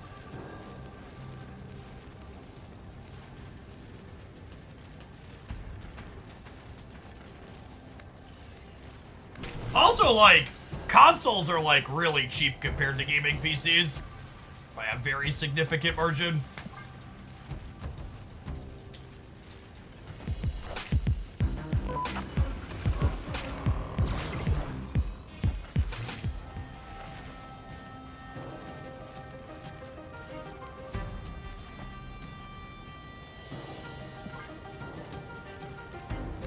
Skyrim is on PSVR. Man, that's fun. I actually didn't know that. I might have to check that out at some point. My budget PC was 2 to 3 times the PS5. Yeah. Yep. We're actually not going to draw anything here from Asgard, but we should hopefully win at keeping them from drawing.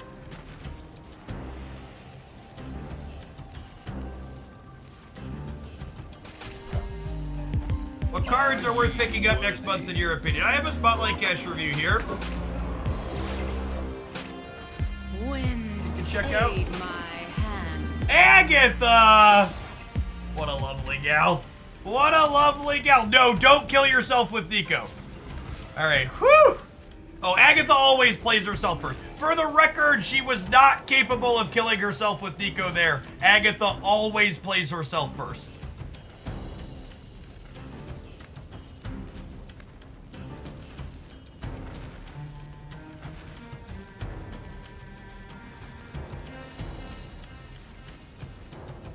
That's actually the first time in a day and a half that we've generated Agatha with Valentina.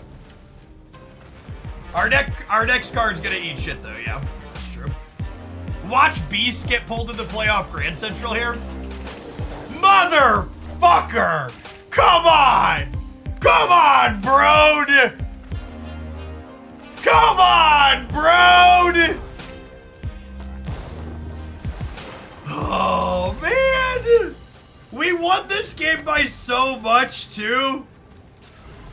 What a fucking brutal game. Unlucky. Unlucky.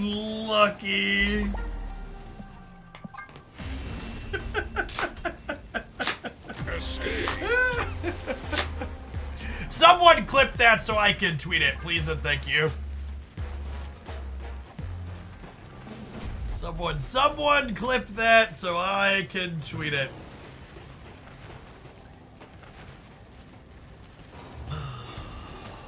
No matter how unlucky you think you are at home, chat, just keep in mind you're not that unlucky. I'm unlucky professionally. It's my job here, 5 days a week.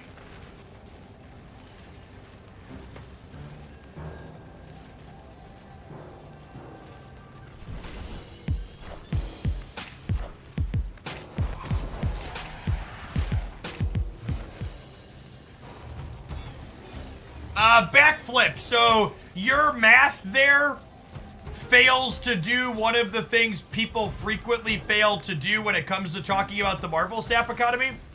So you did the napkin math calculation that 6,000 credits gets you a spotlight key, but that's not true because when you spend going up the track, you get credits back out off the track. It's actually much closer to 5,000 keys, or 5,000 credits per spotlight key, because you on average get about 1,000 credits back off the track per 5,000 spent, thereabouts.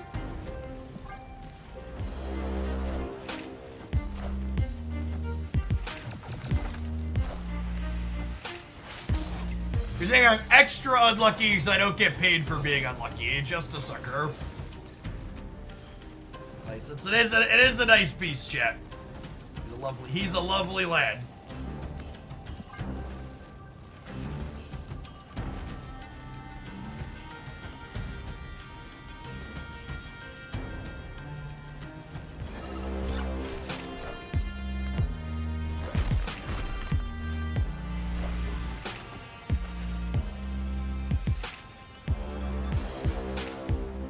Believe it or not, chat, the economy in Marvel Snap is explicitly and intentionally obtuse to make it difficult to calculate what things actually cost and thus to determine what their value is.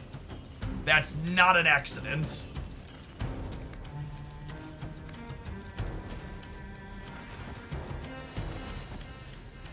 What an insane turn for us. This is going to be a 22 power Hawk. We get to fan out here too. Nico rolling the demon mode is just actual perfects. Best possible. We have Lucas here, so we don't have to worry about them. We have a demon here with Luke, so we don't have to worry about them red guarding us.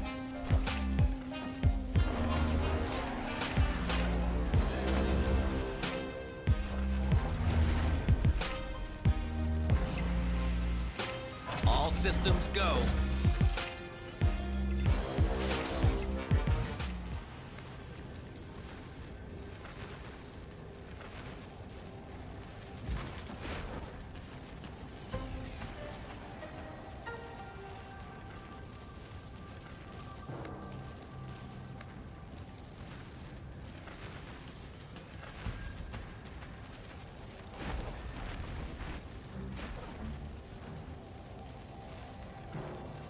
I think Thanos is still a very fine card to add to your collection if you're missing him.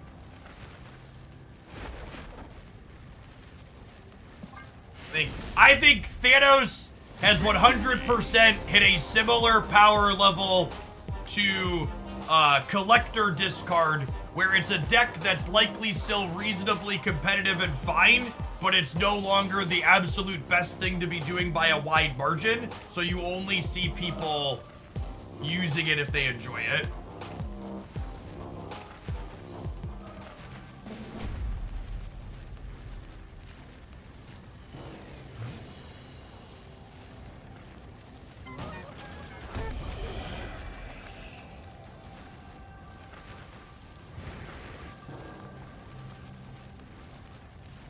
I'll just take a guaranteed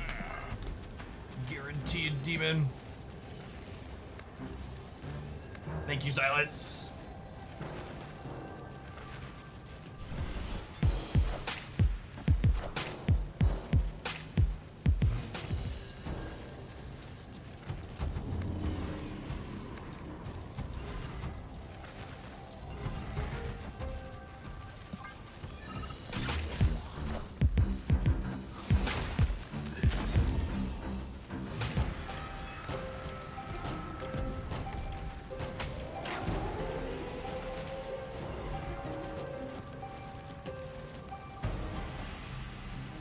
Mobius this turn, just in case I spike another Valentina or another 1-drop. Wind, aid my hand. Just can't contest here now.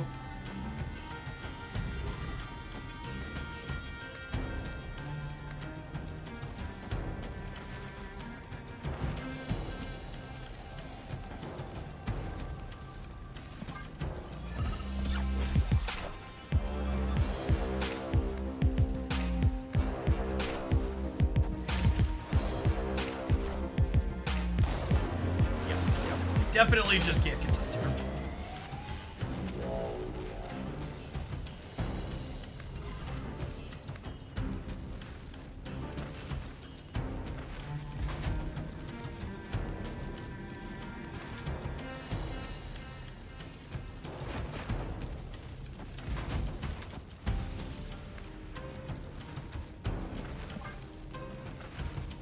I need to play Nico out here because she's not going to be free next turn anymore.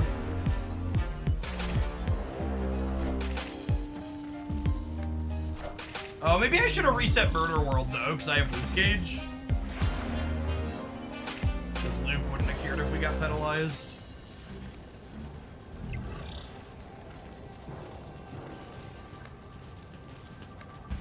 Just hoping to draw Rock Slide there.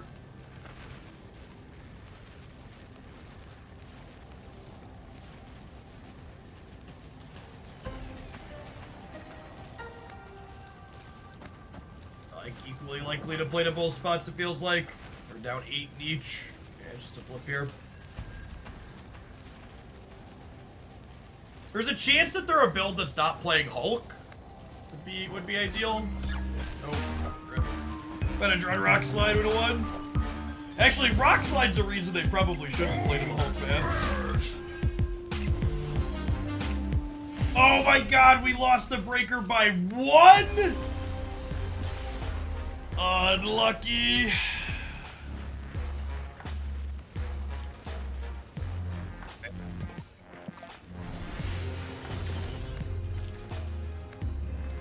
That's true. Xandar got us to the tiebreaker. Needed to draw Rock Slide though. Oh, we're so close to another split. Schnoo and steady.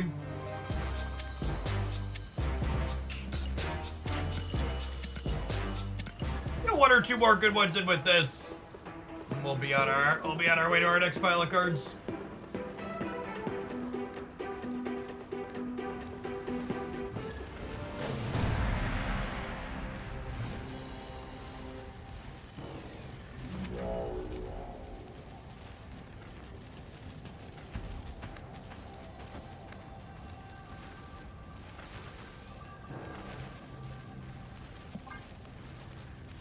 Oh, yeah, you're right. With my Luke Cage, the location was actually a wash. That's a good call. Snap.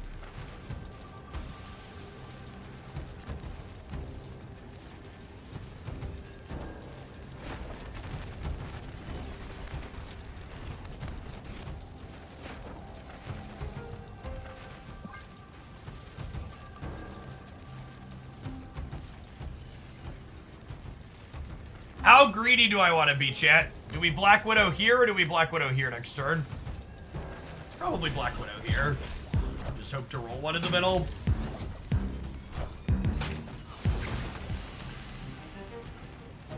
Dial the greed up to a 12.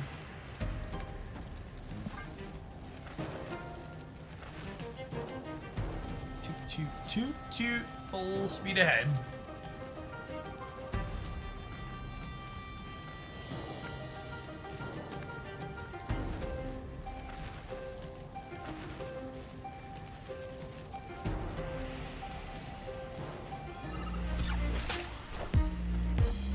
Go mid! Unlucky.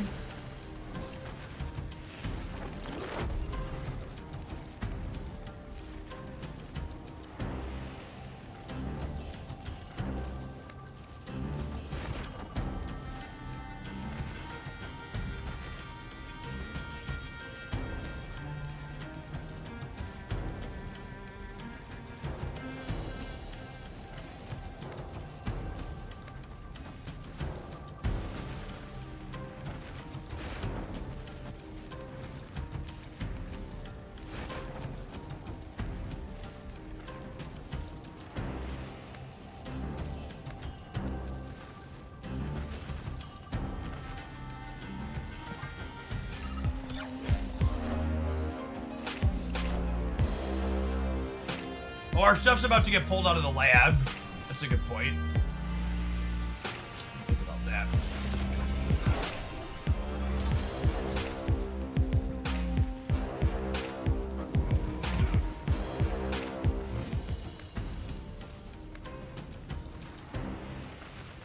Oh, they just didn't play... They just didn't play the what's it called? The Widow's Bites. Yeah, I guess that makes sense.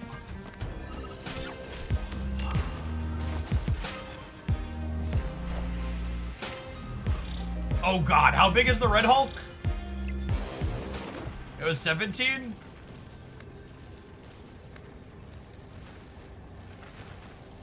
Man, if we'd have drawn Rock Slide, we could have gotten him, yeah? I'm pretty sure I saw it twice.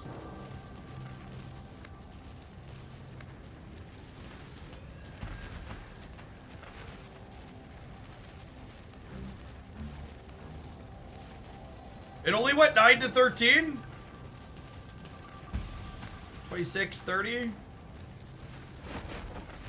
I think we lose the breaker though still, yeah? I can only get to 30 here. And then I'm only plus 12, 18 here.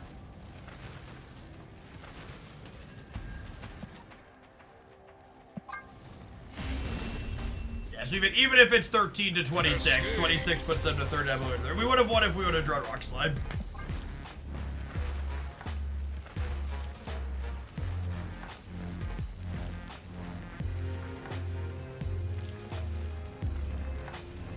That's just probably not terrible for us. They're an A-B combo deck, and we have a bunch of disruption that makes their draw less consistent. Can even push them off of being able to play Shuri on 4.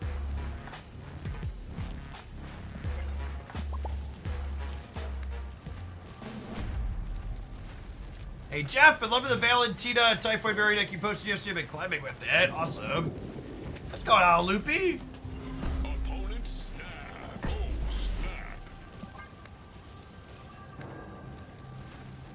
when Shuri on London gave you doubled Shuri effects. Yep.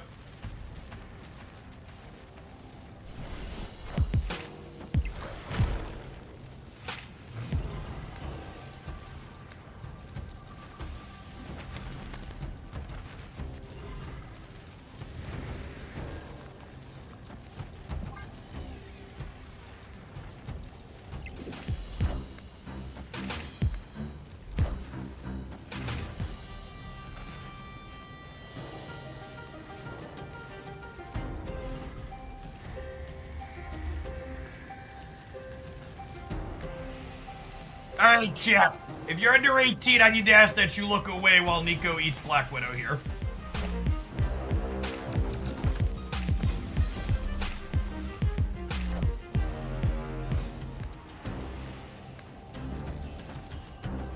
This cuts me off a draw, but I think that's fine. In a perfect world, Nico will roll location change to deal with Mindscape.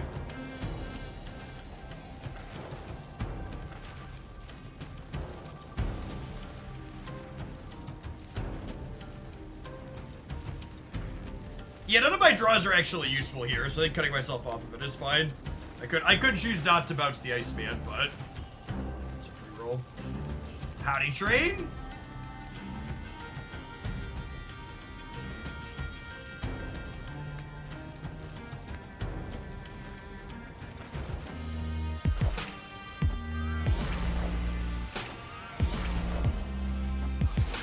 Oh, they're playing the She-Hulk build. So were they?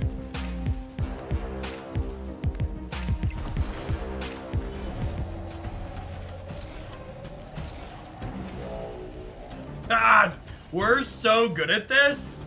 Holy. What a vidya gamer we are.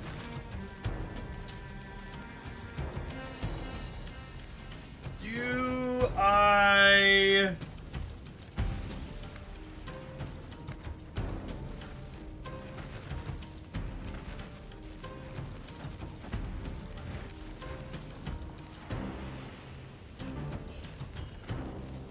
I think I want to play Cage Iceman Hood here, and then I play Hawk Demon next turn.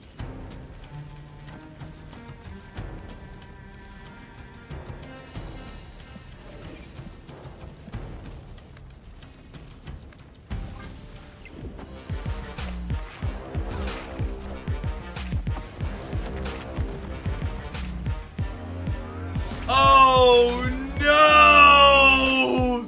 Get fucking quaked, gamers. Got me. What a monster.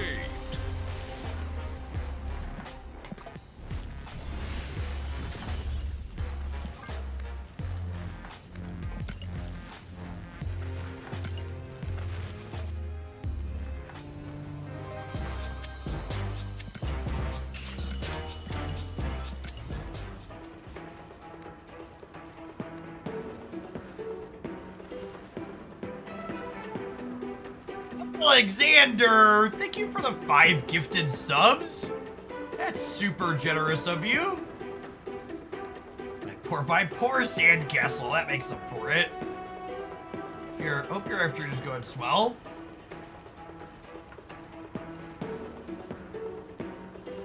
Gamers, if you're looking for another excellent content creator to follow here on the Twitch side, be sure to tap the heart over in the chat to follow Alex.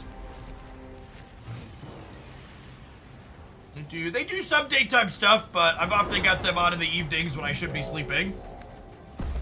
Full disclosure.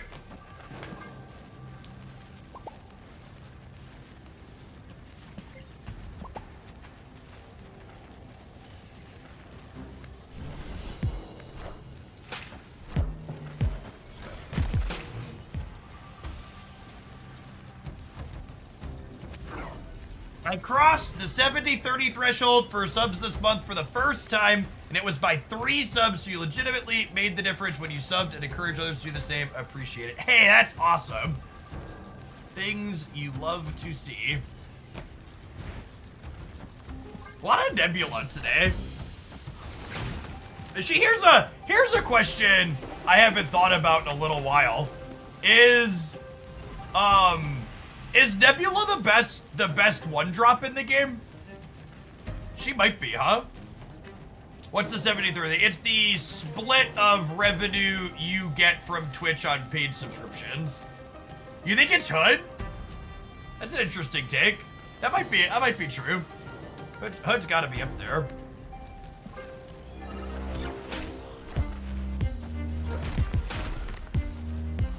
Yeah, Annihilus is one of the best cards in the game, so that makes her one of the best cards in the game. It's a good take.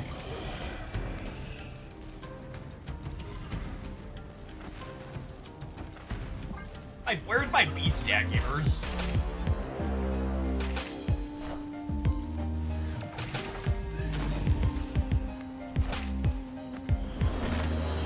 Oh no!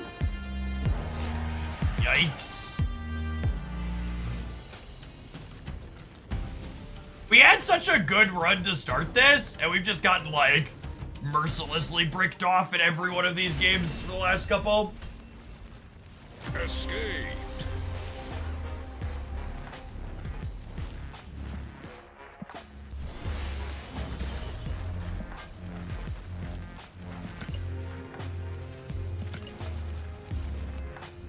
I'm actually curious. I don't know offhand.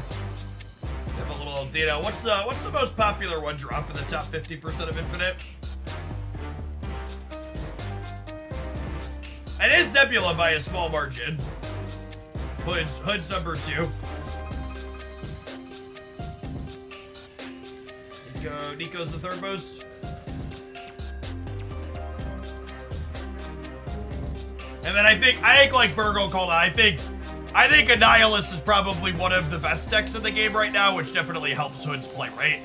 Because like every Annihilus deck essentially is a Hood deck, so it's like 19.5%. And then there's a handful of people playing bad decks like I enjoy that are playing Hood without Annihilus.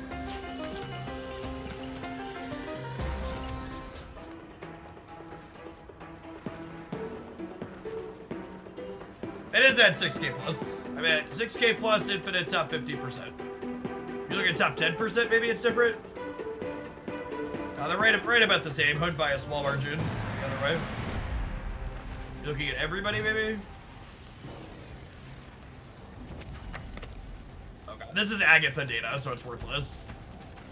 You literally just can't look at all of Infinite because there's so much garbage Agatha data in it. Oh, snap.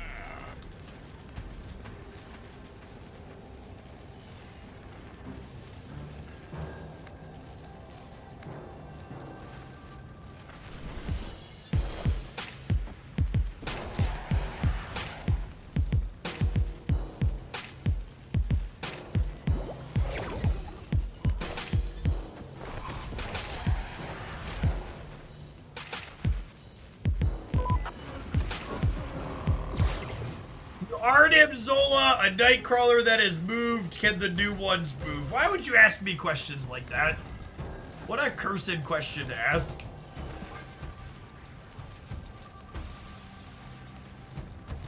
Aren't the anti-decks playing Nebula as well? No, not all of them. Some of them are for sure. Because you've played more Snap than any 5 other humans I know of.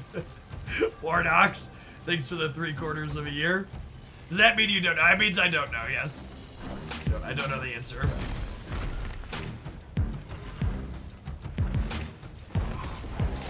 Not a clue.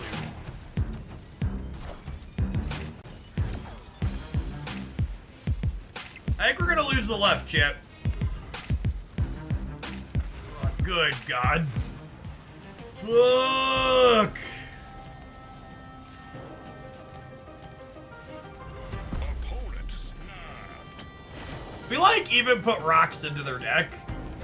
That's so unfortunate. It's the Proving Grounds opponent. Play the fucking game. Here's hoping this beast rolls our Mobius out of the deck. It's unreal that we both missed on our Mobius and they hit their Mobius through us playing Rock Slide.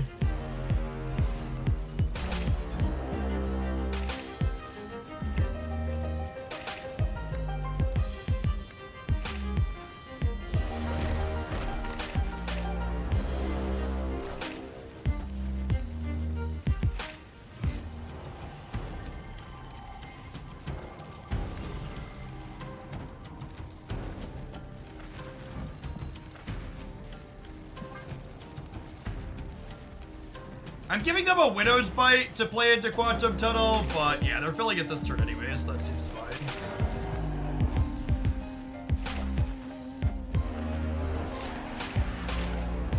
Beast is gonna come back out. Yeah, probably, based on everything else has been going. Or Nico's gonna come out and she's gonna eat this.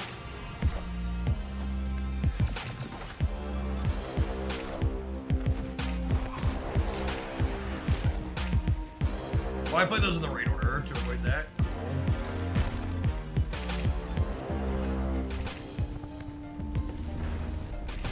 They have 2 demons. I think so.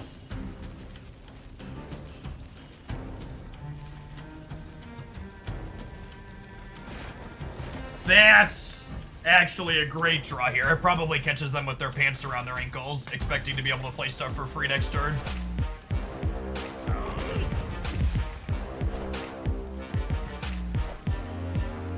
And now we just want to draw any of our 1-drops here.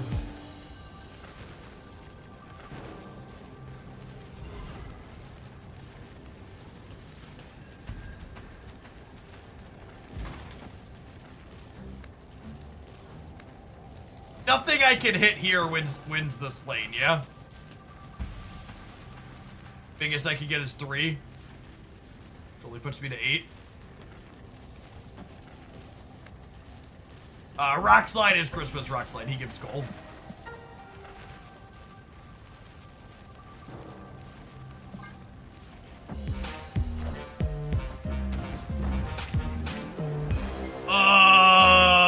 Thanks, buddy. Oh, buddy, old pal. I do believe I appreciate your delivery service. Oh, buddy, old pal. Victory. In the arms of an angel.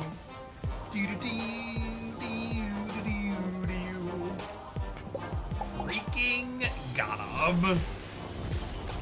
We did not, in fact, lose the left. Lovely. Just lovely. Alright, there's a lovely one. I feel like we had a fun, that was a fun set.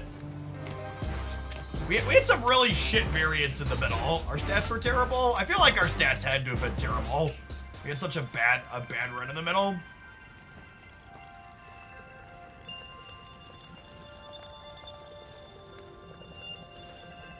How bad was it? Alright, I'll tell you in an hour when Untapped lets me know.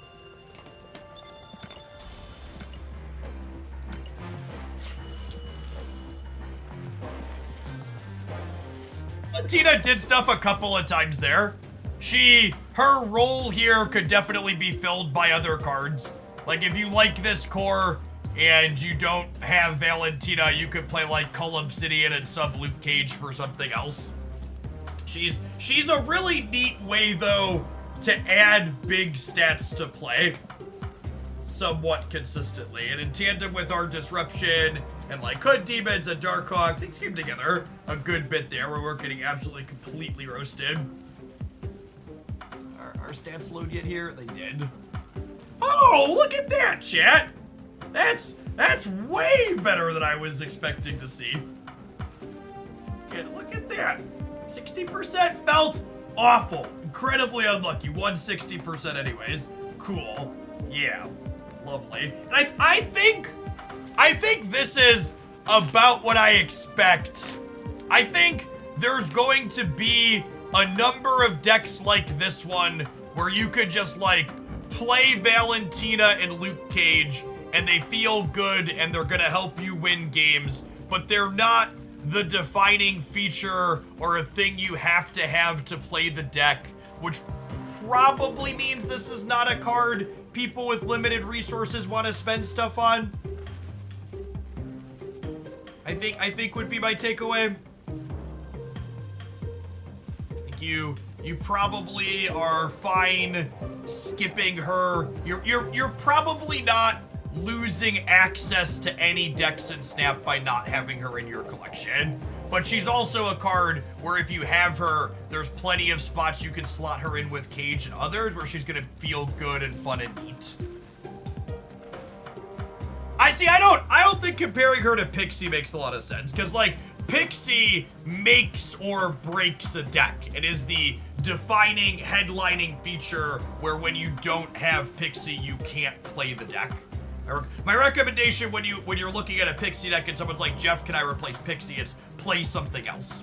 My recommendation when someone looks at this deck is like, Jeff, can I replace Valentina? It's like, yeah, play a different card that makes numbers, and then you could probably sub Luke Cage for a different tech card as well. But honestly, just to say one last thing here before we move on, one of the things that just consistently feels true is Luke Cage is just an incredible tech card. I feel like he's so close to just being really good on his own that just having even one card in your deck that he synergizes with, where you're like, okay, he gives me value even in the games where his text wasn't relevant otherwise, just feels so strong. Feels very, very strong. All right, non-subs have some adverts. Remember, if you want to dodge those ads for the next month, you check out our sponsored mobile game this week, Misty Continent. We'll see you in 120 seconds, or we're playing something else when we get back. Thanks for hanging out. Don't go anywhere.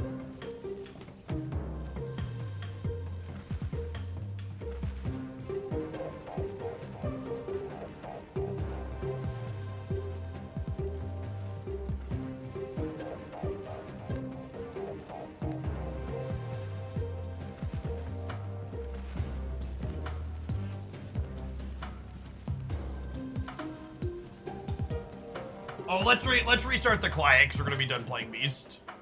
Get that staticky audio fixed.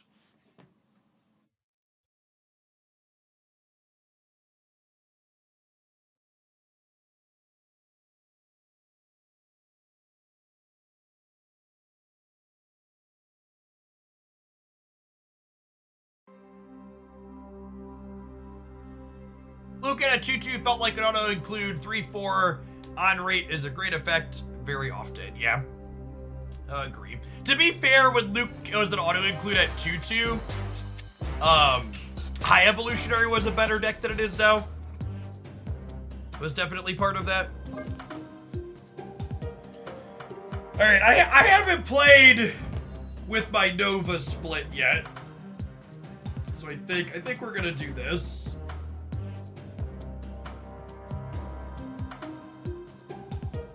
Both because I had it in my deck editor and I want to play with this Nova split.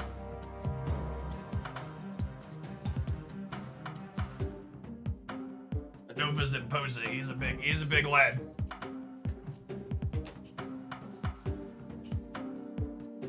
Honestly, Chad, I think you could make a strong argument that this particular Nova should be unnerfed back to his closed beta state and give all my cards +2 power when he blows up.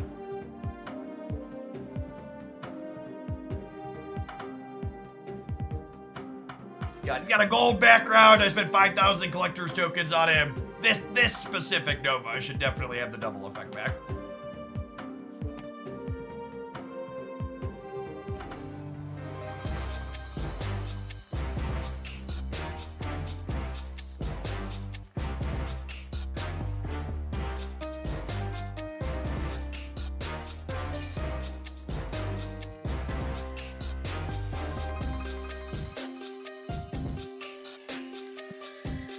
He should stay at 1 with it. I forgot he was a 1-2 during that time too. That's so funny. Hey, Heldrick, thanks for re-upping that prime again. Appreciate the 2.5 years.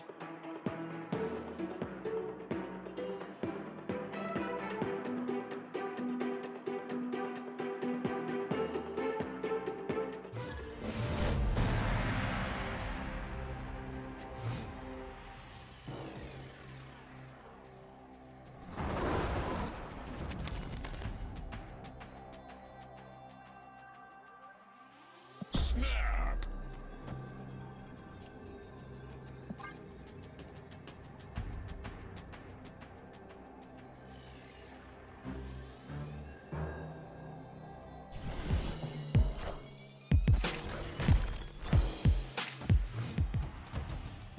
Korg's kind of scary.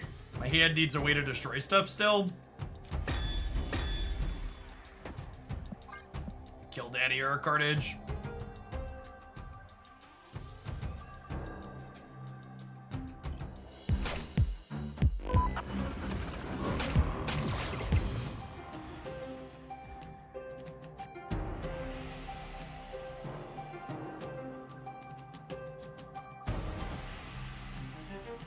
bad if we draw Carnage, but it's great if we draw Killmonger.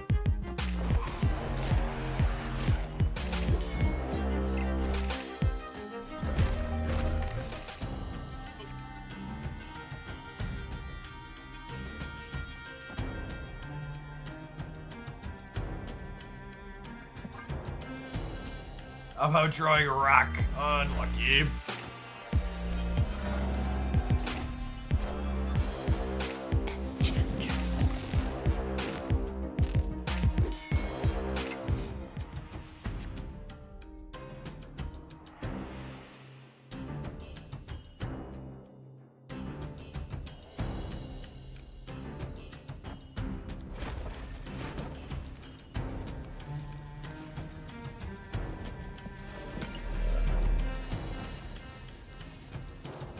That's actually the same, right?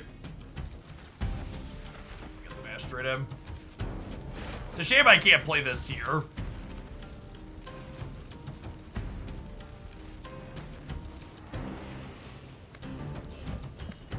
Opponent snapped. Hey, it's the Proving Grounds, bud. Yeah, the problem is I have to fill the center in order to get the Mockingbird cheaper, but I think that's worthwhile.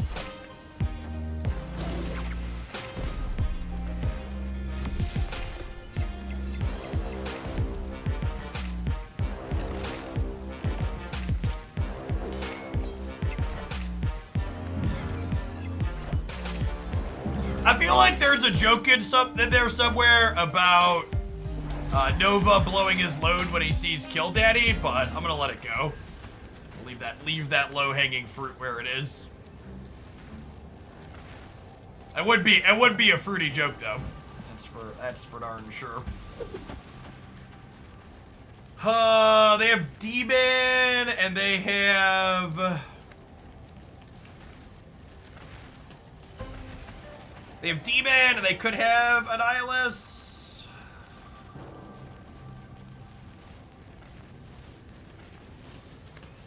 But if they Annie here and Demon here, I lose with this line. I think I just accept that I'm losing here if they. I think I just accept that I'm losing here if they Annie.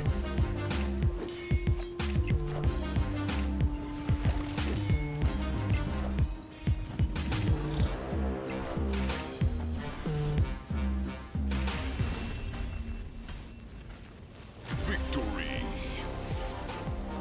I've seen this build going around, but it's one of the decks where, like, my experience with it is just not reflective of the public stats that it has.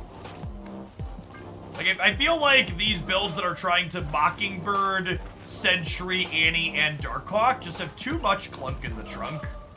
Too many 4s and 5s. Every time I try to make them work.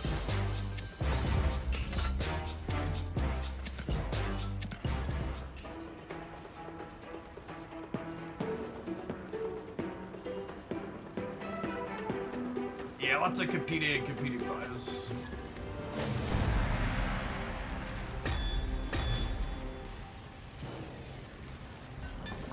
Are you clunk shaming? I am.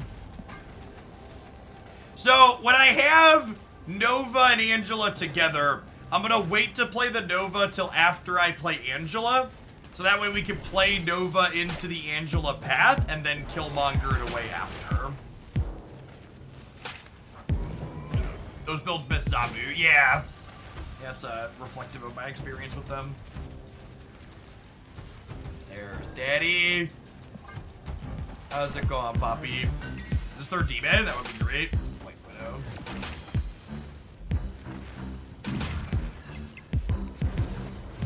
Oh, Jeff would have been the perfect draw. Sedge.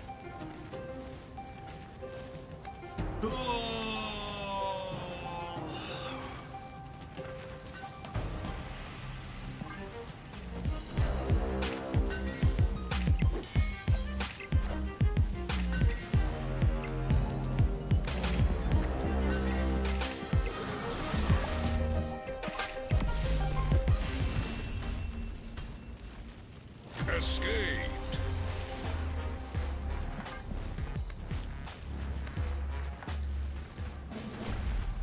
Star is pretty good against the home team.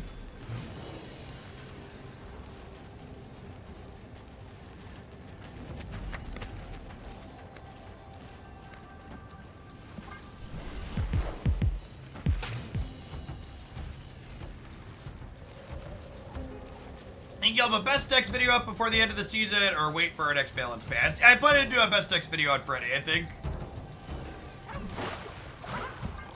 Sorry, location that's good for me. I like to put weekend deck recommendations up there for people that are looking for those.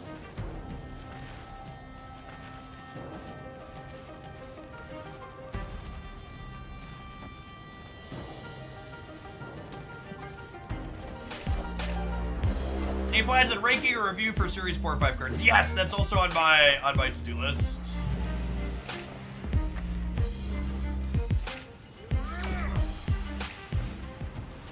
Been a minute since I did one of those.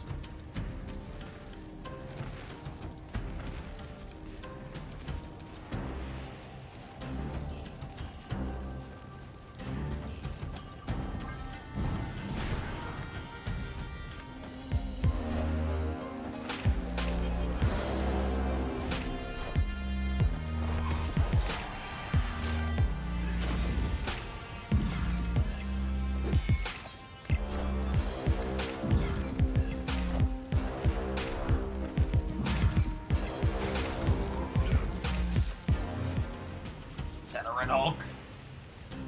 Zanj. I don't know about how this game. Maybe I'll look at my shop refresh. I don't know. We're gonna play a ton of this deck. I haven't gotten to see Valentina yet, but the rest of it feels kind of clunky. Poor Nova is just not a very good card, despite me liking his variant.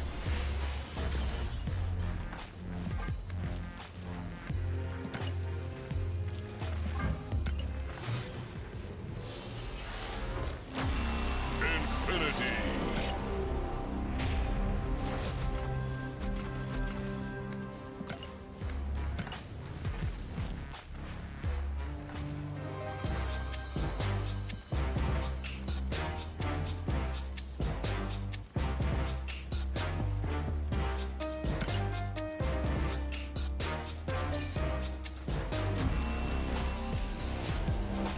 Okay. Ooh! That's actually great. This is a variant I've long wanted, but couldn't justify spending gold on. Because Medusa's just like, Donna. He's just not a commonly played enough card.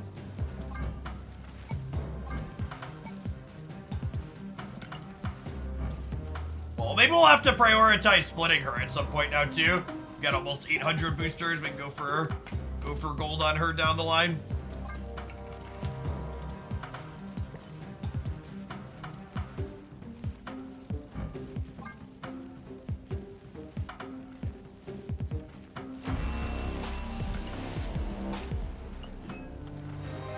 Yeah, that's true. We'll be playing Cerebro 5.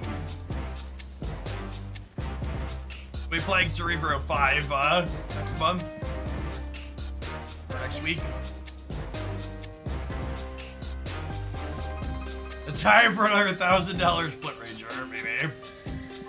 That's not bad, but I have a forever one, and this is not good for whales. This is probably a fine bundle for small spenders, yeah. Base rate is 24. It's 1,000 tokens for 1,200 gold. So this is 3,600 gold. So it's kind of like you're getting 3,000 credits and a variant for 1,400 gold if you squint.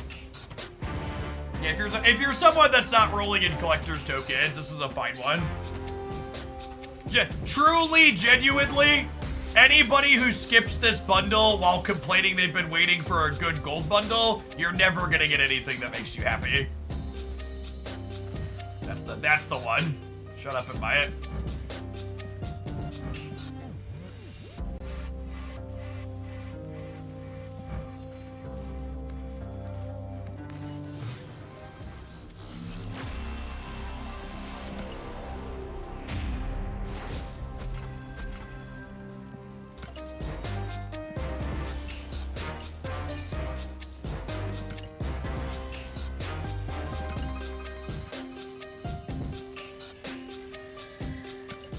Suggestions for a Captain Marvel deck. We could do that.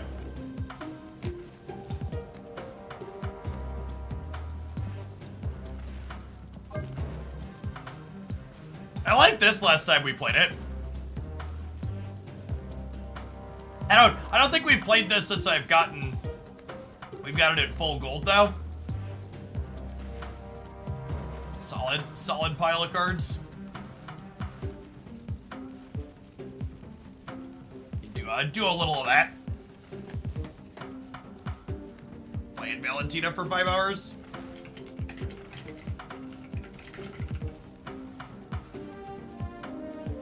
I have also been upgrading a lot of cards because of the free boosters feature. It's a good sync. The animation of the bundle carol is incredible. I gotta look down. Don't make me look.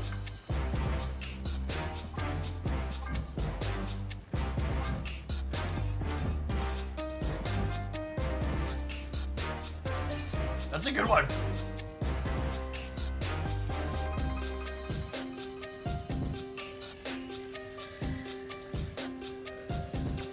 No, the new borders are per card. They are super expensive. Super duper expensive.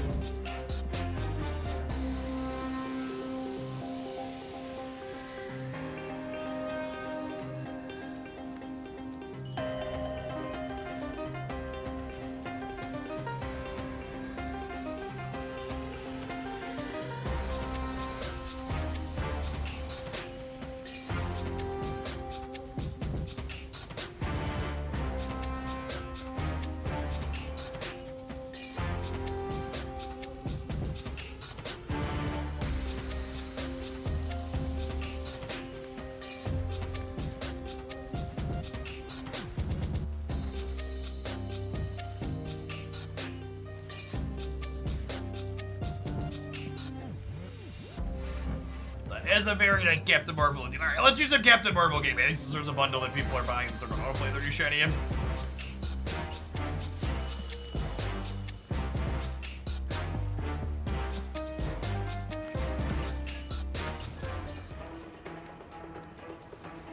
I would get the Carol bundle for the variant, but I just bought my 9th Hellfire Galley. Yeah, you and me both, Duck. I also just don't want to spew out tokens. Funding that Captain Marvel brew. Good luck. Thanks, Streak. Appreciate the tip.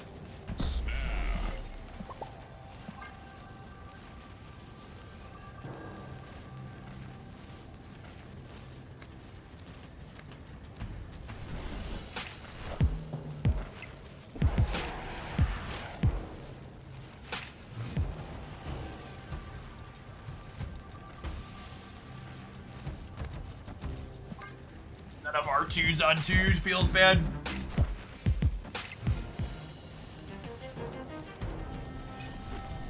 Just pay for the border on Loki and then play all of your opponent's cards with the border. Mood. You want to proactively fill up your right side against a Hood deck. Because Hood typically means Annihilus. As much as I don't want to get rid of my Mobius, I do want to get rid of theirs so I can play Miles.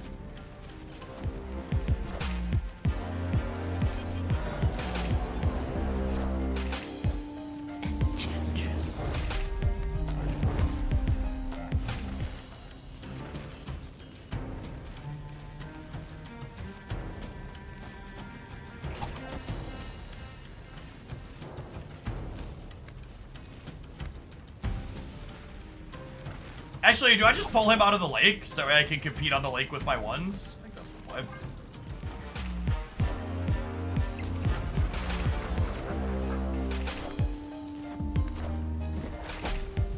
Friendly neighborhood Spider-Man here.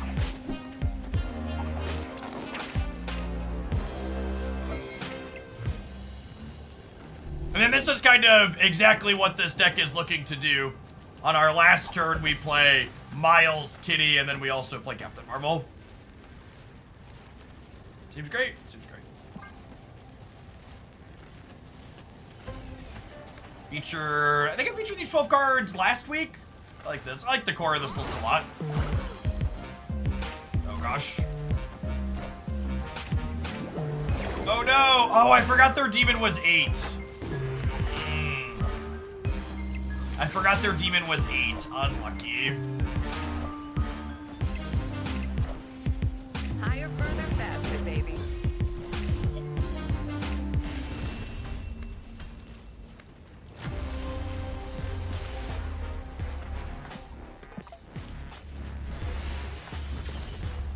Oh, we don't have all the cards in gold. What should I substitute? I assume there are pauper versions of these cards out there. Recommend getting some of those.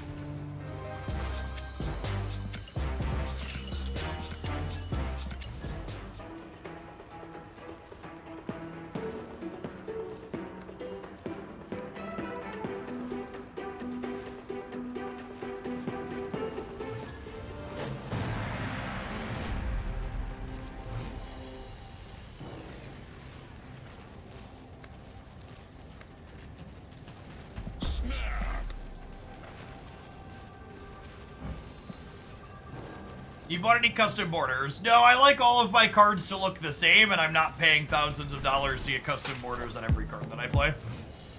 So, I plan to ignore the custom borders feature, personally. It's not for me. This location, I think of things that are not for me, this location is quite bad for our deck. I might actually wait, because if we can peel Spider-Man for that location, it would be ideal.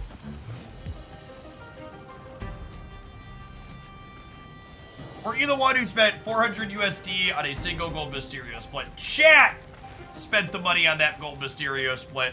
And for reference, the price of getting one border like gold or silver on every card I own is north of 3,000 USD, plus the recurring cost of 900 gold per new card release.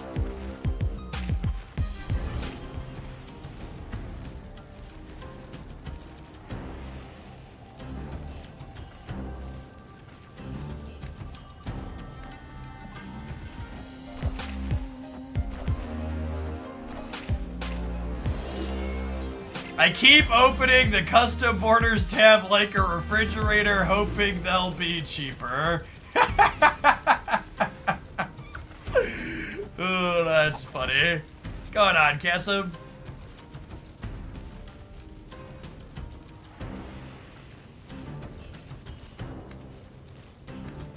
You've been streaming some Snap stuff too, right, Cass? Actually, gamers, I did recorded a collab piece with Cassim last night at Super Tech God. It should be up here soon. Oh my god, freaking Coulson. Although, I guess these... So we're obviously losing Bar Sinister, but Peter is about to take these other two Hobgoblins on a trip. We're gonna get two Spider-Men out of Bar Sinister here.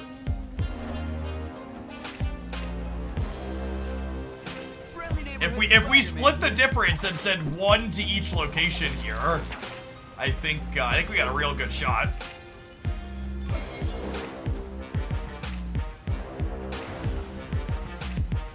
Friendly neighborhood Spider-Man here. Oh, unlucky.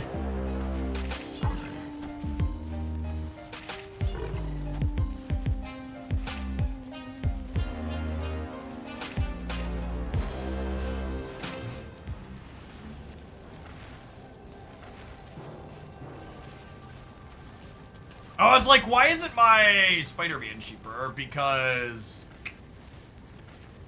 they have this asshole.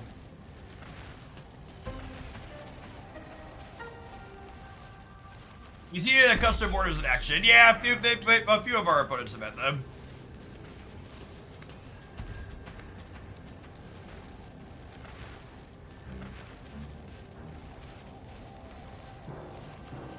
I have no way to play two 5-power things here without Silk getting kicked out because we have priority.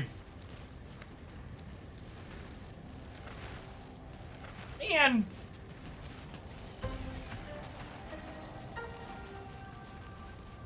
Unlucky.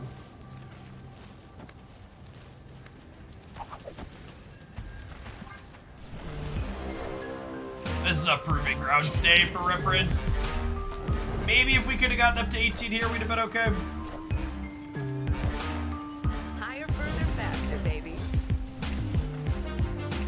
Yeah, we'd have beat them, yeah. We'd gotten 2 more.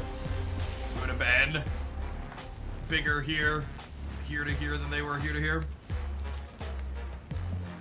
Dino's incredibly unlikely inside of these rookie decks. It's not usually a card in their output range anymore. Mockingbird is typically their big numbers card of choice.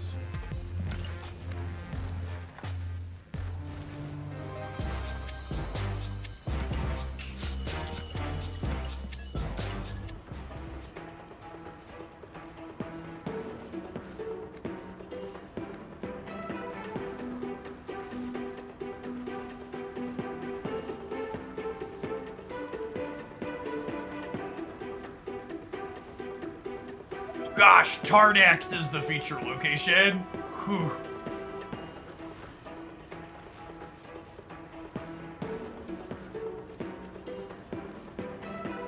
Not that we ever play the ladder on feature location days around here, but that's an exceptional one. Papa Mark, thank you for the 2 months. Welcome back.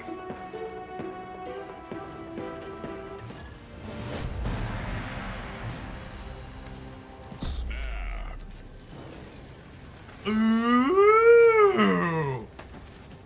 That's a good location for us.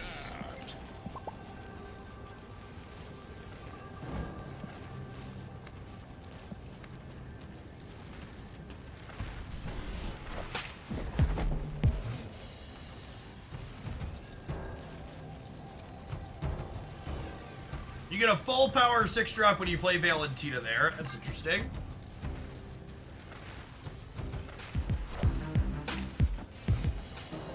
I have a YouTube? I do, yeah.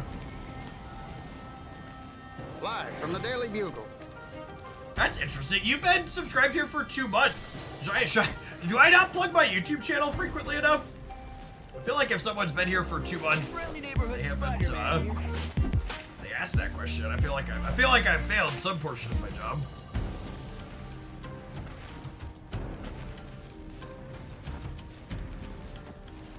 It must be the children who are wrong. Can't possibly be me.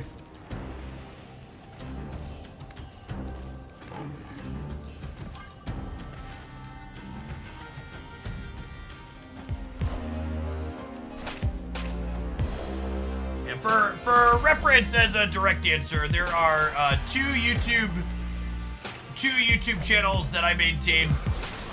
One has edited content. Edited Marvel Snap content that gets posted 3 to 5 days a week. And then one has non-edited content that is just raw cuts from the live stream.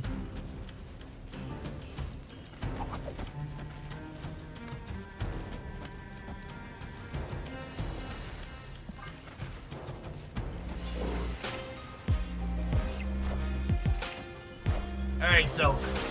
We're counting on you here. Don't fuck this up. Nailed it.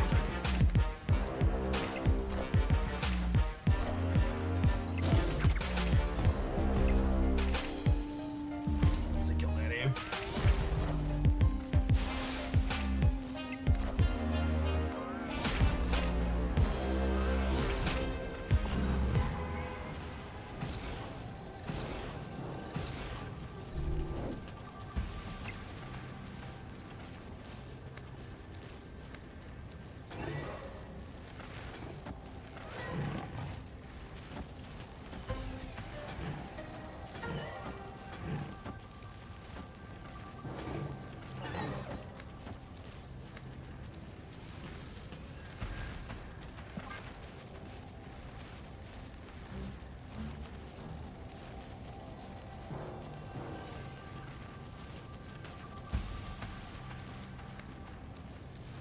Hey, what's going on, Miserak? Welcome back. Your time away was good. You're coming back. Anyone coming back to Marvel Snap at this current juncture, you're picking an excellent time to jump back in my opinion. Game is currently better than it's probably ever been. Really solid spot overall.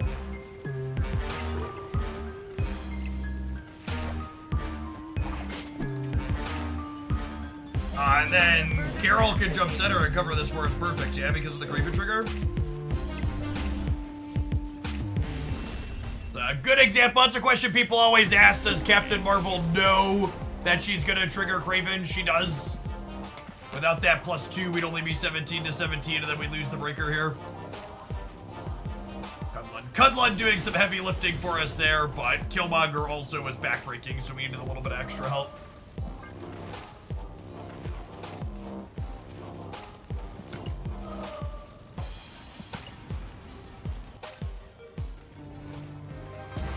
Yeah, but the reason why I didn't buy the new bundle, because I don't need tokens and I have a Carol variant, but we're playing this to give people an idea of something they could do with their new shiny. Speaking of, I'm gonna get myself something shiny with the dollars from this Admiral. We'll see you in 120 seconds. We're gonna play some more of this when we get back. Thanks for hanging out. Don't go anywhere.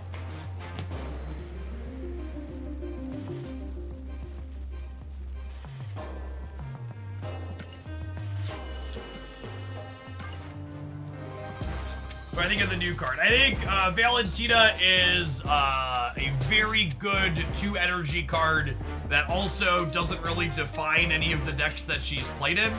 So for most people, she's probably a pass. I think if you have her, there's plenty of places you could play her, but I also don't think that she's irreplaceable anywhere that you could put her in. Poll for the 700 gold variant. There's not a new 700 gold variant. Is there? Need to buy this.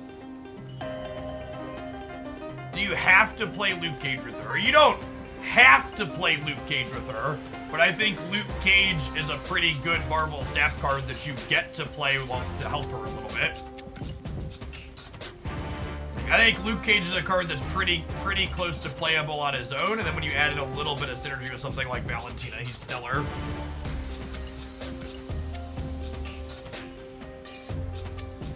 I should claim stuff off my track on some of these breaks. You sped it up a little bit.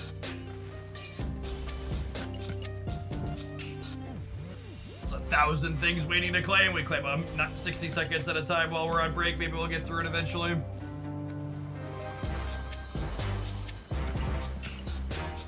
Credit signing it here, I could use to split things.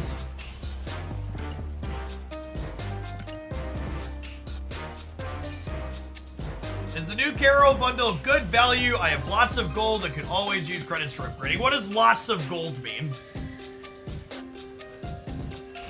I mean, it is worth noting that the Carol bundle is less credits than if you just spent 5k gold on credits directly. That being said, if you're someone who needs collector's tokens, you don't have a glut of those, that is a fine rate.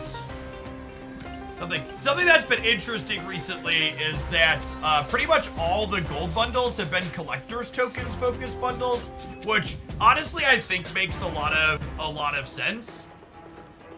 Because those are the free-to-play accessible bundles, and free-to-play players are far more likely to need tokens than cash players.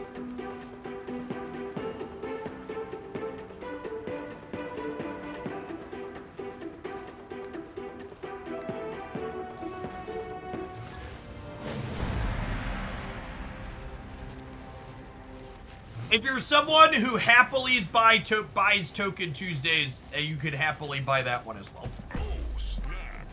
Put it. Opponent snapped. Chocolate rain. Sometimes you prime. It's a 2-month train. Now chocolate rain. I had to reset my phone, and I know you have a command, but I couldn't send the command because I wasn't a sub. Rip. FYI, you can send messages as a non-sub using channel points. Good one to know.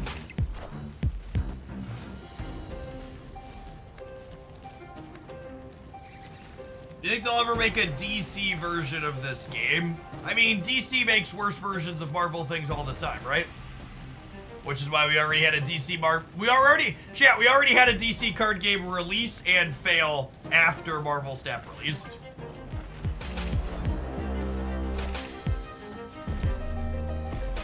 In the time since Marvel Snap released, there was already a DC card game that released and subsequently failed.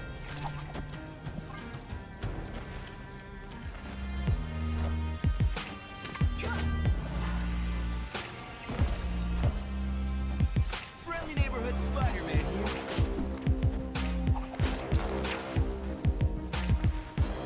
At least Pete murdered Elsa.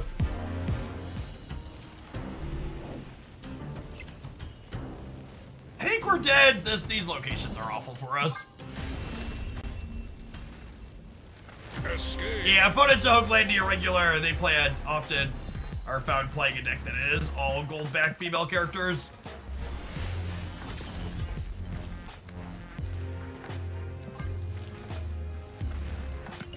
You think it would succeed if the people who made Marvel Snap also made the DC version? I mean, I think reskinning the same game with a different IP is probably not a recipe for success. I'm not sure how many of you realize it, because you're like not people, a lot of people aren't super plugged into like the indie game space, and even bigger than indies. But there are, gosh, chat, I probably get an email about some type of Hearthstone clone or Slay the Spire-esque roguelike game that's releasing 2 to 4 times a month. There are so fucking many of them.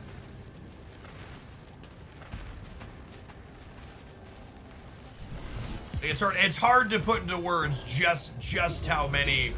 Is always changing. Yeah, that's true. We are already seeing. There was some, I forget what it's called, but there was some, it was like verbatim, the 3 locations, play with points, etc.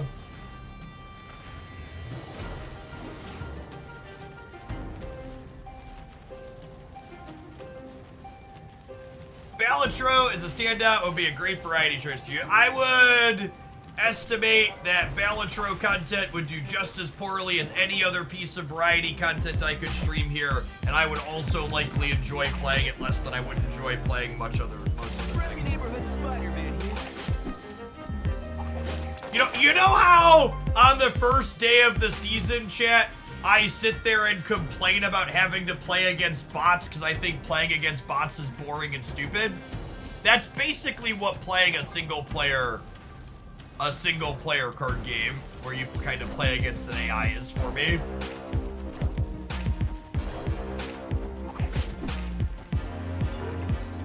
I don't have a strong desire to have my opponent in a game like that be a computer. Doesn't sound compelling for me personally.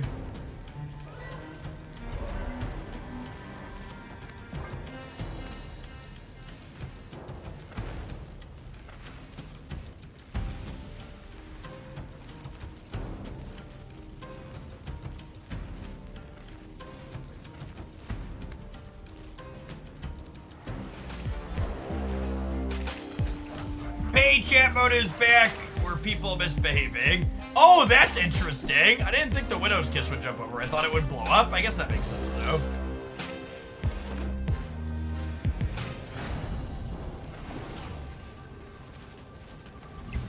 Sub-only chat coming back was a purely capitalistic decision.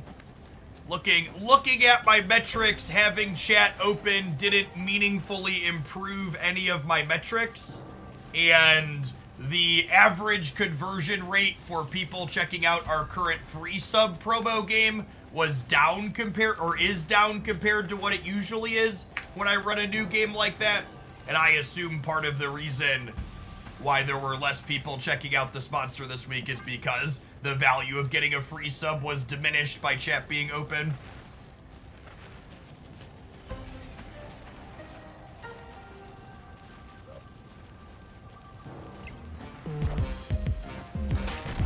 My story, and I'm sticking to it. Alright, how big is this last one? Can Carol cover us? Carol cannot. Baby. Unlucky.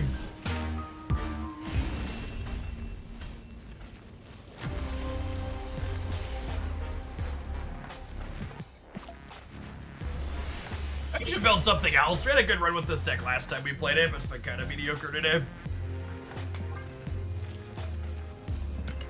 We'll just have to a Gene grade.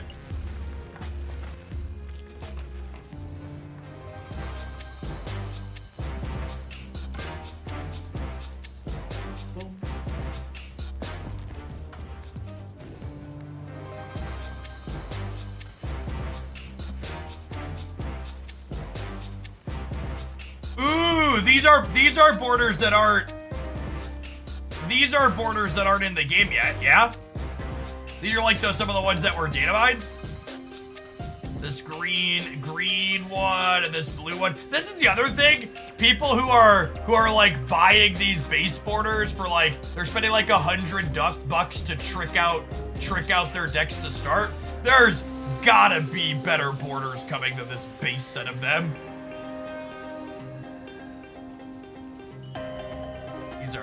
All of these are so much better than the neon and gold and silver shit that's in there now. You played in the Doc Ock control deck that's going around. That's not super descriptive. There's a few decks that have been playing Doc Ock.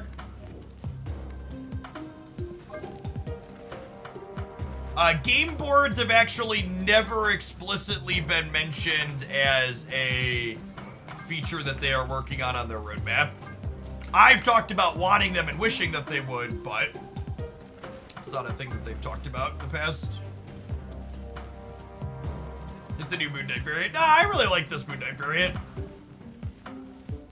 It's already got inked. We'll resplit for gold at some point.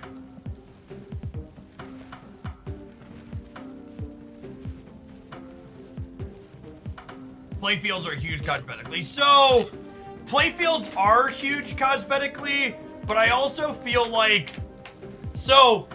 thinking about it, if they charge 2,200 gold for an emote and they're selling them at that price, like they're moving emotes at 2,200 gold, how much would they have to charge for an entire playfield to make the amount of effort needed to create it, like, worthwhile to them in comparison to the other cosmetics, right?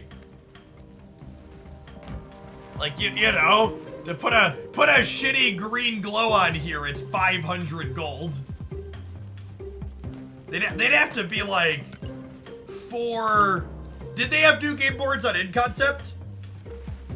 Okay, I missed that. I must have missed that one last time.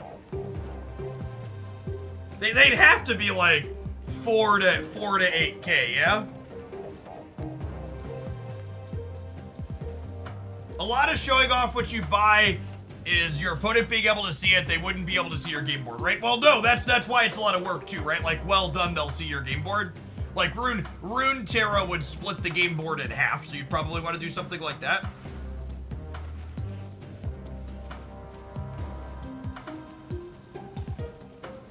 I thought you told Broad and Co to stop putting tokens in bundles.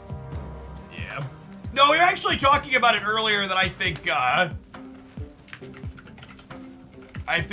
what's it called as a game board is, I think the gold bundles are the perfect place for them to stick tokens. Memory Lapse Guy, thanks for checking out the Misty Continent sponsor. Appreciate that.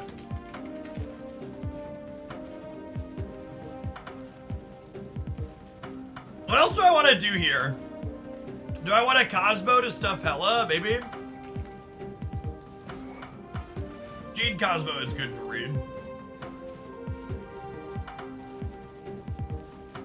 Yes, I agree, Pluto. Magic Arena didn't monetize their game boards, but they rotated them every time a new set released. I think that would be good if we had a new one like that too. That would also be acceptable. Captain Marvel could help cover a storm path.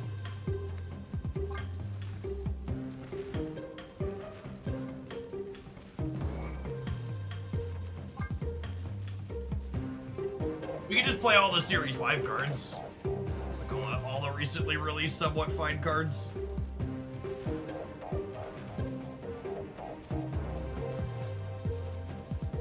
She's technically okay with Storm.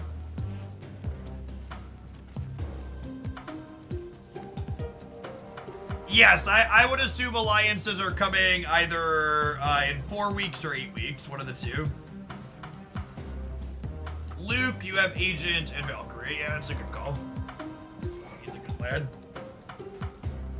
Nebula, yep.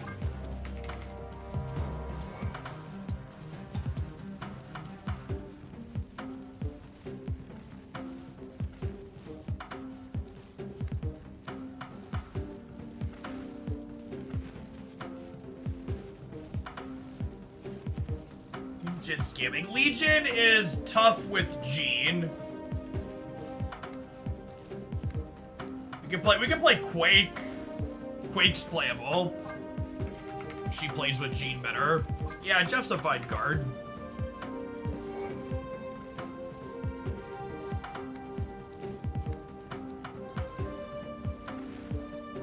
Vision. Vision could be okay. The Star-Lord too cute. I think Star-Lord's probably not good if I play Cosmo. I think Cosmo's pretty good.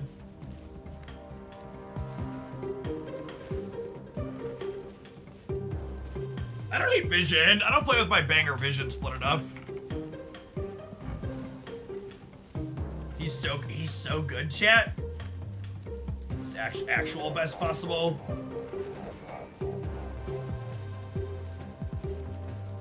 Oh, you know what? I should just play Mobius.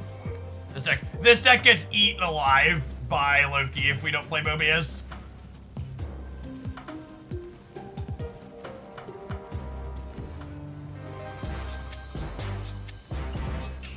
We gotta get the new Medusa. We'll play plenty of the new Medusa. We'll play plenty of the new Medusa next week in Cerebro 5 after what's it called? Releases. Nocturne, yeah.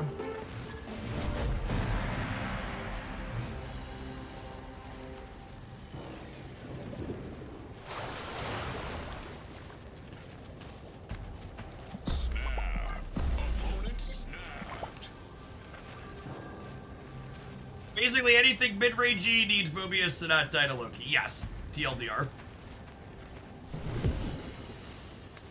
I definitely feels like we are in the decks I enjoy playing are an 11 card metagame where Mobius is not optional at the moment.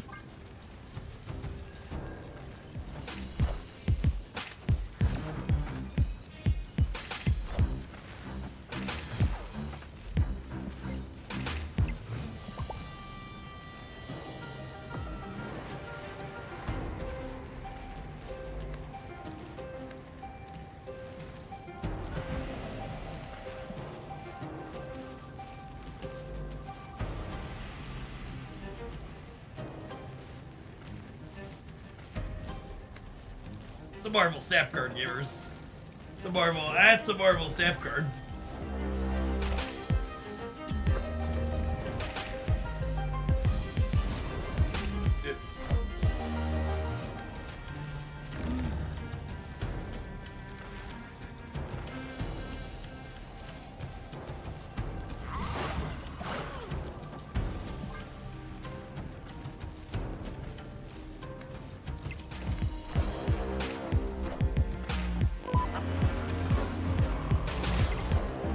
There has to be an auto-include card. I'm glad it's Mobius and not Shank. Yeah, I'd be inclined to agree with that.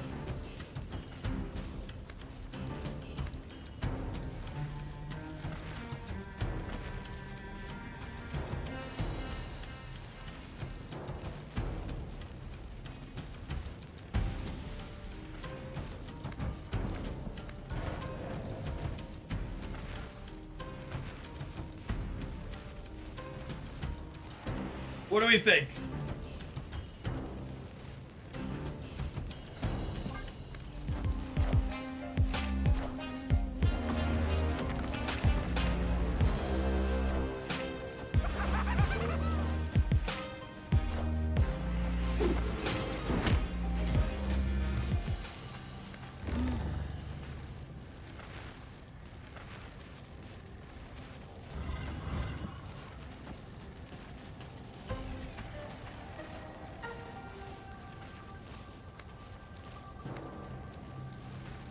Oh, move Jeff to only your bite is destroyed. No, I think I want them to open up so they have to play a card into the Gene Path this turn. Especially with the Alliance from Valentina here. Oh, baby.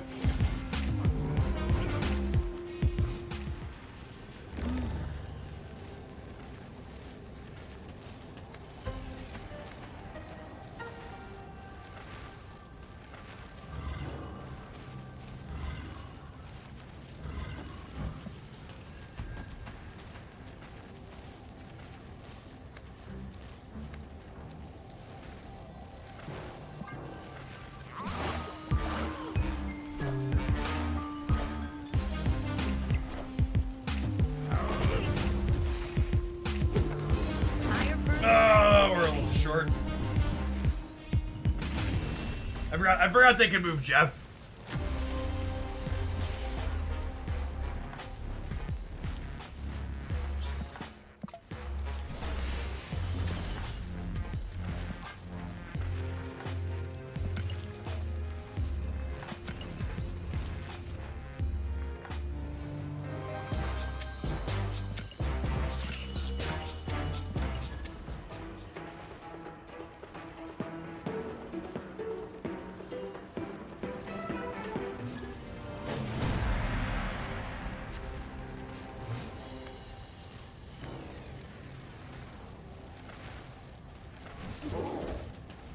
Snap.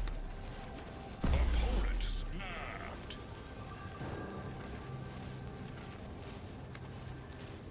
I forgot they could move Jeff is how I end every game where my opponent plays Jeff.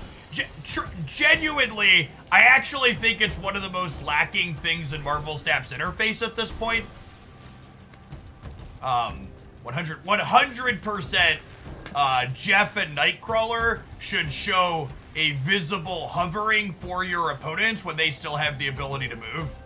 It should not be a mental load thing you have to track as a player, whether or not your opponent's card has moved. I mean, Vision too, preferably, but Vision can always move. So it's more important with those others.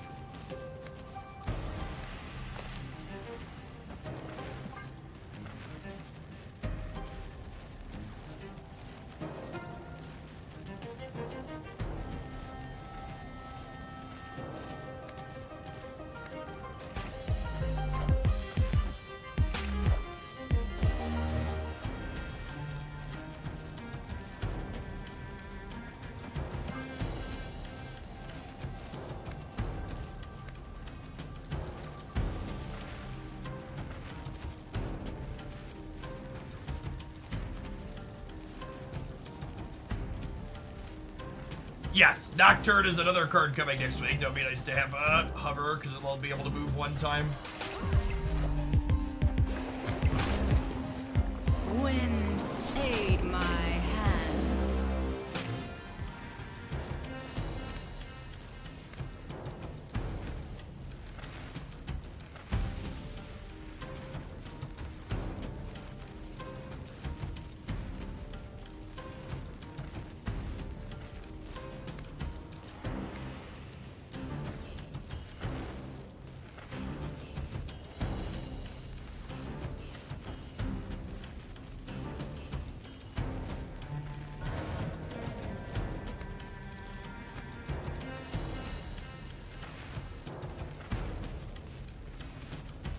I'm just unsure how I actually win the... Like, this probably wins the left.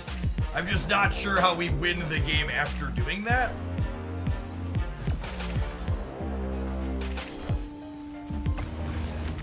Luke King is going to be the literal bottom card of my deck here. Alright, we got Lucas at least. Does this ever win the game? It's 6, 9, 13. They're probably playing a Luke of their own. Victory. Have it. Thanks.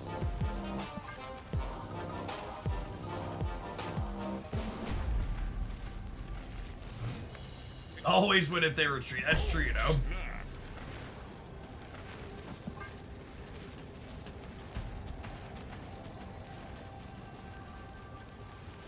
Oh, their Luke was binned at the start. Yeah, you're totally right. Forgot about that.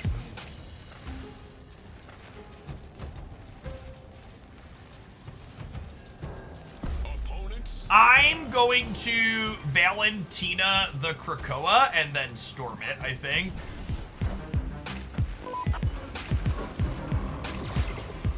Try and get this effect one-sided.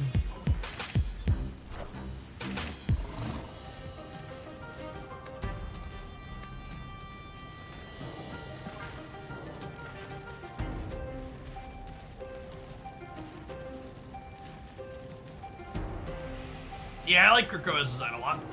Solid. Really surprised that they lizarded. They have like a max here. Aid my Surprised they didn't hand. take the +5 last turn. Wow, and we get the tempo max now too? Seems good for us.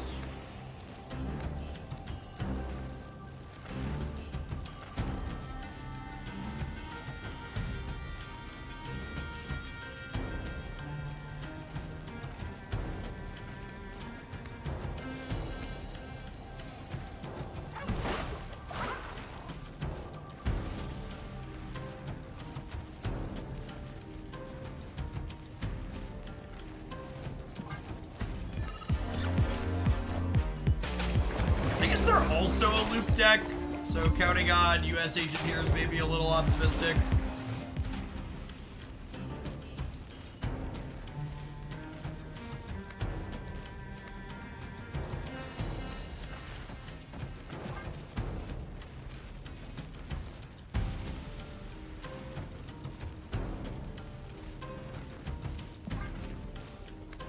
Oh, you know, they are probably a Sarah deck. Let's do this then. Let's do Mobius instead of Jean Grey.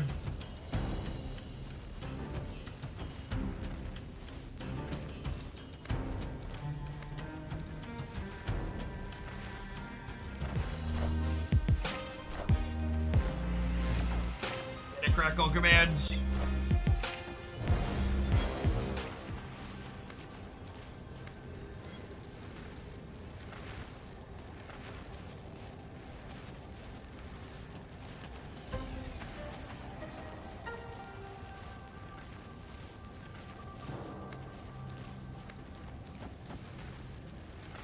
This gives me +6 here, up to 8. If they Luke as well, they'll go up to 11. So I should move Jeff so I'm beating their Luke.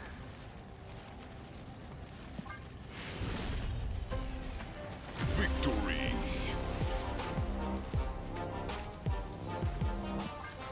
Yeah, Jessica Jones is a little atypical in their deck, but the rest of it is.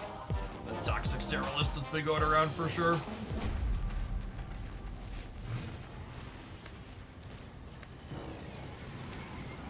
This just in. Gang Cheeserson. Chat, playing decks that brick Shang-Chi is my kink.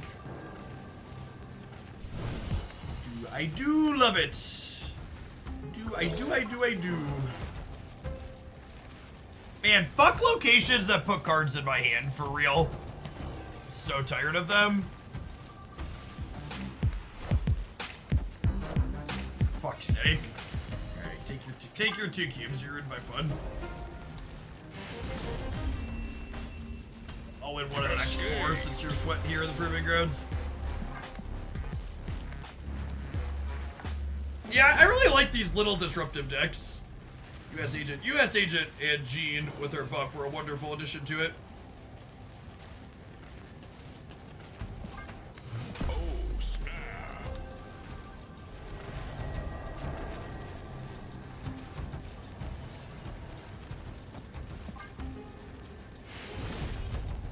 Oh my god. Victory. they retreated later when I snapped. Oh man.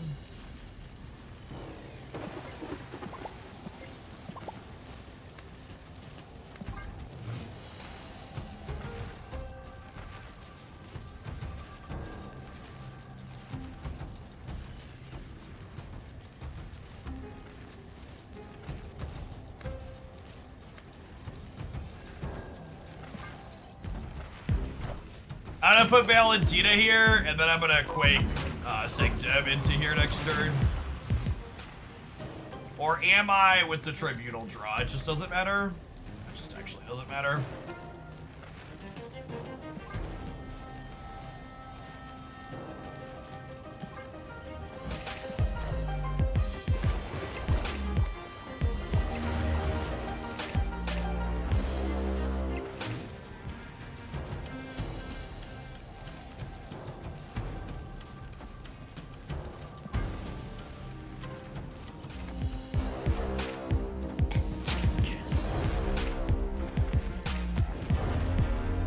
Deal.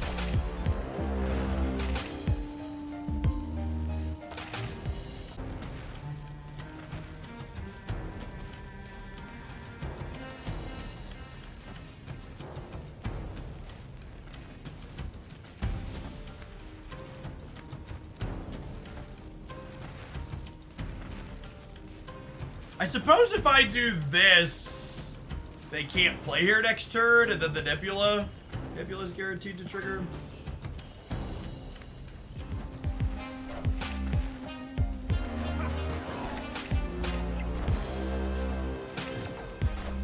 Oh, and then you know what's fun? If I Quake to move the Great Web, there's a real chance that one of these gets pulled out of here and the Widow's Kiss reactivates, yeah?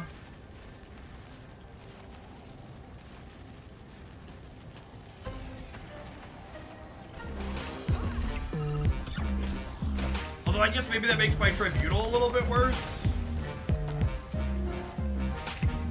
Nah, that's probably fine, right? Judgment.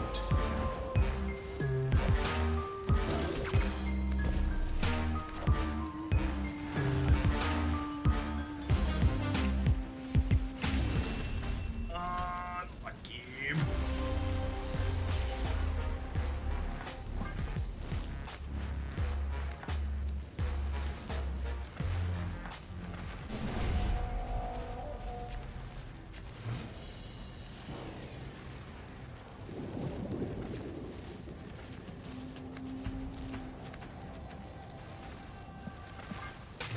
Going on, Smalls. Thank you for the 16 months.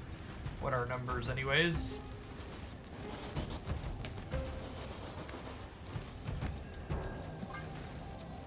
Curve in the middle.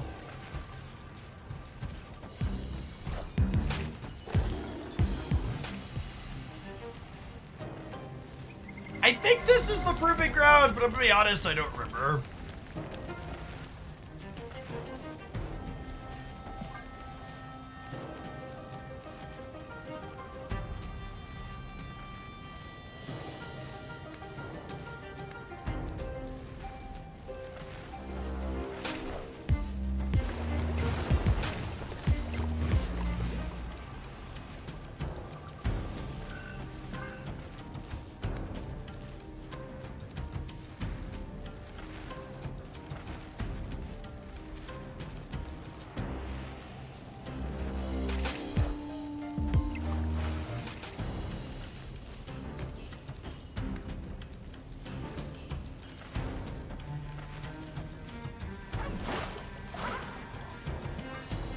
Hey, young accident.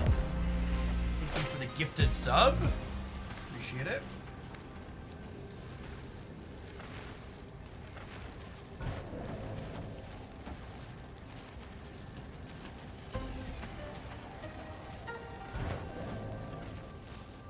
So this is 6 versus 9. So Captain Marvel can fly in here to win it. Put these here. This is 7 versus 8. This is 8 versus 8.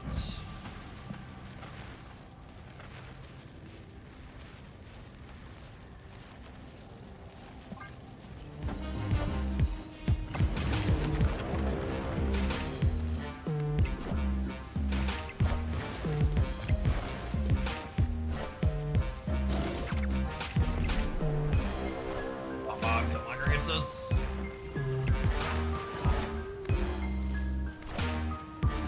Cover both sides here, unfortunately. Higher, further, faster, baby.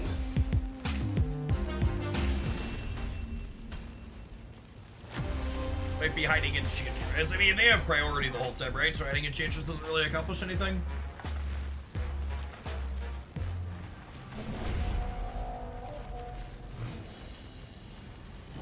2 more shots to take their last 2 cubes, gamers.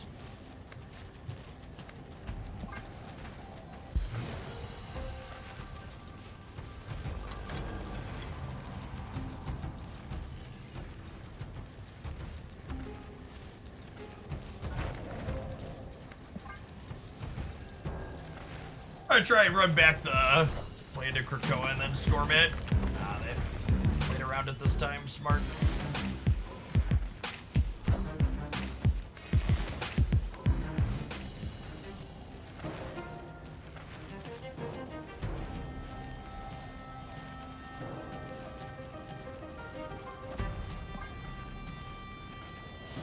I think tempo max to get +6 on Krakoa is fine. You're getting a payout for giving your opponent extra cards here at least.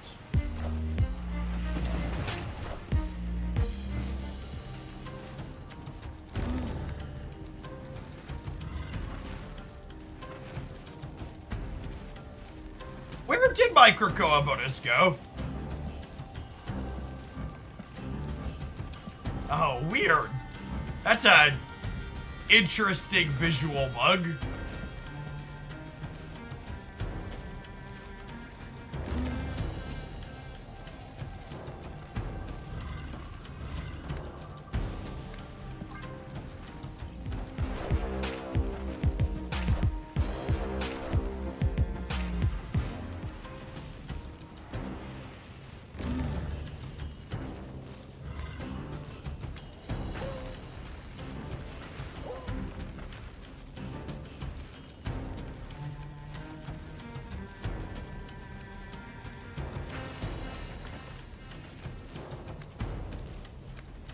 So give me... I'll be at 7, I'll be at 2.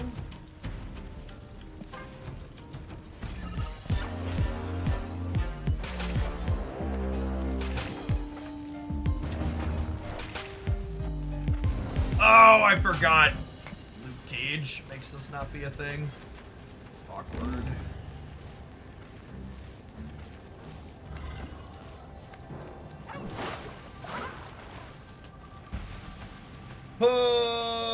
Honestly, we might be torched again. Yeah, Mobius is stopping Sarah at least. I don't know. Our out is like they play something small here and play for here, and then Jeff and Captain Marvel beat whatever they do to play for here. We're definitely staying because like they've been all in for a while, but I assume that they are a favorite from this position and we are not.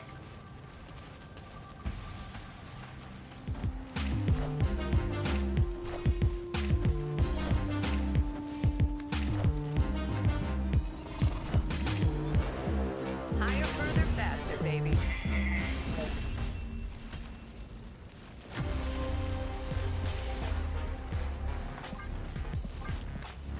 I'm gonna get these fucking 15 conquest medals, chat. They're gonna pry them from my cold, dead hands.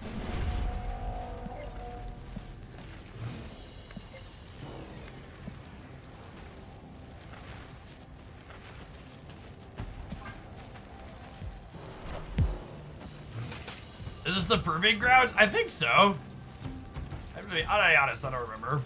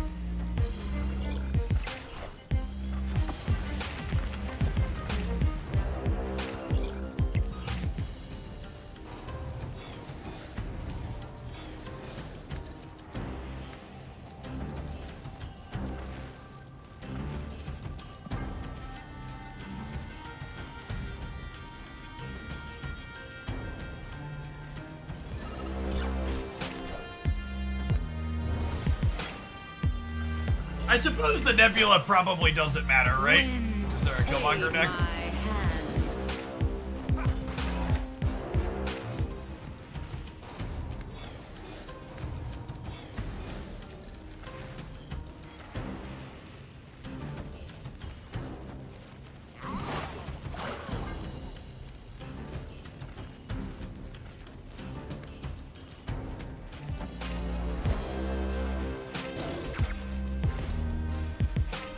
It's painful being as correct as I am with some frequency, chat. It hurts. It hurts!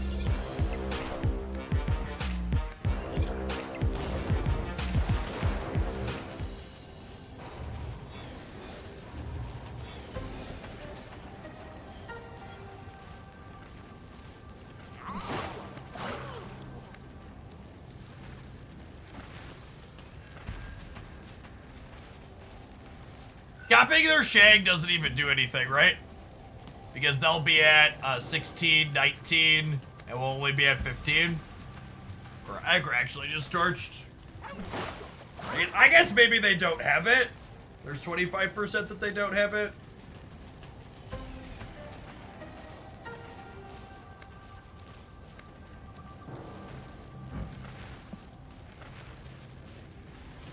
But they always have it.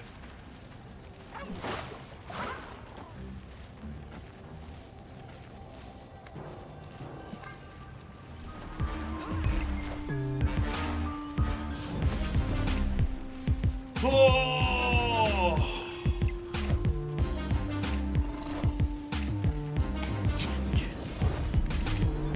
And maybe it's just the type of Marvel staff player that I am.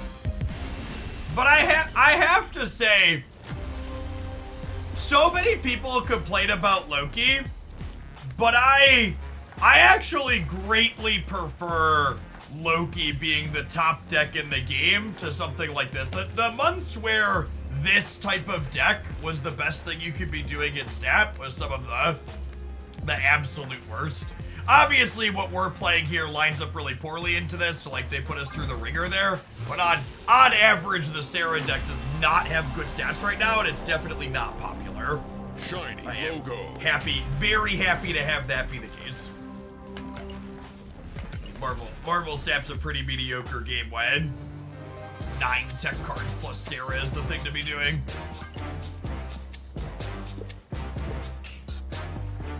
Alright, speaking of the thing to be doing, chat, it looks like adverts are the thing to be doing right now. We'll see you in 120 seconds. We're gonna play something else when we get back. Thanks for hanging out. Don't go anywhere.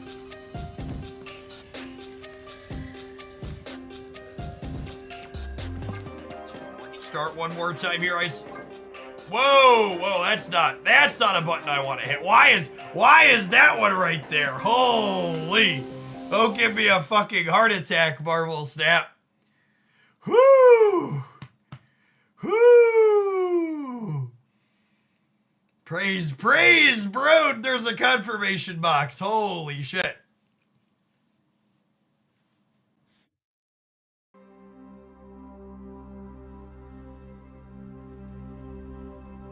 You're near miss. Would you like to exit the game or exit the game forever? Wait, forever ever, Marvel Snap? Forever ever.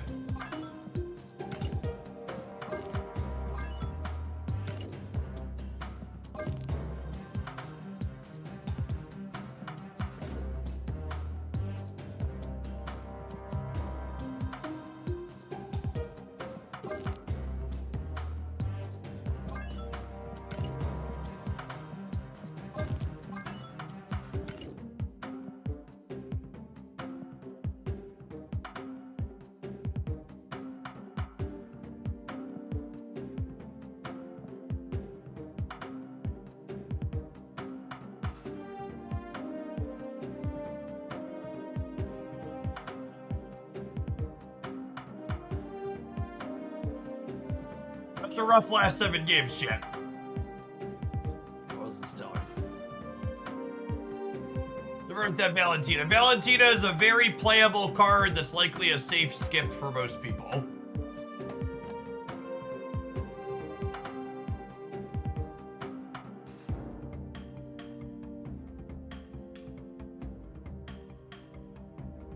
And Surfer just like quietly being the best performing deck, looking at smaller samples.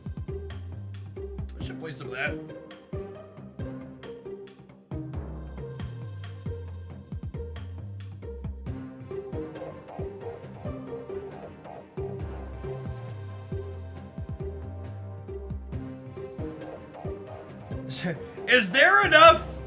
Is there actually enough Annihilus in this format that you just like play Annihilus to out Annihilus the Annihilus decks? That doesn't seem healthy.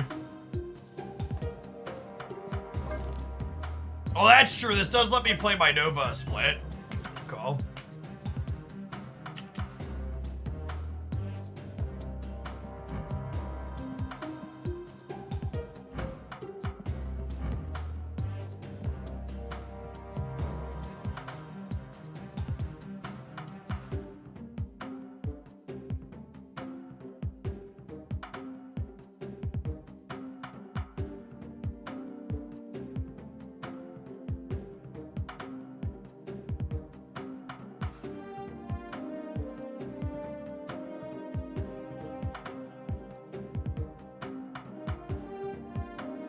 Yes, Woody has been playing a lot of the Surfer deck. Someone asked earlier how I felt about Cerebro 2 style. Still a solid deck. Still doing numbers.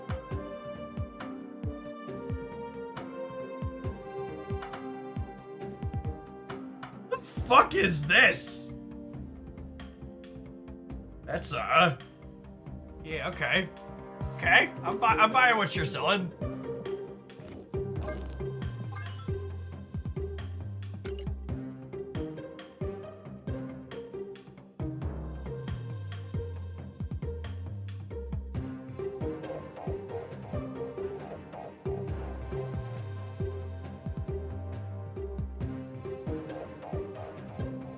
I'm in. Ship it.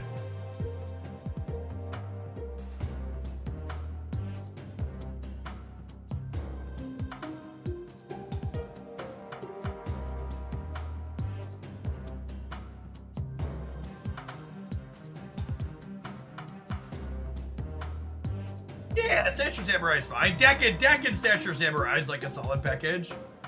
That's an okay pile of cards. I think I want to avoid an Isle of Century for now. There's just so much of it.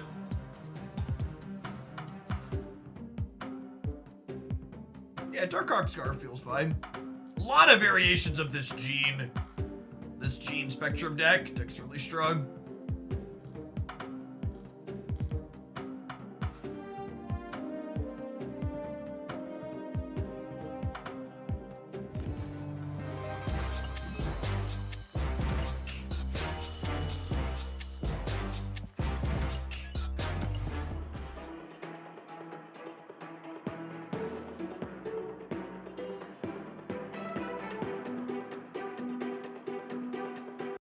I don't know that I'd play Stature, Death, and Mockingbird all together in Mobius Land. Whoa, whoa, whoa, whoa.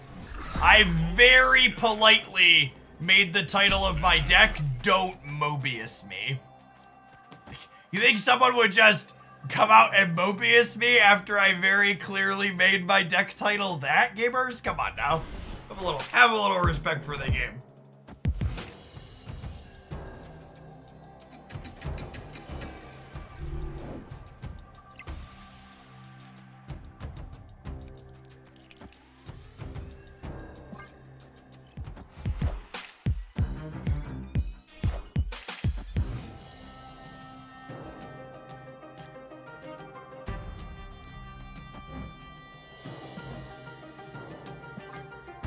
That's a piece of candy.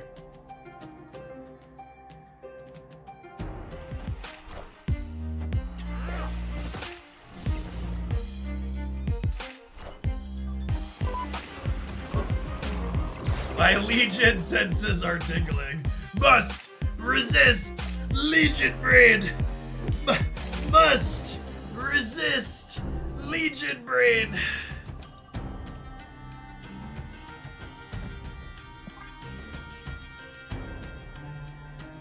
Must you resist?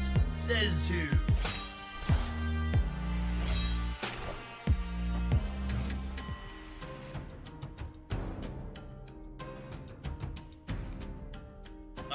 Baby, a triple.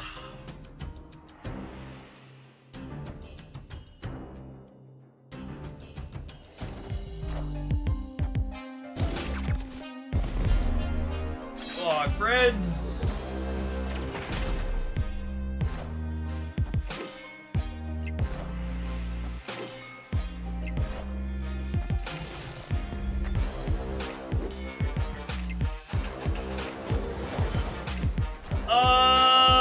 Unlucky.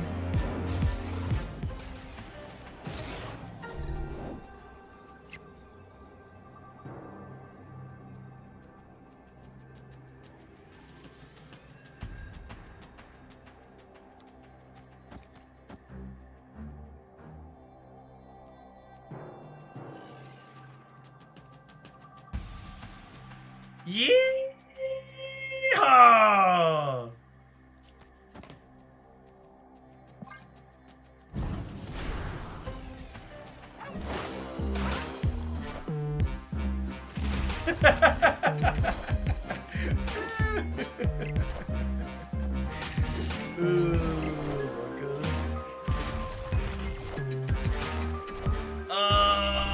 Lucky. Yoga Dragon, thank you for the 11 months. Welcome back.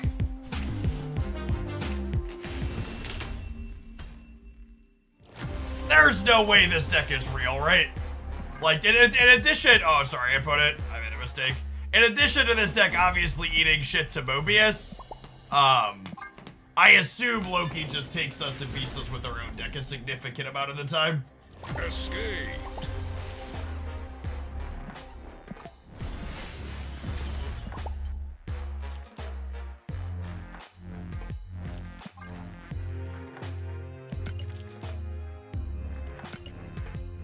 Am I supposed to be getting avatars for my premium mystery variants? What? Are you telling me that avatars don't feel very premium to you? You think avatars are less than premium? Welcome to Endgame Whale status, Presto. When you become 700 gold variant complete, premium mystery variants start having avatars instead of 700 gold variants. I assume at some point Victory. some of us will be avatar complete, and then there'll be something else in there. But yeah, it's real bad in the short term. Especially considering the fact that you can get pixel avatars. Like your premium variant can't be a pixel variant, but it can be a pixel avatar once you're complete. There'll be titles. Am I title complete? I think I must be title complete. And obviously they could add more of them, but I don't think I get titles out of cosmetic caches anymore. I think it's just avatars I'm working on.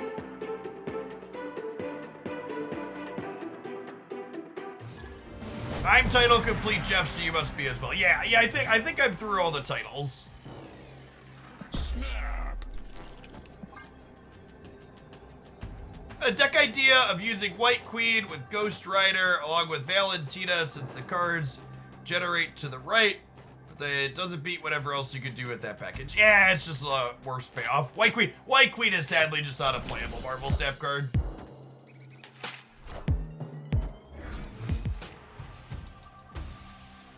It'll be 155 boosters after the avatars. Is that speculation on your part, Patton, or you know with certainty it's 155 because somebody's getting that?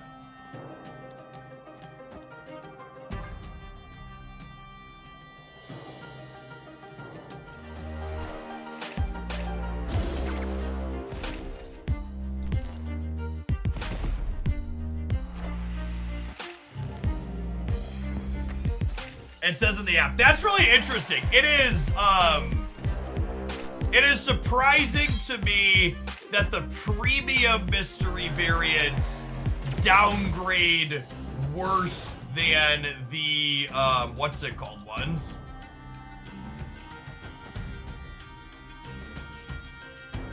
Because the regular mystery variants are worth 200 gold.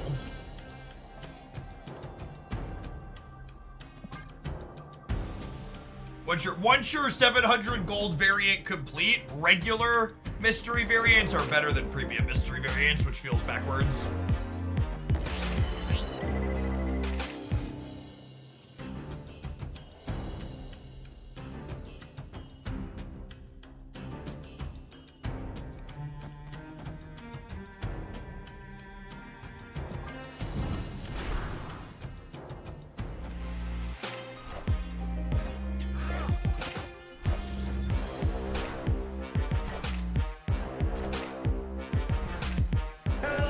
Can you understand me?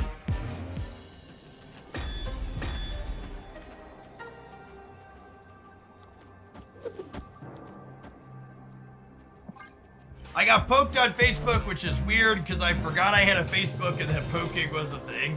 You kids and your facey spaces and your my books. Man, pulling cards out of my deck really not working out well for the opponent. Big old just scoops of get fucked here for the opponent. Gladiator, give me an X23. Baron Zemo, have a Carnage. I'm a giver, chat. I'm a glorious giver.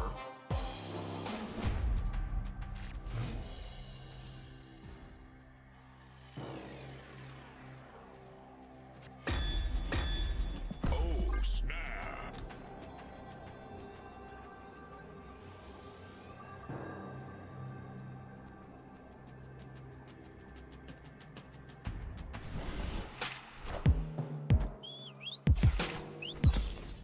You get 310 boosters after avatars. All right, bro. All right, 310 random.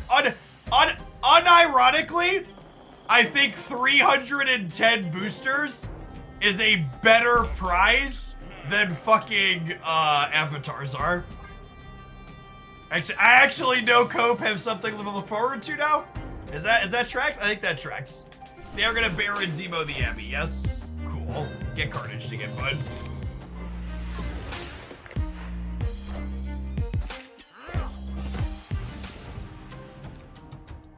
Time to get cracking. Yep. Yeep, yeep, yeep. Yeep, yeep, yeep.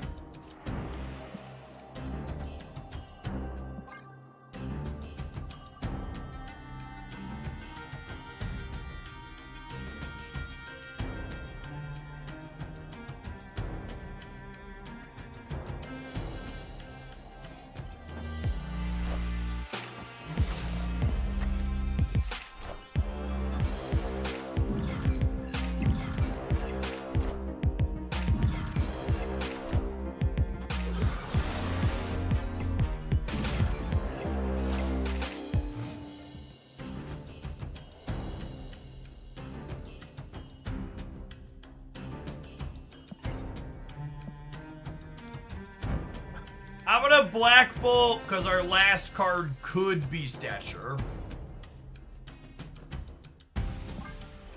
Could also be Death, though.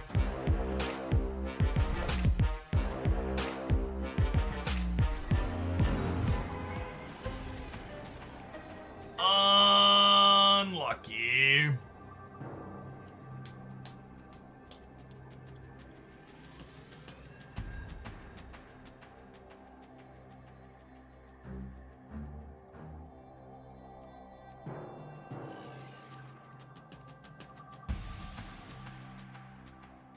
So, we know with certainty they have our stature and they Black Bolted us. So, we're screwed?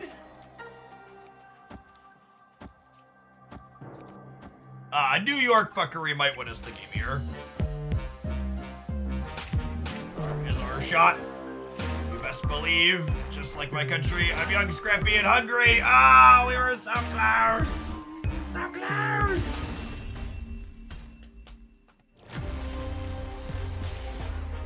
What's going on, AO? Today's been an alright day.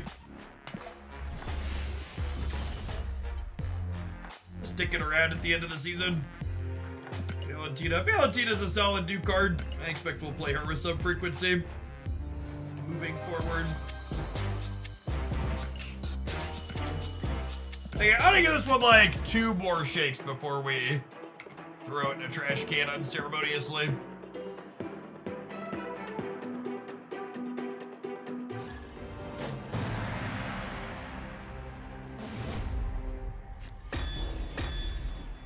Listening to some Hamilton, always. Evergreen statement. Oh, snap.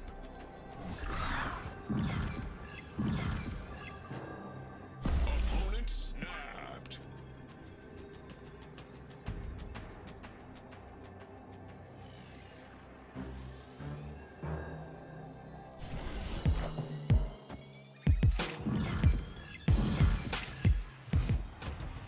Is a turn 2 1-9 good, gamers? I'll play her here, actually, just in case this is something that would hurt her. We're gonna kill Daddy anyways.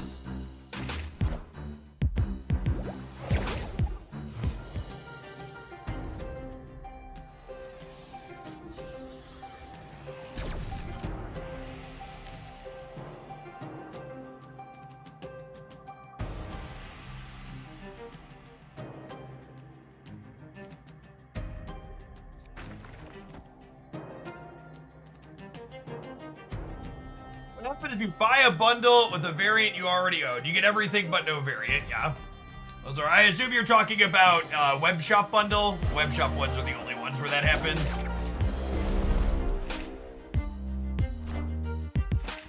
So long, nerds. Whoo! What a lovely Marvel Snap lady, chat. We're 1000% just playing Death Out this turn, yes, because I want to make sure we don't get Sir Mobius unceremoniously pushed out of the game.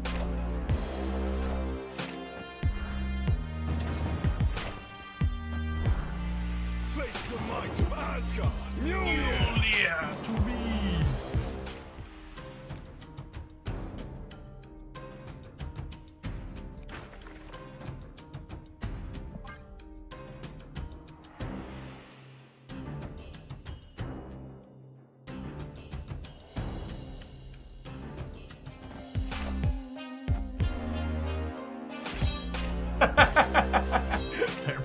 That's why their Pixie fucked up their Mobius. Easy game.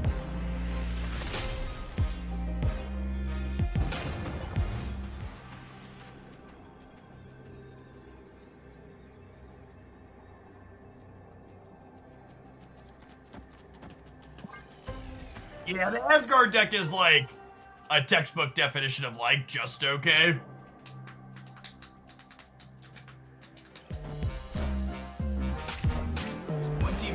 Enough to hold the right or the left.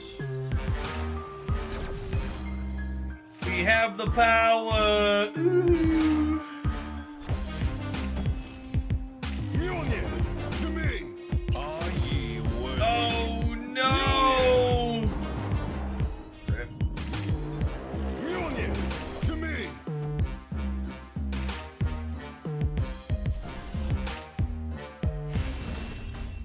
Crunched. All right, I think that's enough for this one. Let's play the Surfer deck for a bit so we can be capable of actually winning some games, huh?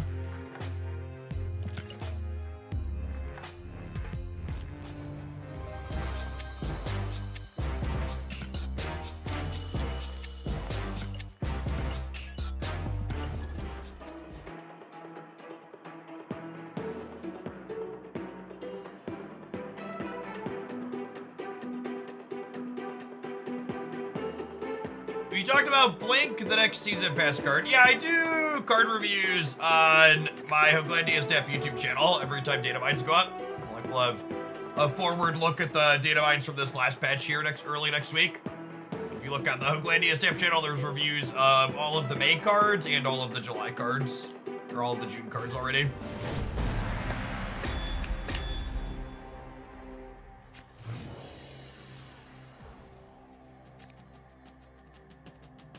snap.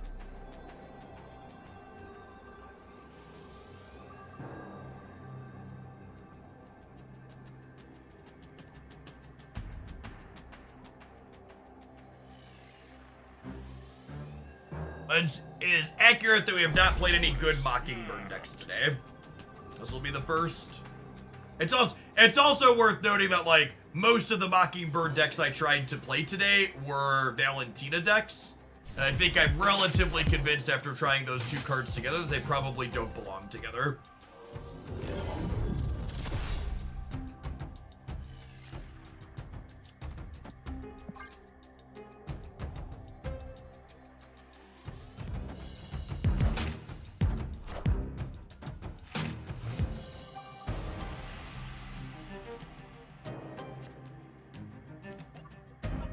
Damn!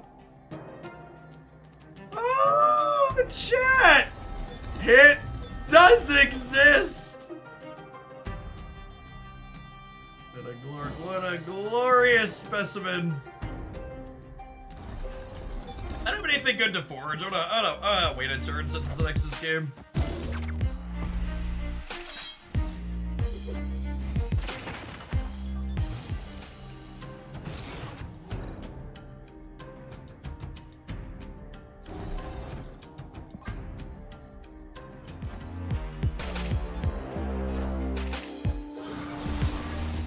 Enough said, Bob.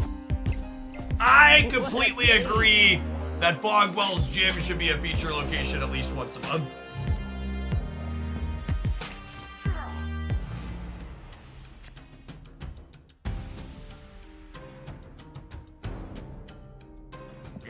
Average gladiator experience, really. Escaped. Likely 4 cards in the deck we can destroy. Grab the one we can.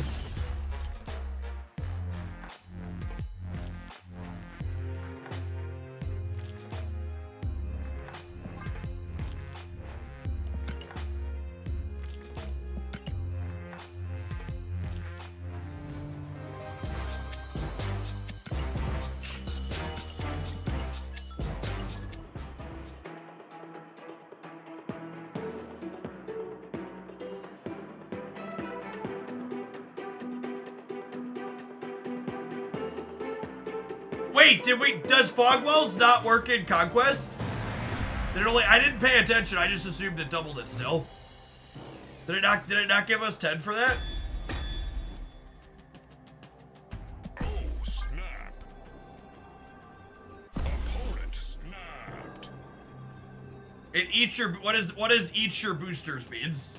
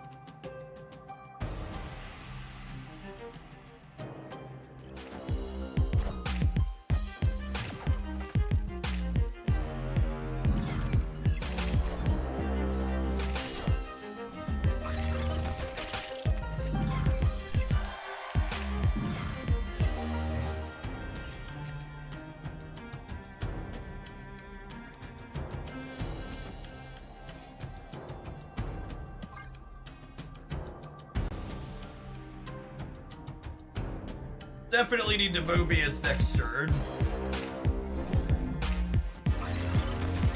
Was there Limpy?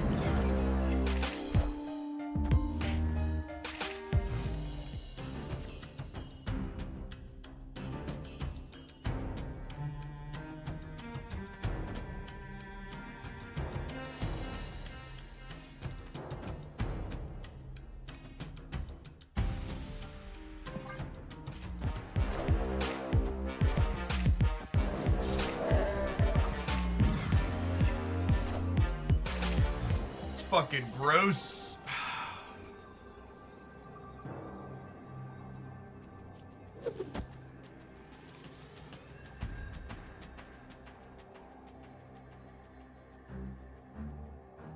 this Surfer deck kind of sucks when you don't draw Surfer, huh?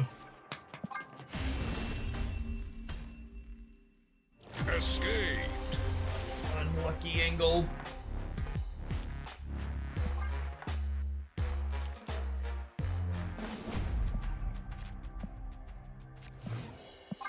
Yeah, missing Killmonger. You could power through some games without Surfer with Killmonger Nova a lot of the time. Like you'll have Forge into Brood and then Killmonger Nova could be okay, but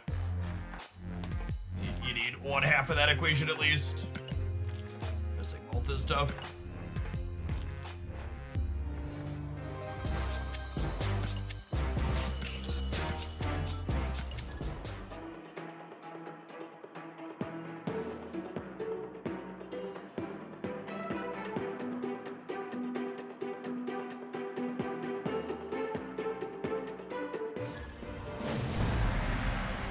Oh, snap.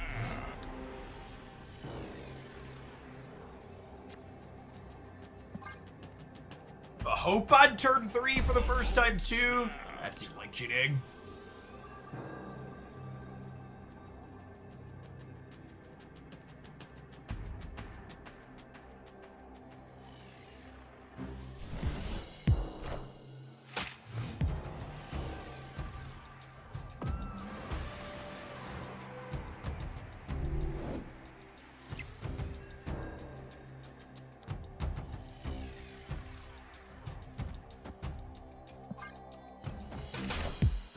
Might be a Hope on 4 angle.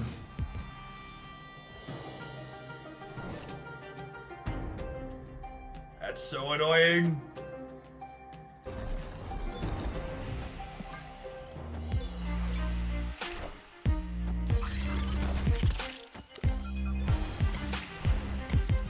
I suppose the rock here isn't all bad though. Lets me do this. I can do these next turn.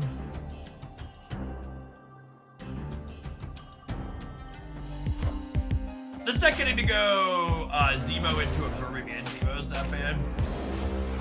Oh, they have Loki on curve. Speaking of gross, that's a good one. Pretty fortunate to draw that through Subterranea here.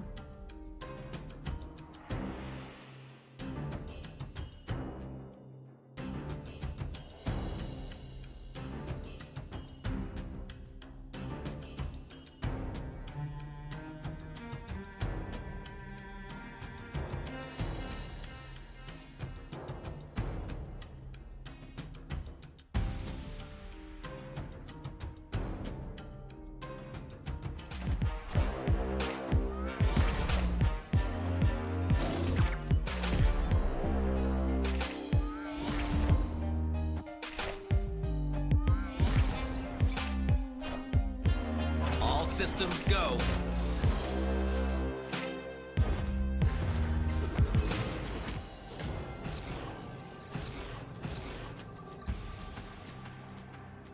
All right, we will no longer complain about the Loki player having Loki on curve. Got him beat.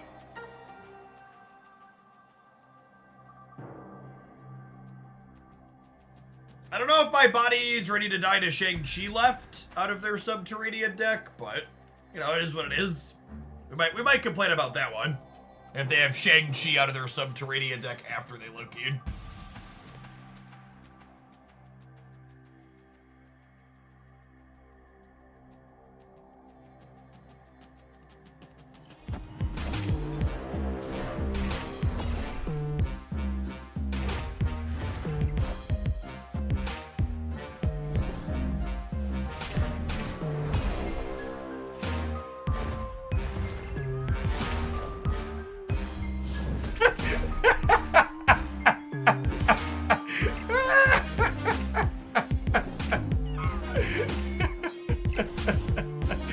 Oh, man. Fucking Loki, chat. What a deck. Alright, I'm gonna take that as my side, I'm gonna take that as a here's your side type moment I'm gonna go ahead and raid Sal on my way out the door. I'll be back tomorrow to do it all over again. Thanks everybody that hung out for the stream today. We'll see you on the flip side. Peace. If you're watching on the YouTube side, consider tapping the like button on the stream on your way out the door.